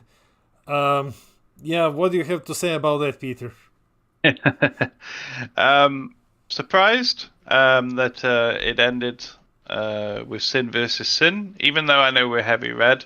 But it was a great day, and I genuinely mean that. I feel like all the matchups were very interesting. I feel like they were very back and forth. So I think from a skill level point of view, I think most people, it seemed like they were very similar sort of. It wasn't like a complete walkover. Don't get me wrong. There's obviously advantages and disadvantages, but like I felt like the games were very good to watch, and obviously they were good. They were good and fun to cast as well. And especially the last one, like I say, it was very much back and forth. I was like, "There's no way they're gonna like not die here," and they survived. So it was a very good day, and yeah, very very good. What about you? Well, I think that for our first stream ever, that this was an interesting experience. Definitely, up until the last 2 rounds, we didn't have a single meta deck. So going the first 4 rounds was just insanity. We saw so much things in the first 4 rounds. It was very refreshing. On the last 2 rounds, we saw Sin and Golden Frieza, and ending in a Sin mirror match, which is, it's the same thing that we've been seeing since BT18. But we have been seeing a pretty good 4 rounds and amazing players, definitely. Both Benny and Kevin and everyone else on the stream, guys were playing phenomenally today, and it's been a huge honor casting for them and looking at these games. I cannot wait to cover Oceania regionals again. It's been a great time. It's really been a great time. Yeah, definitely. And that's the thing. It's like it's been a great experience, and obviously it's great to see it get casted. Get actually on the stream and show you guys what Oceania's got as well. it's great to be able to cover these other regions as well, because we've been having NA and Europe forever, and now it's great that we have an opportunity to bring you guys new regions. Another reminder, once again, we are the official casters for Latin America as well, and we'll be casting it on Sunday. Regards to Oceania regionals, we will have the breakdown on the lookout when I come back to life. Basically, when I come back to life, we're gonna have a breakdown on the lookout. You'll have deck lists and standings and everything over there on on both our Facebook and YouTube. And this stream is going to be directly uploaded immediately after finishing to YouTube, so you can just sit back and watch it, and all of the games will be individually uploaded as its own videos on the channel. So now that I'm done with my huge monologue about like all the things that are happening, Peter, are you alive? Barely, my friend. Barely. Like, it's like I keep getting waves. It's quite funny. Like, you can see the sun here. When we first started, it was black. So yeah, it's like, I think round 6 was definitely, I was feeling quite sleepy. Yeah, me too. Me too. And then it seemed like I got a second wave, sort of like up and going. So yeah, it's been a bit like that, but yeah, it's mostly, again, the chat yourself's been great. So obviously it's helping me to stay awake. Yes, as well. The regional is finished. It just ended. Red Sin, piloted by Benny, won the event. Yeah, I'm also dead tired. I'm so tired. My kids are looking at me like, why are you still awake? So yeah, I think we're gonna be wrapping it up now. We will be posting the standings and everything on Facebook soon-ish. If I don't faint immediately after the stream. Thanks for the stream. Have a nice between rounds. Love the work. Thank you. Okay, so guys, Peter, any last words before we conclude the stream today? Yeah, sure. So obviously, thanks to you, Demian, for having me. It's been a pleasure. I'm happy I've obviously had the opportunity to come and stream for you. Well, not me streaming, but commentate for you guys today. Because if I wasn't commentating, I would be watching it. So it's nice to sort of be on this side while I'm doing that anyway. Obviously, shout out to everyone that's played today, everyone that's been on the stream today. It's good. Obviously, always my team -2. Everyone I play with and everybody, but I'm too tired to remember everyone. So I love you all. Yeah, thank you for coming over to do this stream with me. Peter and I will be also streaming together the Latin American regionals. I want to say huge shout out to all of the players. You're all phenomenal, and shout out to everyone who came to watch us on stream. We peaked at 168 viewers today, which is crazy to think about this. It's just crazy. And shout out to Tak Games, the TO for this event, for picking us as the official streamer. It's been a great experience, live streaming and casting an official Bandai event. So thanks everyone, and we will have all of the info on our social media at some point later. Yeah, have a great day everyone, and I'll catch you guys in the next one. Bye. Bye.